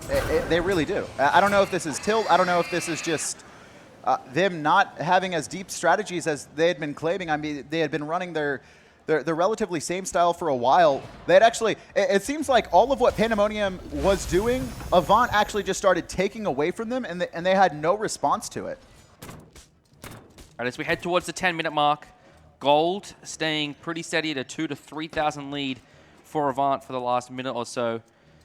It looks like Avant just going to keep pressuring here. I really like this Ho Yi pick from Laney. It allows him a decent amount of lane control, but The big thing for me is his ultimate. The slow that's recently been applied to it in exchange for a couple other adjustments in Hoyi's kit just makes it so much more potent. You know, you used to only get the slow on a marked target. Now you get it on everyone in the team. It just makes it such a better ultimate. It's 20% for anyone inside that circle, as well as it's important to know anyone who's marked is 40% slowed. Again, though, right-hand side, I mean, we almost saw Chuckles solo Kiki. He's going to be teleporting back in, and this is a big rotation. I think Avant want to force a fight on this side. You could see Ochita still stuck in mid lane along with Richard Castle. If Avant knew that, they probably would have pressed forward. Oh no, it's a bait. Liquid hiding around behind the wall. Has his blink online. Oh, right on top of for a target. Oh, Richard Castle and Ochita know he's here as well. Nothing doing from this lane. He was poking his head in the jungle there. I thought he might try to contest that red buff away from Max. I like the positioning of the wards from Pandemonium as well. They're not actually placing them in traditional ward spots. It's kind of just a little bit off. You only really get kind of one spot covered instead of, you know, placing it in the middle of three lanes there nearby the blue buff. You get much more overall vision, but it's that less likely to see it countered in those spots. And it's spotting out Liquid Renegade as he's trying to set up this kill. And actually, Avant still hanging around here. 3 members this time. Ooh, the wall actually denies Kikiyomio clearing that wave, and it's going to give Chuckles a little bit of pressure here and lose some gold for Kikiyomio. And you can see Ro now rotating over, just trying to relieve pressure. This is great because Ro just walks over ward, Chuckles backs off, and then he can go and farm the mid lane. Ro doesn't really need to set up a kill on a Chuckles, but giving Kiki just a little bit room to breathe by showing some form of presence makes Chuckles a little bit unsure on if he wants to be able to dive and keep pressing forward. Left-hand side, though, Renegade going aggressive on to Maxon. Maxon does have his airstrike available, going to be forced out along with that Odin Cage from Liquid Renegade, and that's a win there for Avantgarde for just forcing out that Jingwei ultimate. So last game, Pandemonium actually picking up a very early Phantom. That was I believe the first relic that we saw out of Richard Castle's Kabrak, and this time they do not have it. And so until the support hits level 12, they actually have probably a couple-minute window to still abuse that Odin Cage with 0 counter potential. The last couple of minutes, very quiet across the map. Lead steady, 3,000 gold. And Pandemonium, one of their strengths, actually Kikiyomio taken very low by Chuckles. Oh no. Chuckles is baiting. He's pretending there's no one here right now. But again, that ward just spotting out Liquid Renegade's rotation. Kiki is going to be able to back, but his teleport's still on cooldown for 45 seconds. And Kiki, he's in such a bad spot. It's one thing to fall behind and get first blooded, but he's continuing to get pressured out. Chuckles doing a really good job on the Shamir. What I was saying about Pandemonium before is that, and just as basically they proved me wrong by giving up this tier 1 tower, that, you know, even when they fall behind, they still do a relatively good job of, you know, if they're at a deficit, just keeping that deficit where it is or reducing it rather than allowing a team to snowball. I almost thought Laney was going to let Jingwei kind of walk into that lane and then try and take the 1v1 with the airstrike still down, but doesn't want to force it just yet. Gold Fury has respawned. You can see the rotation from both teams right now. Last time, Avantgarde, they ended up winning the fight, but it was a little bit awkward to start the Gold Fury to begin with without Ymir. This time, we do see El Chuckles rotating out of base. I think Avantgarde are going to wait a little bit longer this time until their Wrath can make its way over to the objective. Avantgarde have got all the vision around here at the moment. Oh, Laney wins the ward battle there. Kikiyomio still in the solo lane. Does have his TP up. Maxon gets the double bounce onto him there from Laney. I think that was only a single one. That was very close to being a triple, though. Those tight quarters, especially around the Gold Fury, could be so dangerous against a Hou Yi. It's where he wants to fight most of the time. Now El Chuckles on zone duty. Gold Fury started up by Avant. Good wall. Good freeze onto Richard as well, just keeping them zoned away. And here comes Liquid Renegade. Richard Castle caught in the cage! He's sniped by Divine. The sun's come down from Laney. Chuckles, though, gets the kill. Ro in a bad spot as well, being crushed between 2 Guardians. I'm a Monster over the wall, doesn't land, and Laney's got another kill. This one onto Ochita. Liquid Renegade chasing out Ro. Avant looking for the Gold Fury. It's going to be started up once again. You can see Kikiyomio still around the corner, does have Eagle's Rally, but he's going to get spotted out by Divine. Bludgeon is going to be wasted, and there's no hope for Pandemonium to stop this. I believe the Wrath still online for Ymir. It's going to get picked up, and Avantgarde extend their lead to over 5,000. There's 0 objective control on the side of Team Pandemonium. They can't approach Avantgarde's team comp at all, and there's not even really steal potential. Like, yes, you could potentially use the I'm a Monster, but it's such a risky proposition and leaves you so exposed for the enemy team to damage and kill you. Ro almost getting froze there. He doesn't have Purification. Probably would have resulted in death. And I mean, without Purification, it's so hard for him. Good pull onto Gruff, but no follow-up. He just walks away. Eagles Rally gonna stun. Great wall, though, to deny Pandemonium from advancing on. That ricochet by Laney was hot. Oh! Good shield there by Ro. I don't know if that reflected the damage or not. I don't think it hit. Ro is already pretty low there. Yeah. Just off the mark. And actually, Richard Castle able to heal up his team. We see a couple members of Vaunt back off. El Chuckle's going to be teleporting in, and that's the sign for Pandemonium that they can't fight this. Yeah, I'm looking at all the relics on the side of Pandemonium, seeing if anyone at all picked up relic. Oh, a relic for Wrath. Blink actually online right now for the Odin and for the Geb. Could see them try to engage, but Gruff just going to back. Obviously, the rest of the team has split up.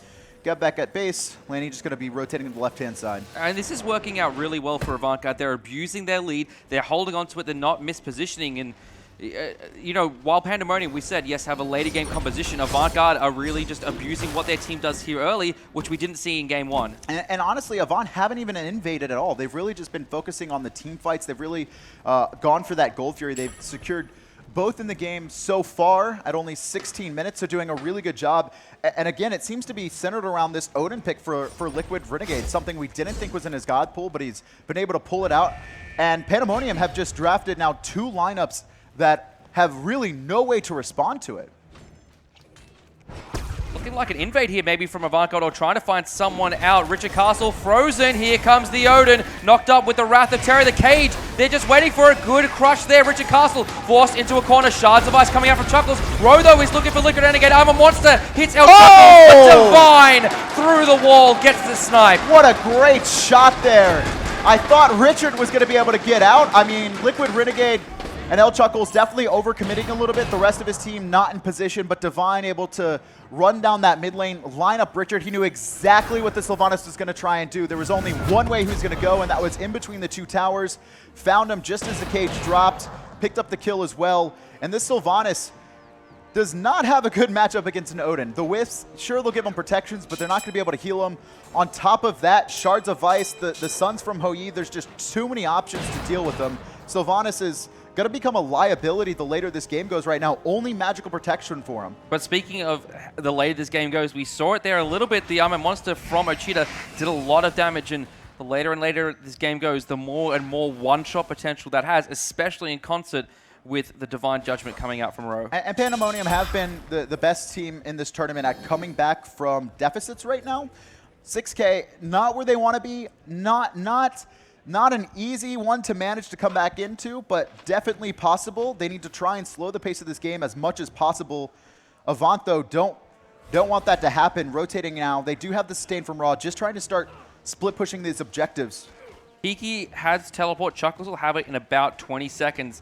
But both of those solo laners content to sit on that side of the map. Kiki forced to more really by Chuckles. Doesn't want to risk giving up his tier 2. Double blinks available once again for the Odin and the Geb, and there it is. The cage gonna find Sylvanas once again. Richard Castle responds, and Ro trying to dive that back line, but he doesn't have the damage. Yeah, rather than focusing the front line, he's focused Divine. The snipe comes through. Who does it hit? No one. Gruff pulled back under the tower. I'm a Monster hits. Maxon gets the final tick of the damage there and kills Gruff. And now it's a full retreat from Avant. So unfortunate for Ochita there. If he would have been able to reset I'm a Monster, Avantgarde might have been in a dangerous spot. You can see they are going to be able to heal up thanks to the Raw. Stun just off the mark, and actually Chuckles has rotated in with this teleport. Kiki's still on the right-hand side. Maxon doesn't get walled in. Chuckles actually, with his own player model, too big to fit through that gap. What I liked there from Ro was rather than trying to dive onto the Odin and using the Divine Judgment to burst him down, was he used it on iDivine, forced iDivine to use his relics, and didn't give him an opportunity to find a Ra snipe off the back of setup. He was forced to try and use it without any setup at all. Which is one of the things that Avant has been lacking against Ochita. Kiki's still split pushing this while Ymir's on the left-hand side. You could tell they really want to siege this. I mean, no one is even responding to Kiki. Well, Chuckles' TP is down. Who is going to go back and respond? I mean, that's what I'm saying. No one rotated over. Here comes the cage once again. Locked in place. Ro going to get picked up, and now the Shards of Ice doing an insane amount of damage. Gruff's so rotated low. in. Liquid so low there from the tower shots. Three-man Sikkim from Ochita. Where's the damage? It's the crush onto Laney, but Ochita lowers up. Gruff picks him up with the in-hand. And Maxon not going to be able to stop anything. Kiki has finally rotated in, but immediately frozen dashes forward. Eagles Rally is available, but Divine, the only target he probably would have wanted to go on, has already retreated successfully. Tier 1 for Tier 1 traded out. This is good for Pandemonium. This back and forth is great for them because Avant-Garde are not pushing their lead. This game is going a little bit later. I think their gold lead has actually been reduced by at least a couple hundred. This Gold Fury, though, should be started up relatively soon by Avant, and Pandemonium really can't let this one go through. Exactly right. The lead has held for Avant-Garde for about 10 minutes at 5,000 gold. And if Avant get this Gold Fury, it's just going to catapult up. It's going to be very difficult to come back. You know, 5k gold is not too bad to come back from. 7.5k starts to get really bad. That's when it gets dangerous. That's when you see players with entire item leads. And look at this. Ochita actually, I think he was going for the Thoth earlier in the week, but has now actually switched to the Soul Reaver, wanting to deal with those big front liners. That extra true damage going to be very effective. And that's one of the things, too. You know, these fights, despite both teams having sustain, are really about burst. Okay, did anyone die? All right, we can push forward. If no one dies or if only one person dies, they typically both reset back and heal up. Gold Fury pulled by Avant, but reset when they spot out Pandemonium. Good coverage from both teams here, just spotting out where the other is. Avant do have the advantage, though, in terms of gold, in terms of experience, and in terms of objective control. Blink back up for Liquid Renegade. He's been the initiator most of these fights. Chuckles just going to be on zone duty, put a little bit of damage into Castle. Kiki Omio diving onto the Gold Fury. It's reset. Cage is out as well. Divine whiffs the ultimate. Kiki slowed the chase from Liquid Renegade as well, and Laney finds the first kill in the fight. Airstrike comes through from Max, and Chuckles knocked up. I'm a Monster hits onto Laney. Divine is the next target. No, it's Chuckles. The crush, but Maxon gets the kill with the in-hands instead. Pandemonium traded out 1v2. Maxon chasing after Divine at this point. Liquid Renegade and Gruff forced to try and defend against the rest of Pandemonium. And Maxon now just switching targets. Oh, look at that. Rowe actually dashing through the rollout, and Ochita able to find the kill with the crush. Pandemonium find life in game 4. Gold Fury now for Team Pandemonium. Gold has been reduced to a 4,000 lead for Avant. With this Gold Fury, it's going to go even back towards even, and that's where Pandemonium need to be. This Scylla, that Soul Reaver did a lot of work in that fight. Divine's still hanging around here, but he doesn't have an ultimate, and I think he realizes, no, he actually pushes forward, and now Maxon going to be chasing him for about half a second. Doesn't want to take the risk, though, and he's just going to back off, and Pandemonium now have reduced that 6k lead, or 5k lead, excuse me, significantly, now just barely over 2,000.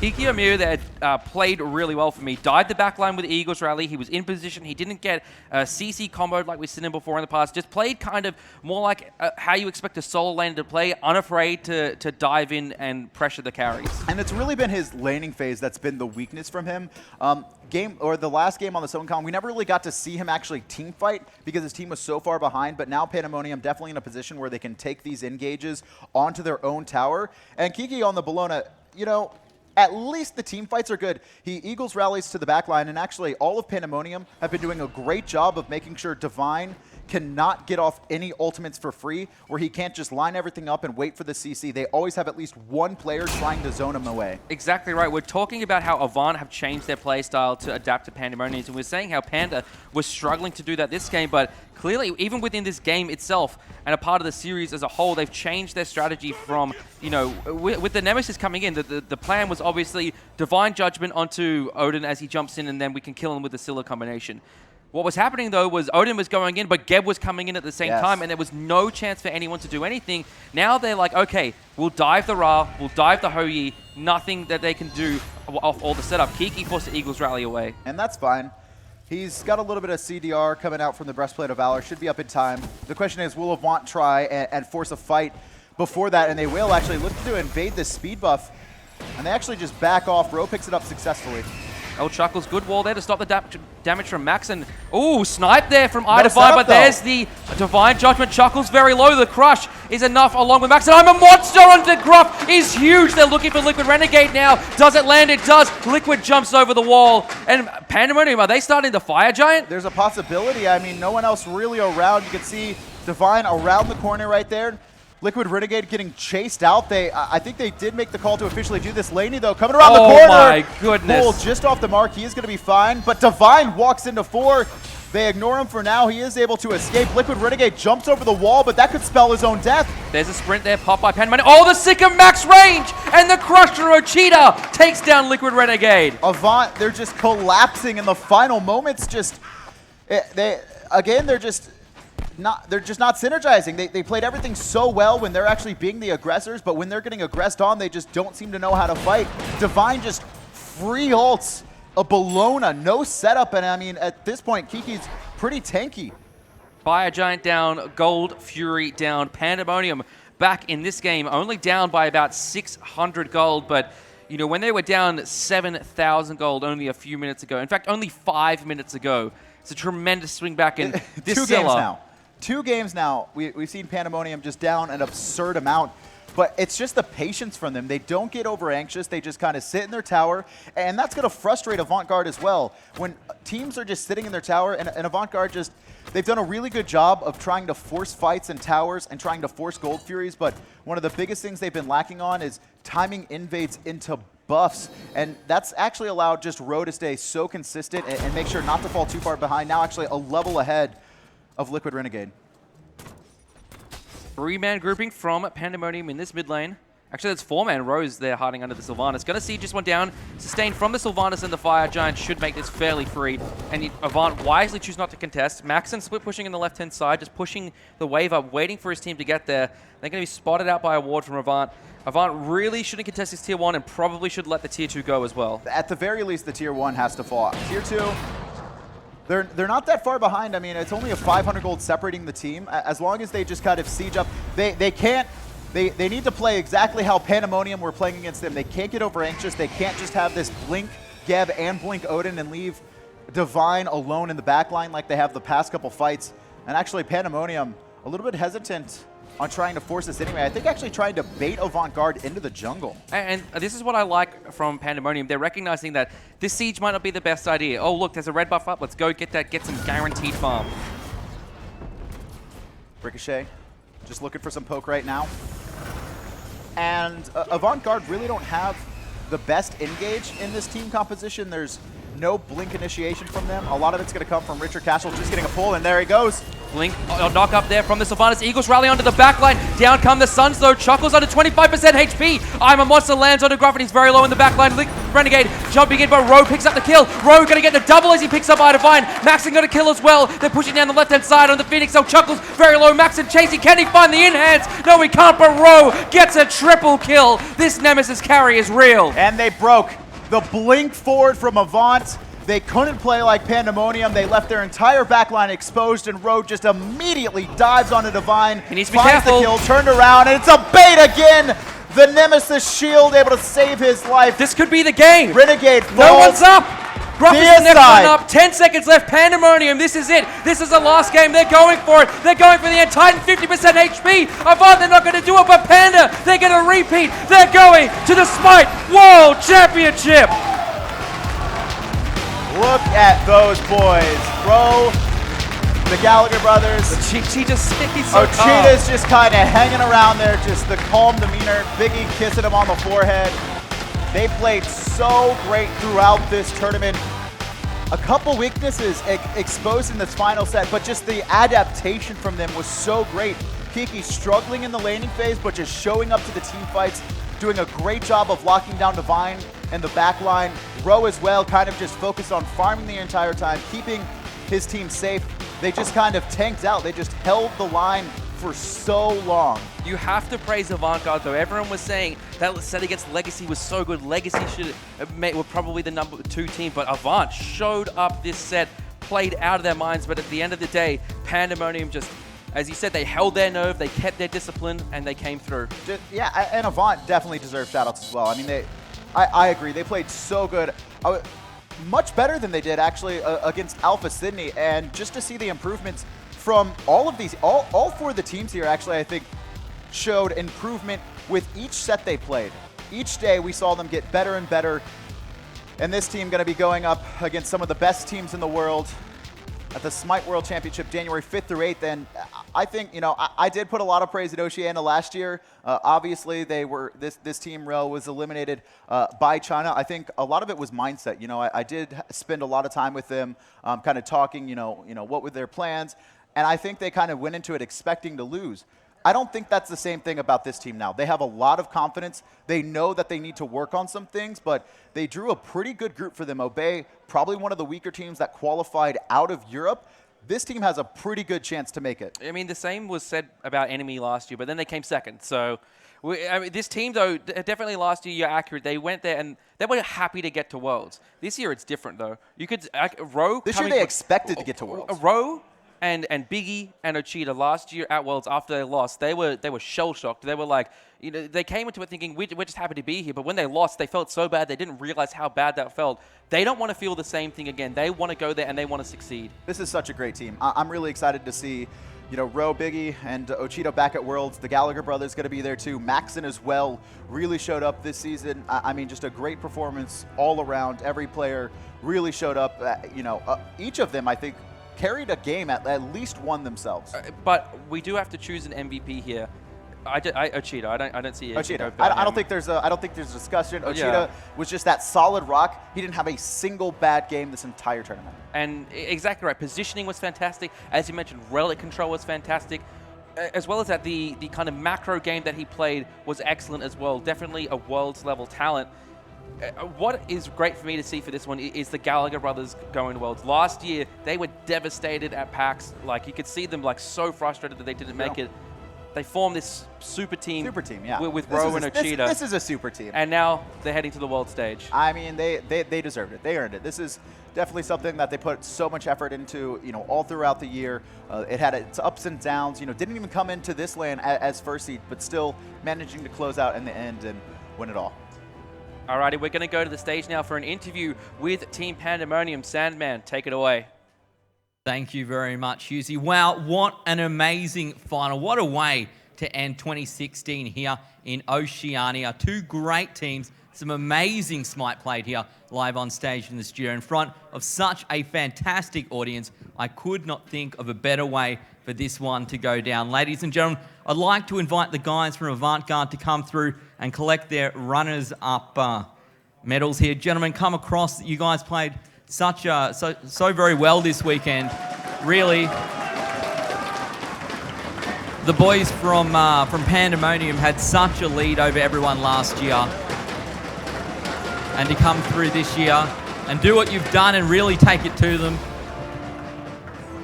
and show them just how far SMITE in Oceania has come in the last 12 months. It's been absolutely fantastic, and you gentlemen should all be very, very proud of yourselves. I'm sure that 2017 will be even bigger and better for you gentlemen. Guys and girls, let's give a bit of cheer here for Avantgarde, our runners-up here.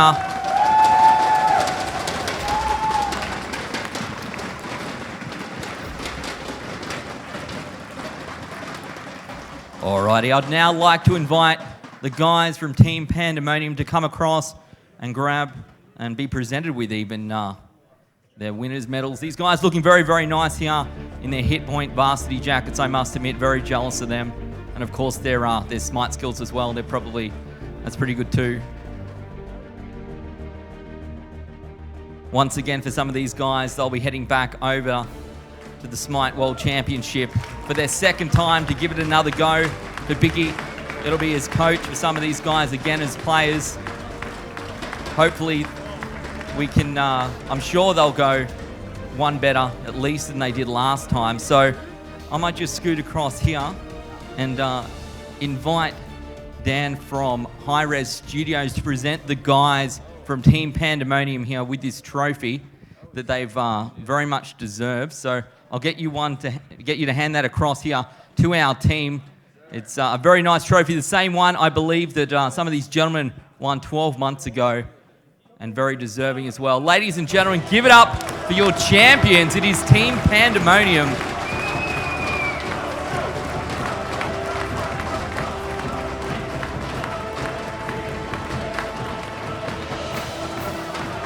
Don't drop it, gentlemen. Do not drop that. Of course, we have our MVP as well, Ochita, sir. Again, unanimous. Thanks to Raise, this Black Widow X Chroma keyboard is yours, sir. So I'm sure you'll be having many fun times with that one. Ro, would you like to have a few words before we finish this one off? Mate, I had a chat to you yesterday. You said that you came in here with confidence. You guys played some fantastic Smite, looking amazing as a team. They did a pretty good job too, though. Yeah, no, absolutely. I think their individual skill enhanced a lot over the last week. I wasn't expecting them to get ahead so early. But we had a fair few scrims this week where we were playing from behind and we just calmed it down and brought it back in team fights. I think more than ever, we're an actual team. You know, we play as a team, and I think there's any other team in Australia that can do that right now. But next year, I think it's going to be insane. Talk to me about the end of that game. So we're watching, everyone here is watching. It's 15 minutes in. It looks like Pandemonium are going to go down to the game. It's going to be 2 apiece. We're going to go to game 5. What goes through your mind? How do you progress from there? How do you win from there? I mean, at the same time, we're still thinking it's just one game. You know, we only need one game to win. I said that after we lost that, it was just, okay, every time we lose a game, we're like, all right, one bad game. Even in scrims, one bad game. It's okay. I don't know, we just keep it together and we can always come back into late game, especially that comp. We had a late game comp. It was always going to be in our advantage. Even if we were probably 9K behind, it would still be in our advantage. We won a fight earlier than I thought we would. And from there on, we just snowballed so hard. Well, it was very impressive. It takes a lot to be able to come through from how you were back there. You had the wins at the start. You dropped a game. Wow. And to come through with what a finale. Guys, what I might do is I'll invite you across to the middle of the stage, across in front of me here, boys, because we want to be able to get some fantastic photos with you guys. I hope everyone has enjoyed themselves here at the studios in Sydney, Australia. It's been an absolutely fantastic Hi-Rez Oceania Championship presented by AOC. We wish these guys the very best of luck heading through to the SMITE World Championship as Oceania's representatives for this year. Ladies and gentlemen, give it up, your champions, Team Pandemonium.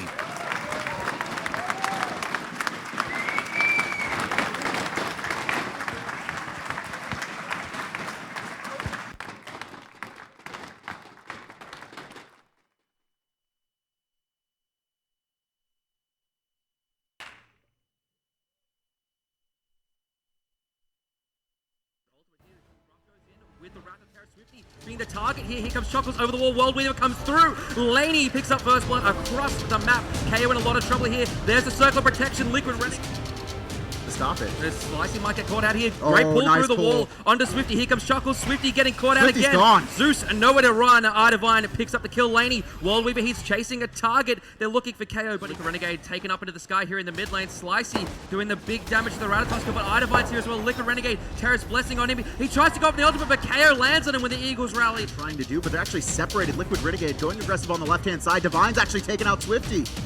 And now Avant pressing their advantage here. They're looking to find some more kills. Gruff just running at Alpha City, trying to find someone. There's a weakening curse limits, forcing the Valkyrie restriction. I'm a monster over the wall, only finds Tori, but Tori's about 50% HP. Eagles rally from KO, Gruff's gonna get bursted, but not before Divine claims one. Laney's got himself two. It's only Limits left alive now, and Avantgarde's completely turned this game around. Limits falls down, deicide for Avantgarde. Venerable Limpet looking for Tori, who's chaining everyone, but they're just coming towards his Spirit Ball. Dunked from downtown, Divine picks up the that they need. There's a circle of protection from Idivine, just keeping his team alive, keeping them healthy. Good taunt. KO taken low here, under 50% HP. He is almost dead. Chuckles finds him in the Eagles rally. He's looking for Swifty as well. Swifty falls down to Liquid Renegade. Chuckles falls. Chuckles picks up Tori's guys. The Titan is going to fall down. Avantgarde look like, and they are going to take game number 3. Dominant performance from Avant. They're going to go up 2-1 in this series, 1 game away from qualifying. Doing a really good job so far of actually diving into the back line. Strong rotations up from him. Vulture is started up. The Falconol going to do a lot of damage to it, and it is picked up successfully by Alpha Sydney. Gruff there, stunned out, knocked up by Tori Skies. Feathers very low here. Liquid Renegade from the sky. Laney picks up the kill for Avantgarde, and now the boys in blue, they're chasing down Alpha Sydney. Tori Skies under 50% HP, knocked up by Chuckles, rooted in place by Gruff, and now he's forced away from the tower as Laney, taken low, being forced out by Avant. Liquid Renegade's up in the sky. He crashes down and picks up the Kukulkan in the back line. Alpha City desperately defending their Titan, but it's under 50% HP. It's going to go down. There's no hope now for Alpha City, but Limits, he's rewriting it very jumping down in the ring. There's the circle of protection as well. Rowe very low, he falls down. Agony picks up the first blood. Weave picks up a kill onto Keek there. He knocks up 2 members. The cats come down. There's the cage as well. Rowe trying to help his teammate, but he ends up paying for it with his life. Kikimiro knocks up 4 with the tail whip, but Shred's zoning out the rest of Pandemonium. Max had taken low, and now he's out of the fight. Throws out the shield. Shred walls Ochita in. Ogre dives onto the Zeus. There's the cats as well. Ochita got nowhere to run, but he pops down his ultimate as well. Ochita's still alive somehow, but Ogre picks up the kill. He can't even detonate the charge, can Ochita. Shred low as well. He pulls himself off, but the Gold Fury's pulled. Rowe gets the kill. Max deals some damage before this fight begins. Rowe jumps into 3 members. The circle protection is down. Rowe doing the frontline work here. Great wall there from Shred, but down comes a lightning storm from Ochita. Agony very low. Rowe with the basic attacks takes down the mid laner of Legacy. This is trouble for Shred as well. He's going to get picked up. Oga actually jumping. Rowe gets body blocked, but the Ymir solo picked off. It's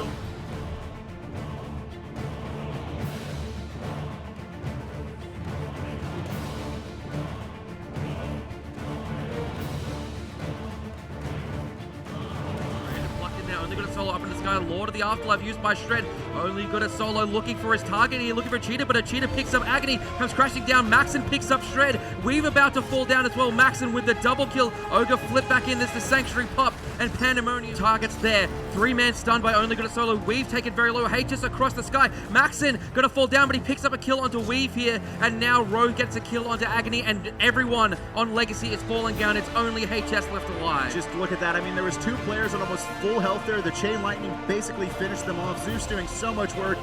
HS the last one, and it's going to be a deicide. But the Impale going to secure first blood. Maybe Shred actually trying to get away. HS actually secures first blood onto Maxon. The pin is there for Rowe, maybe, if he can find it. Hey, Shred juking beautifully. Crush comes through from Ochita. Gonna secure the kill. Feather step onto Kikimiro, taken low. Belly flop onto Kiki. HS has got... This could be dangerous. No escape. Pop by Richard Castle. Managed to pull and weave. Armor Monster comes down onto the Barker. Shred in the backline. Just chasing down Ochita. Weave very low. There's the Thorns. Agony with the snipe. Richard Castle's forced out. It's only Kikimiro defending. Nowhere for him to run as well. Great Sikkim there from Ochita. Only good at solo though. Gets himself another kill. The tier 1 tower is going to fall down. They're Ochita, hanging around. very dangerous spot for Solo. Ochita.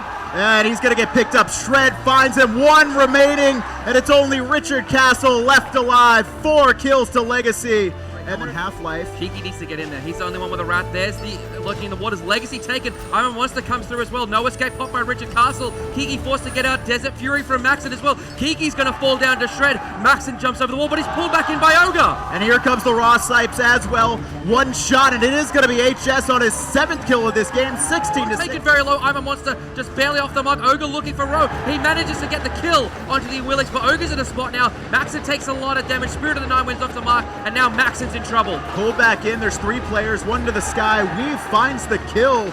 HS burning. Split pushing the tier 2 tower on the right. They're not waiting. No, he's leaving it now. Team Pandemonium looking to book themselves a ticket to the grand final here. Legacy Esports defending desperately. There comes the Whirlwind. Typhoon through as well. Knocks up 2. Spirit of the 9 wins. This is the Titan falling down. Kikimiro, Shards of Ice, trying to get it. Ochita picks up Ogre. There's nothing left that Legacy can do. Pandemonium defending desperately, but not enough. Agony at the end, trying for the... Slicey falls down for the first blood, and KO there. KO needs to be careful. There's a lot of control. There's the taunt as well. Oga holding the Wind Siphon right now. Does find it. Also finds Sobek as well. Knocked up, pinned inside the Isis ultimate. Dark Portal coming out from the Izanami. Just trying to help out, but he can't stop. Fire minions raining down the mid lane, and a dead Giannis. Alpha Sydney, you know, we use the word tilt occasionally. I think this is kind of the first instance of it this weekend. This is the hardest amount of tilt I think I've ever seen. This is just all pressure on them, as they did last time. And they've grown a lot as well. You mentioned Weave, you know, after Split 2 got kicked off the squad, ends up finding his way back on, and you know, I don't know how deep his got. You can hear the crowd behind us. They are excited for this one. This is the grand finals of the Hi-Rez Oceania Championships. Avant-Garde against Team Pandemonium. Winner going to Hi-Rez Expo in Atlanta, Georgia for the SMITE game is going to be Avant-Garde. You can see them there yesterday. They took on Alpha Sydney and won. Pandemonium into having to fend him. Typically, just in the set yesterday, one of the big reasons that at the SWC. This team's been working non-stop all week, all day and night. This is our dream. This is what we want. This is where we want to be. We want to be the Australian team in America and at Hi-Rez Expo, and we want to show that we can do it. We can compete. Well, you guys 3-0 in an hour. 3-0 in an hour. Biggie. Look, honestly, I'm just happy Gruff's here, you know, playing, because if it wasn't for me turning down Avant's offer, he wouldn't be here.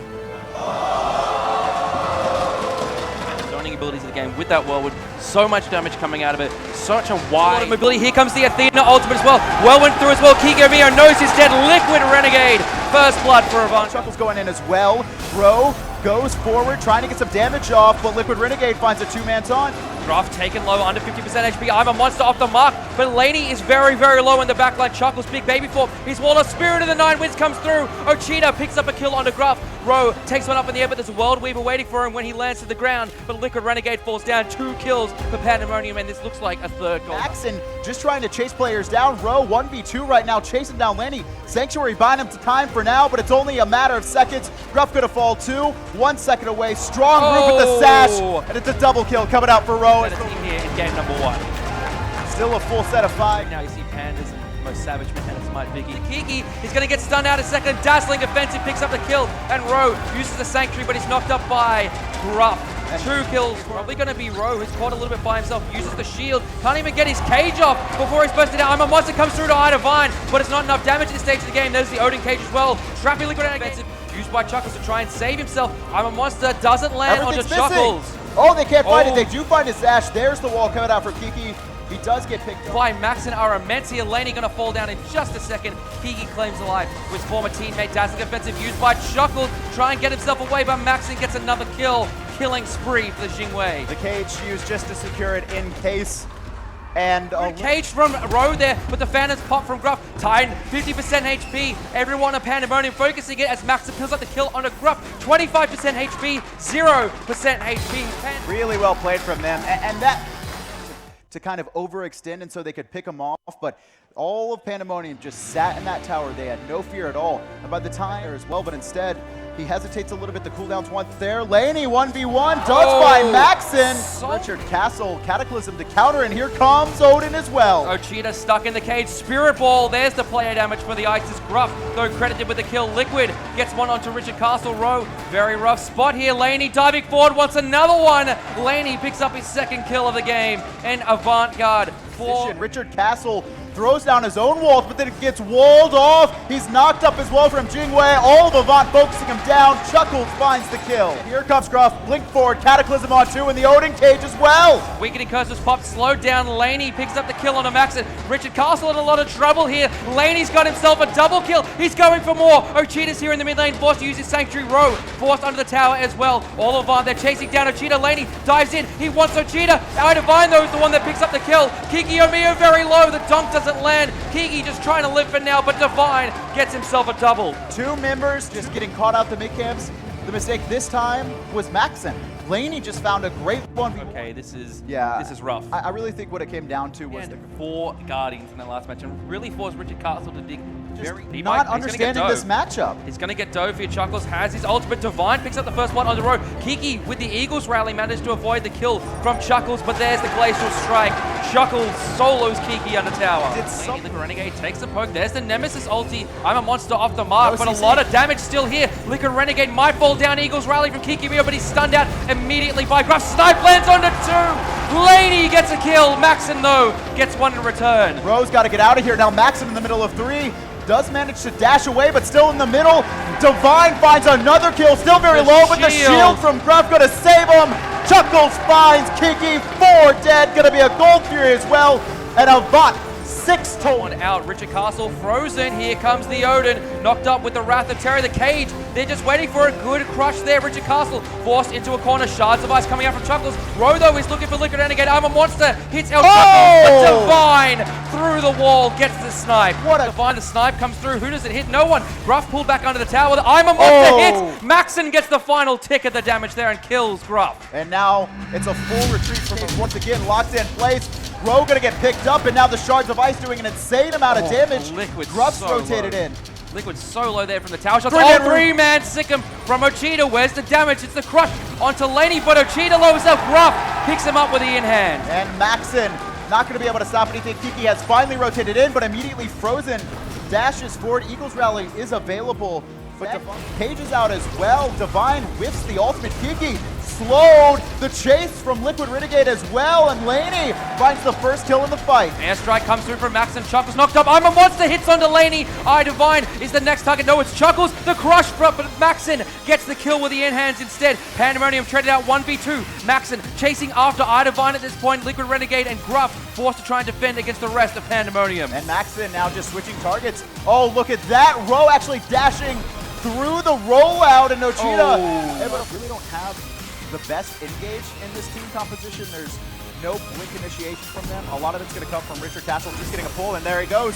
Blink knock up there from the Sylvanas. Eagles rally onto the backline. Down come the Suns though. Chuckles under 25% HP. I'm a Monster lands onto Gruff, and he's very low in the backline. Renegade jumping in, but Rowe picks up the kill. Rowe going to get the double as he picks up Divine. Maxon got a kill as well. They're pushing down the left-hand side on the Phoenix. So Chuckles very low. Maxon chasing. Can he find the in-hands? No, he can't, but Rowe gets a triple kill. This Nemesis carry is real. And they broke. Dives onto Divine. He needs to be careful. The kill, turned around, and it's a bait again. The Nemesis shield able to save his life. This could be the game. Renegade falls. No one's up. Gruff is the next one up. 10 seconds left. Pandemonium. This is it. This is the last game. They're going for it. They're going for the end. Titan 50% HP. Avant, they're not going to do it, but Panda, they're going to repeat. They're going to the SMITE World Championship. Look at those boys, bro. The Gallagher brothers, so long. You have to praise Avant-Garde though. Everyone was saying that the set against Legacy was so good. Legacy were probably the number 2 team, but Avant showed up this set, played out of their minds, but at the end of the day... Guys and girls, let's give a bit of cheer here for Avant-Garde, our runners-up here. Very deserving as well. Ladies and gentlemen, give it up for your champions. It is Team Pandemonium.